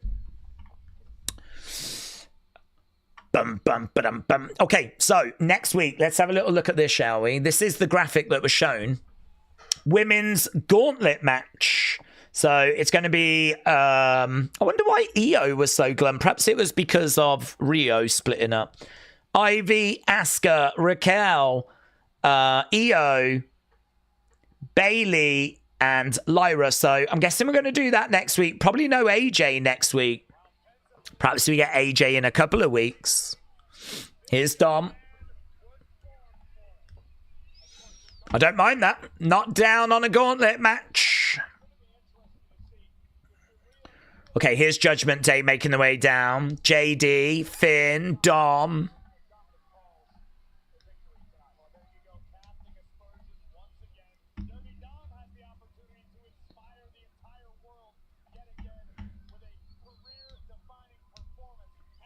Has he been Cursed-housened? Come on, Penta, says Corey. Was cursed. Watch Dom trip go into the ring. He's Cursed-housened, said David.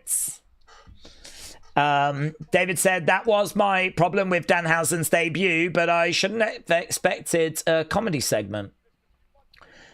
Finn's smile disappeared when Dom stopped looking, says Corey. Big Time said, what do we think on Raw? For me, with the exception of El Grande versus Ryo, Jimmy, and Theory, it's been solid. I think it's been really good. Yeah, really good. So much is going on that I just can't keep up with everything.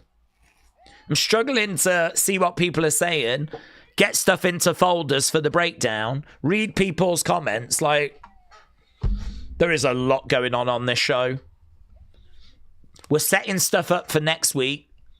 We're coming with reaction from the chamber. Feels like we're teasing WrestleMania things. I mean, we could absolutely do Logan Theory against the Usos. So even that segment could be leading somewhere. But yeah, you're right. There's little... I love the backstage interactions. Even silly little things like AJ with Kyrie. That's the kind of stuff we've not really been getting much of. And great. And we're going into this match wondering, are we going to get a new champ? Are we going to get Finn turning on Dom? Is the Danhausen curse real? And somehow we're an hour and 45 into this show and I don't know where that time has gone. I have been very entertained. I mean, if you compare this show to some of the shows we've been getting where there's loads of matches that don't really mean anything, they don't matter, they're flat as well, like, you know, Good 92, whatever. Backstage segments that just set up matches we don't really care for. Opening Vision segment that's a bit flat. And you just kind of like, oh, I don't know, what did we get from that? 2 hours. I think you could just watch highlights, you know. I don't feel that way about tonight. Kick coming in.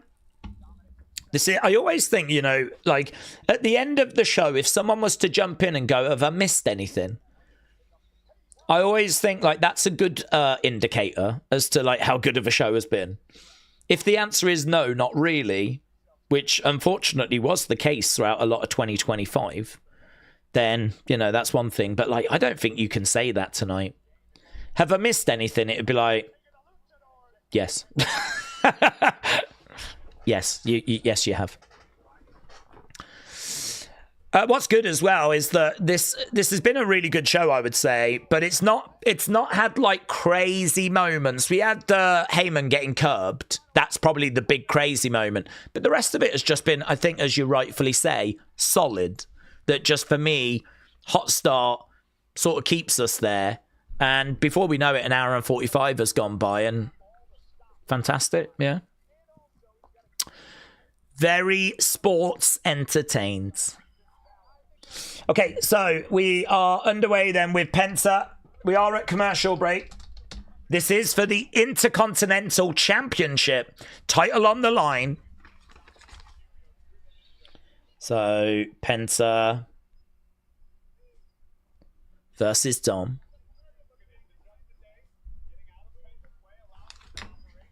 I mean, could you imagine if this show only had like 12 minutes left? We've still got Roman. We've still got Punk. This could be our final match, actually. Paranormal Presence said Dom's about to lose Hausen. Penta is going to be a new champion, Hausen. Could be. Could be. The curse could be real. Danhausen has just put a message out. He said, give into Danhausen's Demandhausens or be cursed. A number one contenders gauntlet match. This is insane. This is illegal. It's funny how none of these girls, minus Looney Lyra, who is banned from IC title matches for as long as I'm champion, ever asked me for a match. Do you know why? Because they all know they could not beat me. Becky Lynch continuing to crash out online about that gauntlet match. That literally posted 1 minute ago.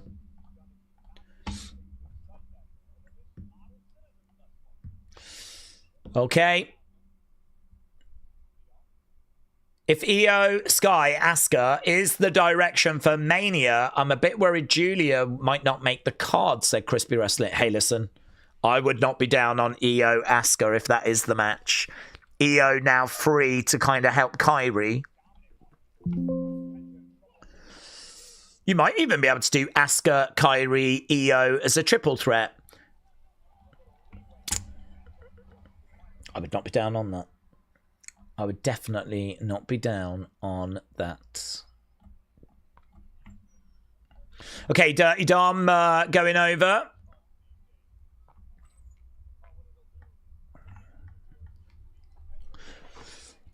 Guess what it would do for the king of the luchadors? If he can get a win over Penta tonight, says Corey Graves. And right now he's looking pretty good. 1, 2, kick out. Okay, we go back to the show.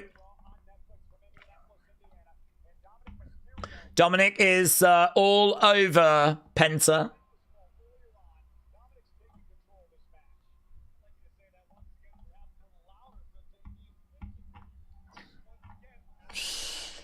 I know it doesn't make sense, but imagine if Asuka, Kairi, Io, and Julia for the Women's Championship, US Championship, says Kader. Like a fatal four-way. I'd take that as well.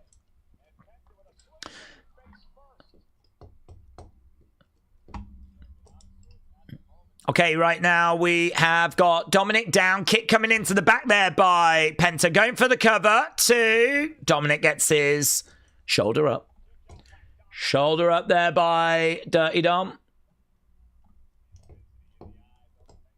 Kick coming in there by Penta. Dom round the back. Nice.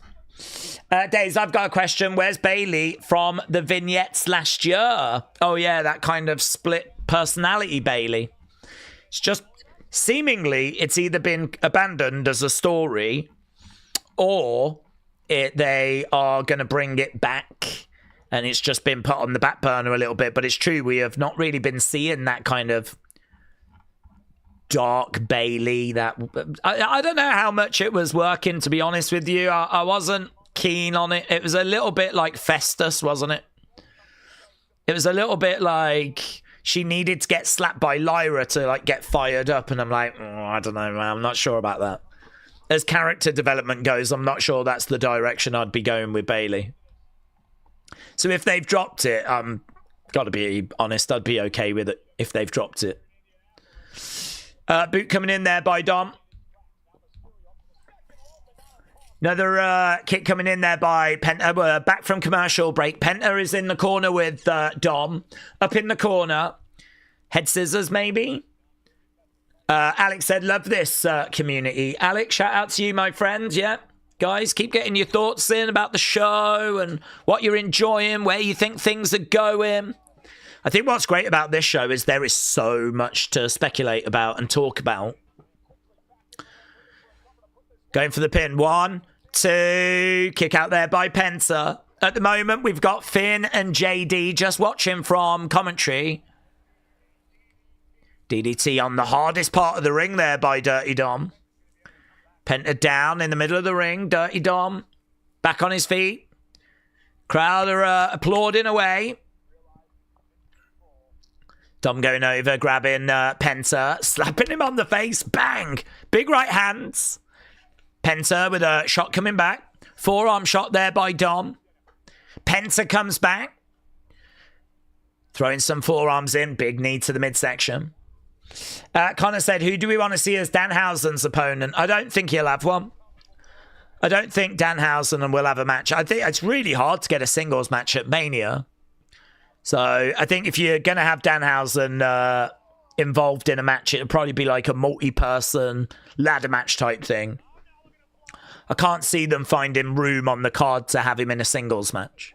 It'd be like R-Truth having a singles match at like WrestleMania. It's not the kind of thing you expect, you know. So I think there's every chance he's in the Andre Battle Royal. I think there's every chance he has a moment backstage or is kind of in with the fans, or like they want to use him that way, you know. Both go into the timekeepers area. Allison said, let's go, Penta. You need to win this IC championship. Tony said, the only thing that is turning is my stomach from everyone saying that Finn is going to turn. Is Finn going to turn on Judgment Day? Well, there's a chance. It's certainly something that has been getting teased, but are they going to tease it and pull the trigger?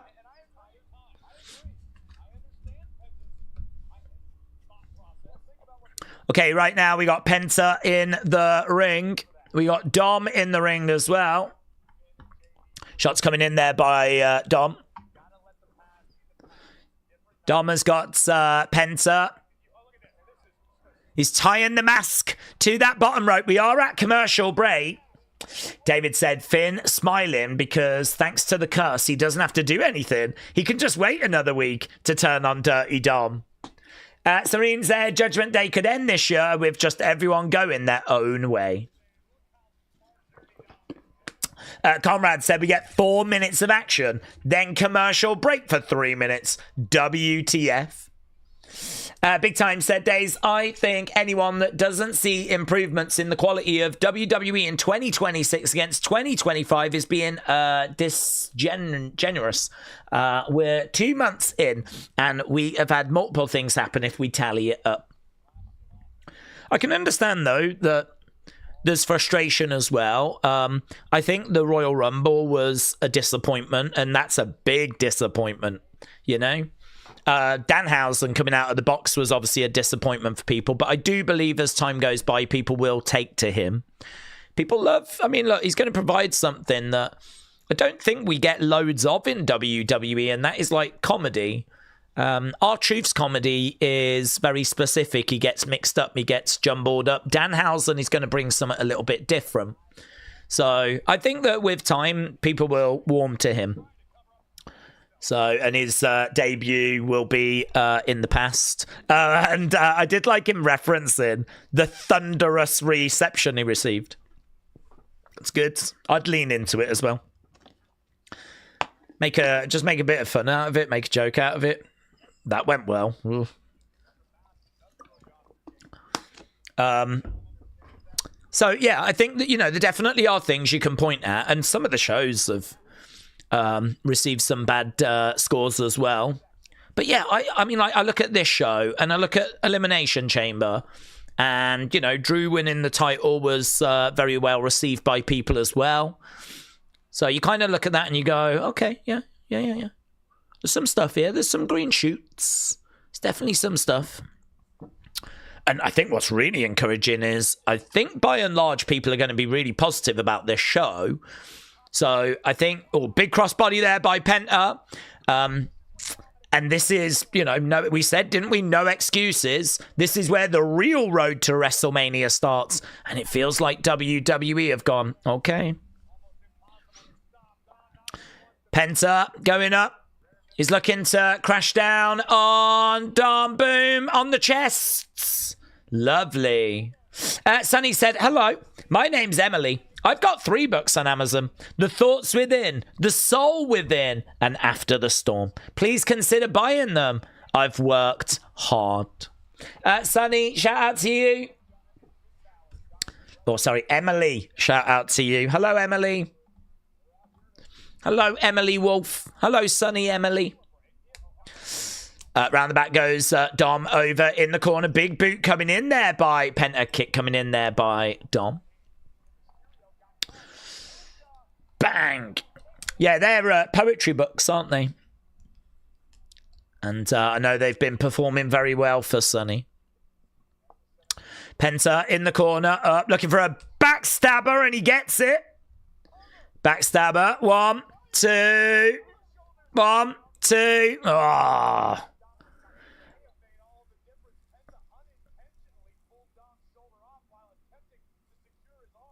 I think that was a bit of a botch, wasn't it, to be honest? I don't know quite what they were going for there, but whatever it was, it didn't seem to have the right chemistry. It seemed actually like Penta got off Dom before Dom got his shoulder up. He's calling for the Mexican Destroyer. Oh, into a driver there by Dom. 2. Kick out. Kick out by Penta. Dominik battling away. Dominik was ripping at Penta's mask as well. Penta down, Dominik down. We are going into the 3rd hour. Drop kick there by Dom. 619 coming up. Going for it, gets it, connects. Dom is climbing up. Oh, he gets caught. He gets caught. Penta pulls back on the arm. This could be a big problem. This could be a huge problem. Ah! 1, 2. Oh, kick out by Dom. I tell you what, he did really well to kick out of that. He did really well. Penta, I think, thought that he had it. Oh, the Penta driver, and he hits it perfectly as well. Perfectly. Here we go. This match has gone to another level right now. Penta in control. Dominik in big trouble. Big boot coming in there by Penta. Stomping away on Dom. Dom down in the corner. Penta stomping away. Referee coming in, trying to drag him away. Kicks coming in again. Referee again. Don't get yourself DQ'd. Yeah, Dominik gets an opportunity just to try and get back up to his feet. Penta comes over. Chop coming in. He's got Dominik. Dominik, you can see, sucking in oxygen right now. Penta drives the shoulder into the midsection. Throws Dom over the other side. Dom, that was really good. Moves out the way. Penta goes into the corner. Shoulder first. Yeah, he's making a big deal out of that as well, man. He's making a big deal out of that. Okay, what's Dom going to do here? Dom's asking, get me that bell hammer. JD's going to go and get it. Is Finn going to stop him? JD gets the bell hammer. Finn does stop him. No. Oh, mate. Mate. We might be getting a new champ. Oh, Penta to the outside. I thought Penta was going to do a 619. Dom wanted the bell hammer. Finn has just stopped him. Mate, this is drama. This is drama. We've got big drama. Here we go. Penta. Oh, reversed by Dom. Reversed by Dom. The 619. Misses. Misses. Penta. Oh, Destroyer connects. Destroyer 1, 2, 3. We got a new champ. We got a new champ. Penta's done it. He's been cursed! He's been cursed! Ah! He's been cursed! Oh, Penta has done it! And no! Wow! Wow, the curse was real! The curse was real! Yeah, what a chaotic end to that match. Let him do it himself, says Finn. Let's get, I tell you what, I've only just thought the aftermath of this could be really interesting. What's Dom gonna say to Finn? Mexican Destroyer connected.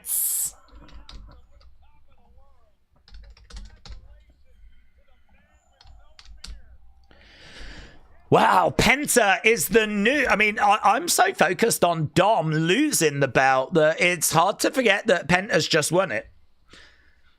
Dom losing it is a big story, but Penta winning the Intercontinental Championship, that's a big story in its own right. Forget who he's got it from and how he's got it. Fans are celebrating. Penta holds up that championship. I don't know where Dom's gone. He deserves it, and he's earned it, says Michael Cole.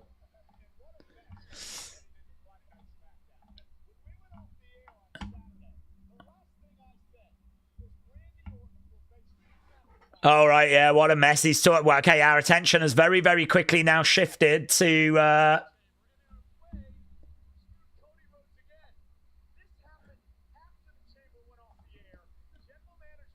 yeah.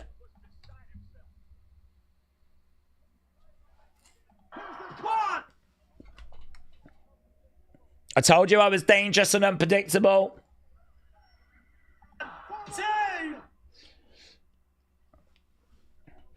So, yeah, the match has been made for Friday, hasn't it? A championship match. The right winner. That was really entertaining, says Jay.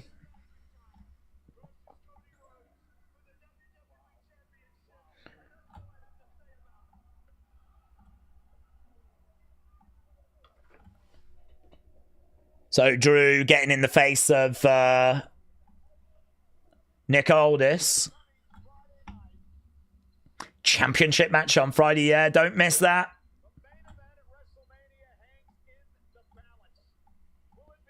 One, two, three, four.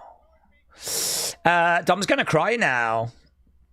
Have you seen the Turbo Axe advert? I have, yes. Is that the Stephanie and LA Knight one? We didn't get it in this country, did we? But... okay, time for our main event, and our main event is... here he is! My God, what a show. New Intercontinental Champ. Now we've got the Tribal Chief, the OTC. Roman Reigns making his way out. Bum, bum, bum, bum, bum. Bum, bum, bum, bum, bum. Get acknowledge him. You don't have to, but if you want to. Here's Roman. We're 6 minutes, so we're looking at about 15 minutes. I mean, we can go as long as we need to, but... because obviously we're on Netflix, but I think they are going to want this thing to... stay pretty tight. There we go. We're going to get that after the break. Dun, dun, dun, dun, dun, dun, dun, dun, dun, dun, dun, dun.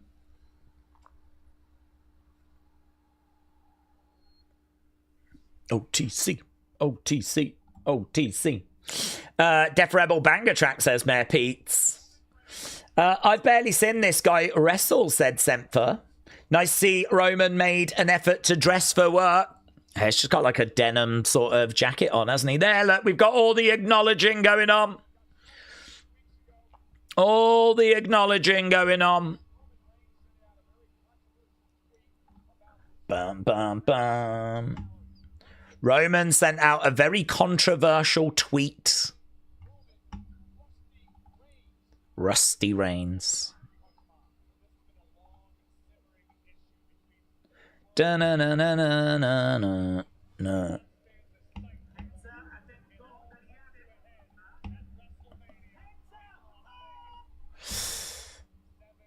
Okay, Roman has made his way down to the ring. I'm guessing we're going to hear from Roman first.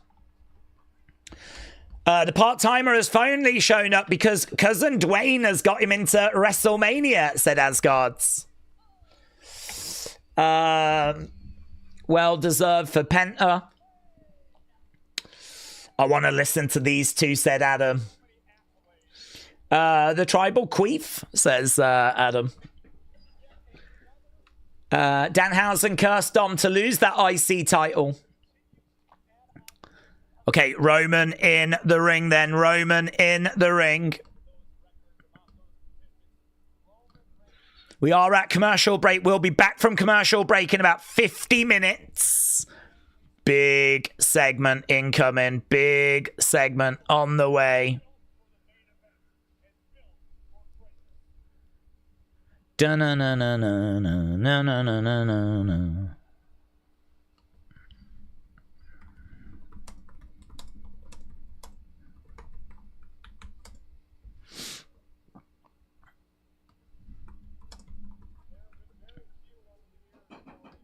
There have been very few that have commanded the presence quite like this man. Right, cinema is a movie in theatre halls. The show has been very enjoyable, said Dean.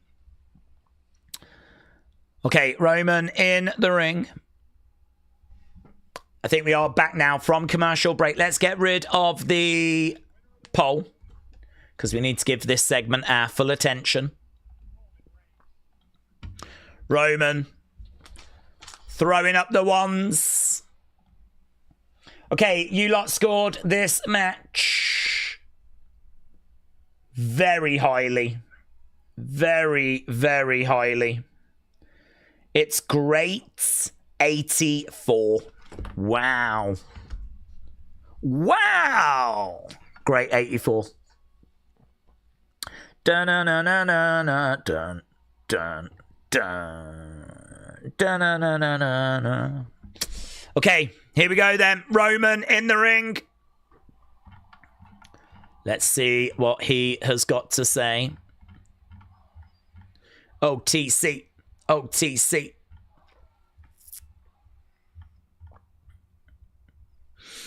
Here we go. It's always box office when Roman is around.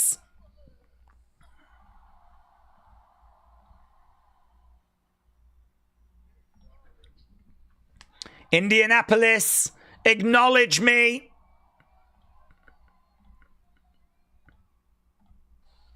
Here's CM Punk. Okay. I thought that we were going to have him talking for a bit, but we didn't. CM Punk.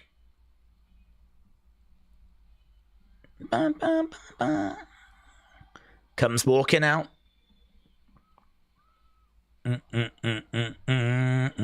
Crowd are with him.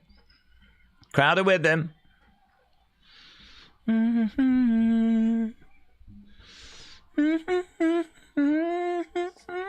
We've already got the backstage picture. Defcon said Jack is making a wrestling buddy of you. Where can we send pictures when it's done? At San Dimas High School Football Rules, said Defcon. Wow. Well, I mean, you can send them on X if you're on X. Just tag me in it, Wrestling Days YT. So you can send it there, or if you want to email me at wrestlingdays@gmail.com. Either of those. I think the best place to get me is always on X. I have to check my X all the time for unseens and all the videos that we do, community videos. New one of those went up on the second channel yesterday. Very good, actually. Lots of really interesting bits.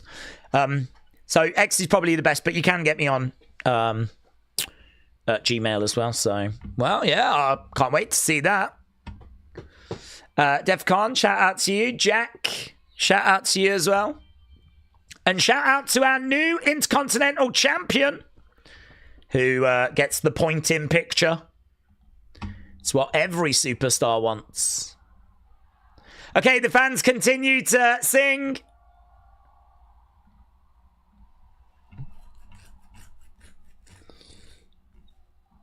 CM Punk, CM Punk, CM Punk.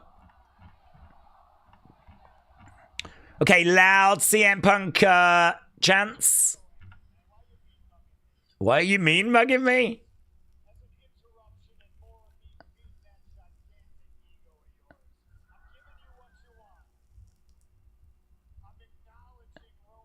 I'm acknowledging Roman Reigns. I'm giving you what you want. Oh, he's pretty banged up, isn't he, in the face?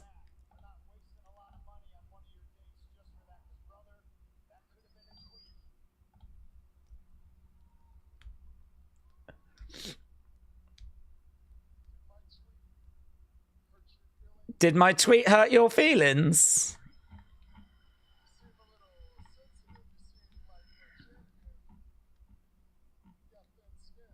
For a champ, you've got thin skin.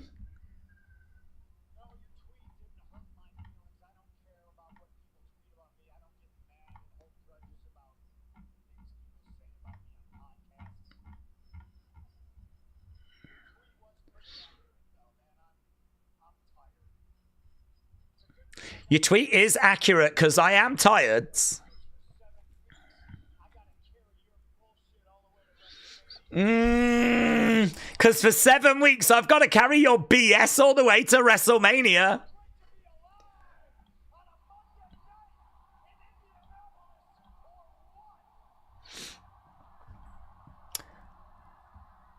I am tired. I got to carry your BS for 7 weeks all the way to me. Tribal Chief said it's well to me how much the crowd can affect a show. They've been really good tonight.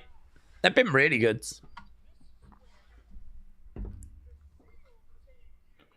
Oh, this is where the Shield debuts. Okay, nice. Oh.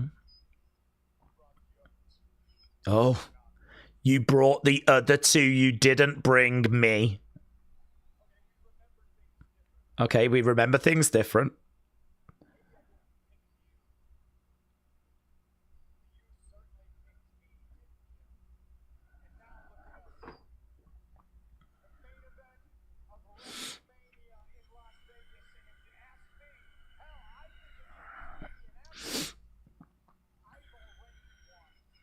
I've already won, says CM Punk.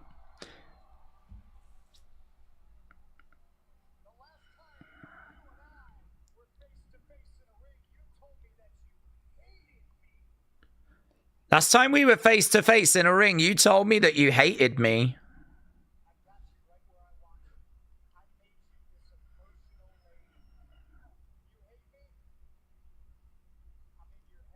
I'm in your heads. As empty as it is, I'm in your heads. I'm under your skin.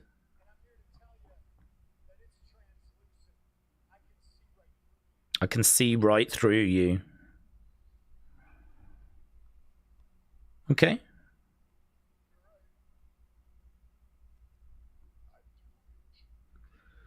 I do hate you.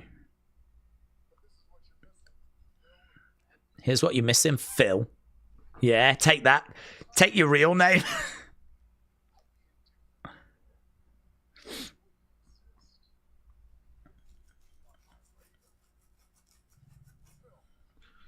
He's going to keep calling him Phil, isn't he?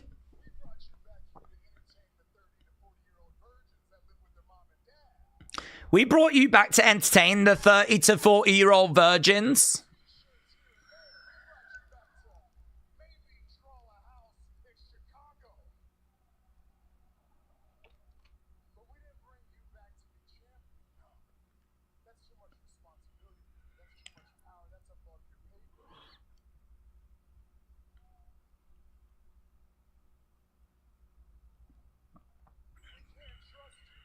We can't trust you, Phil. You're a liar. You're a liar.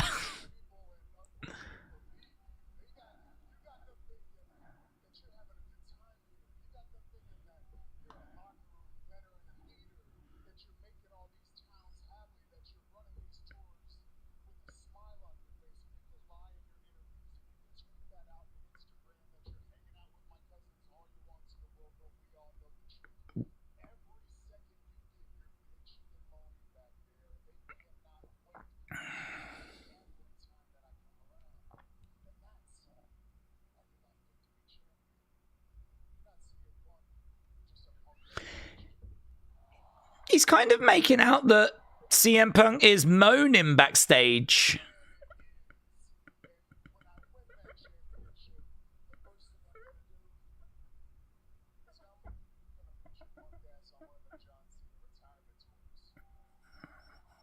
I'm going to put your punk ass on one of those John Cena retirement tours.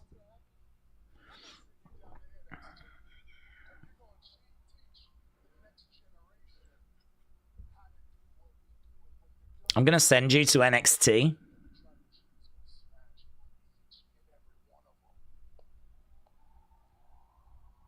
Okay, Roman goes to walk away. CM Punk stops him from going.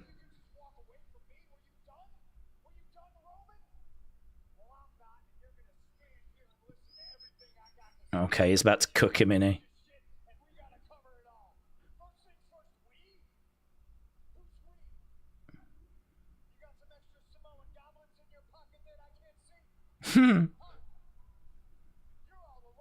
You're all alone?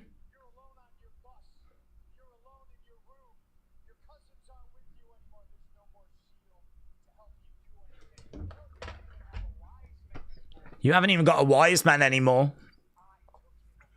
Because I took him from you.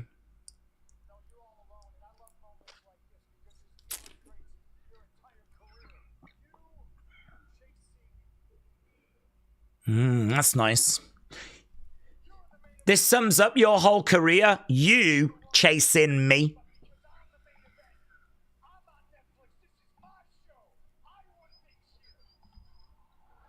This is my show.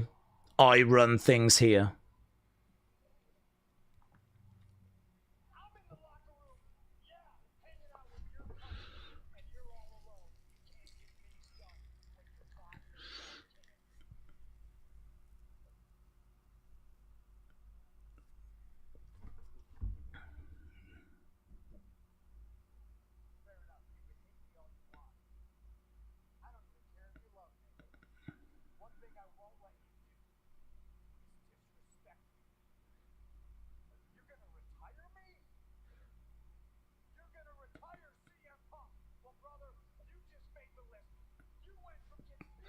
You just made the list?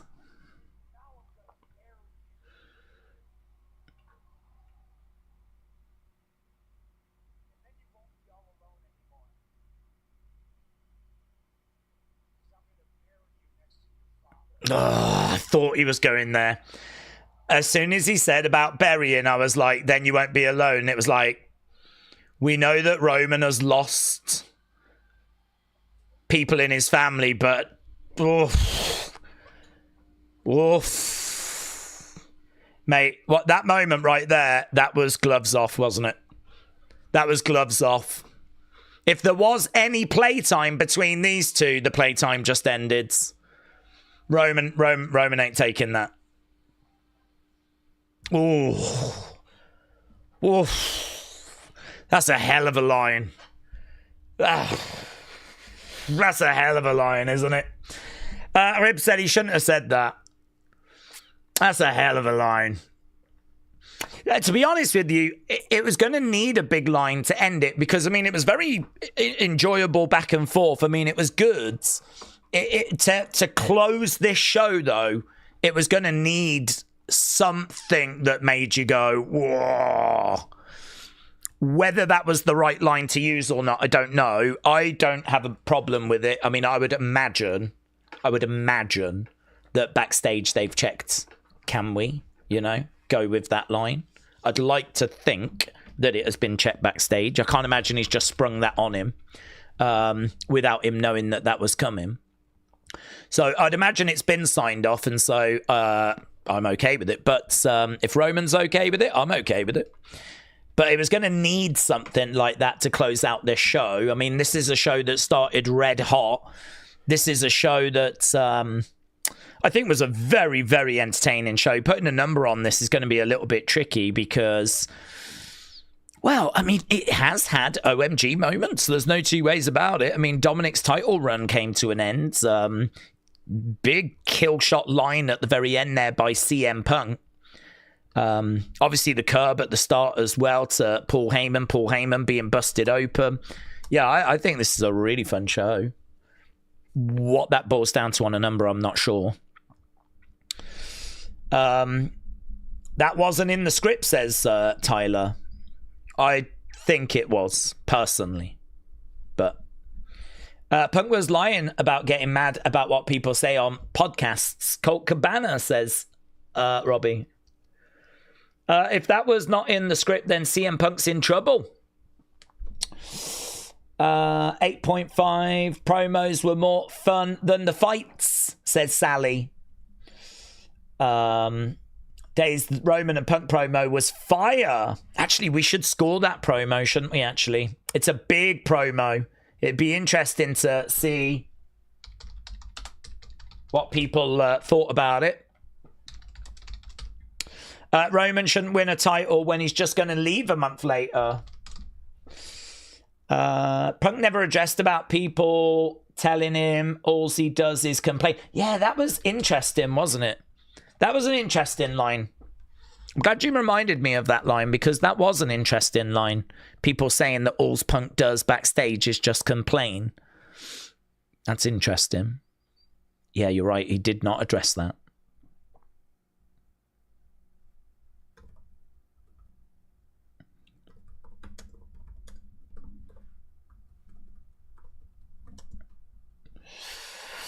Do a poll for a Jericho return. He's still listed, isn't he, on the AEW roster page? I think until he's off there, I don't think anyone's expecting for a return anytime soon. As soon as he comes off, then we can have a conversation about Jericho. Ice Wizard said that show, it was not bad. I'm going to assume that Roman green-lighted that line because it was heavy, if not. Yeah, I think it was greenlit. I'd be, for something like that, I would be very surprised for, talking about someone's, dead father. I mean, I just don't see it. I really don't see it. I don't see that being a line that just comes out and I think that's definitely one I feel gets checked before. But I don't know. I mean, I'm not backstage. I don't know. These two are carrying WrestleMania on their backs. Well, maybe. I don't know. I mean, actually, this feud has been non-existent, really, other than one promo when Romo picked Punk after winning the Rumble. So, this segment was a good segment, really good segment, but it's the only segment that we've really had from these two so far. So they could carry WrestleMania season, but it's a bit too early to say they're the only ones that are going to be doing that. Because this is really the only thing we've seen other than Roman selecting Punk. Other than that, Roman's been out of the way so that we can do Punk Finn Balor. I think a line of that caliber has to be agreed on, says Trem.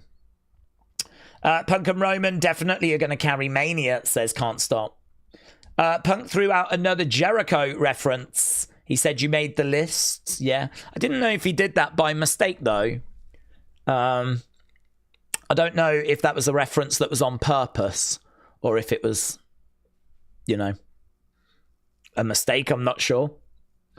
I'm pretty sure Punk asked Roman if he can mention his father. Michael is going to curse me. Well, Michael, I'm okay if you curse me, but I am very concerned if it's going to be Danhausen because I think Danhausen has shown that he has got some serious abilities. If that wasn't planned, Roman was well composed. They have got to have something to fire up Punk Roman match, and this has started, it says Sally. One of the better Raws in recent weeks, and honestly, this week, Gunther, Lee, Penta, Dom were both fun. All segments pretty much hit the mark. It was a great night, said J14. Yeah, I enjoyed it. I need to set up the stream, don't I, for Breakdown. So hopefully, I also need to set up the opinions video and all of that. So let's end the poll, shall we, for the promo. See what people scored that. Got a horrible feeling the breakdown's going to be quite a long one tonight because we've got so much to talk about. So much went down on this show. It really was. Very, very good. Okay, so Great 85. Great 85 is what you lot just scored that promo. That is a very high score. Very high score. Right, with that being said, I'm going to go so that we can do the breakdown. A big, big thank you to everyone that joined us. Hope you got something from this episode. I'm going to set the breakdown up now, and we'll kind of go through absolutely everything over with that breakdown. Yeah, appreciate you joining us. Don't forget, we are back tomorrow. We've got a members stream for all those new members. Big thank you to Jordan and King Yeti in particular. And then, of course, we'll be back tomorrow with NXT. It is NXT this weekend. So we are doing a stream on Saturday. It is an NXT show. That means tomorrow's NXT is going to be a go-home. So it means that if you've not been keeping up with NXT, tomorrow would be a really good one to watch. It'll bring you up to speed with everything. And then, of course, we got a big show this weekend. We got other bits, but many of you I might not see now until Friday for Smackdown. Don't forget, Drew Cody on Friday. Big Smackdown. That could go any which way. So very much looking forward to that. So big thank you to everyone that joined us. Big thank you for all the support. I'll be back in a moment with the breakdown.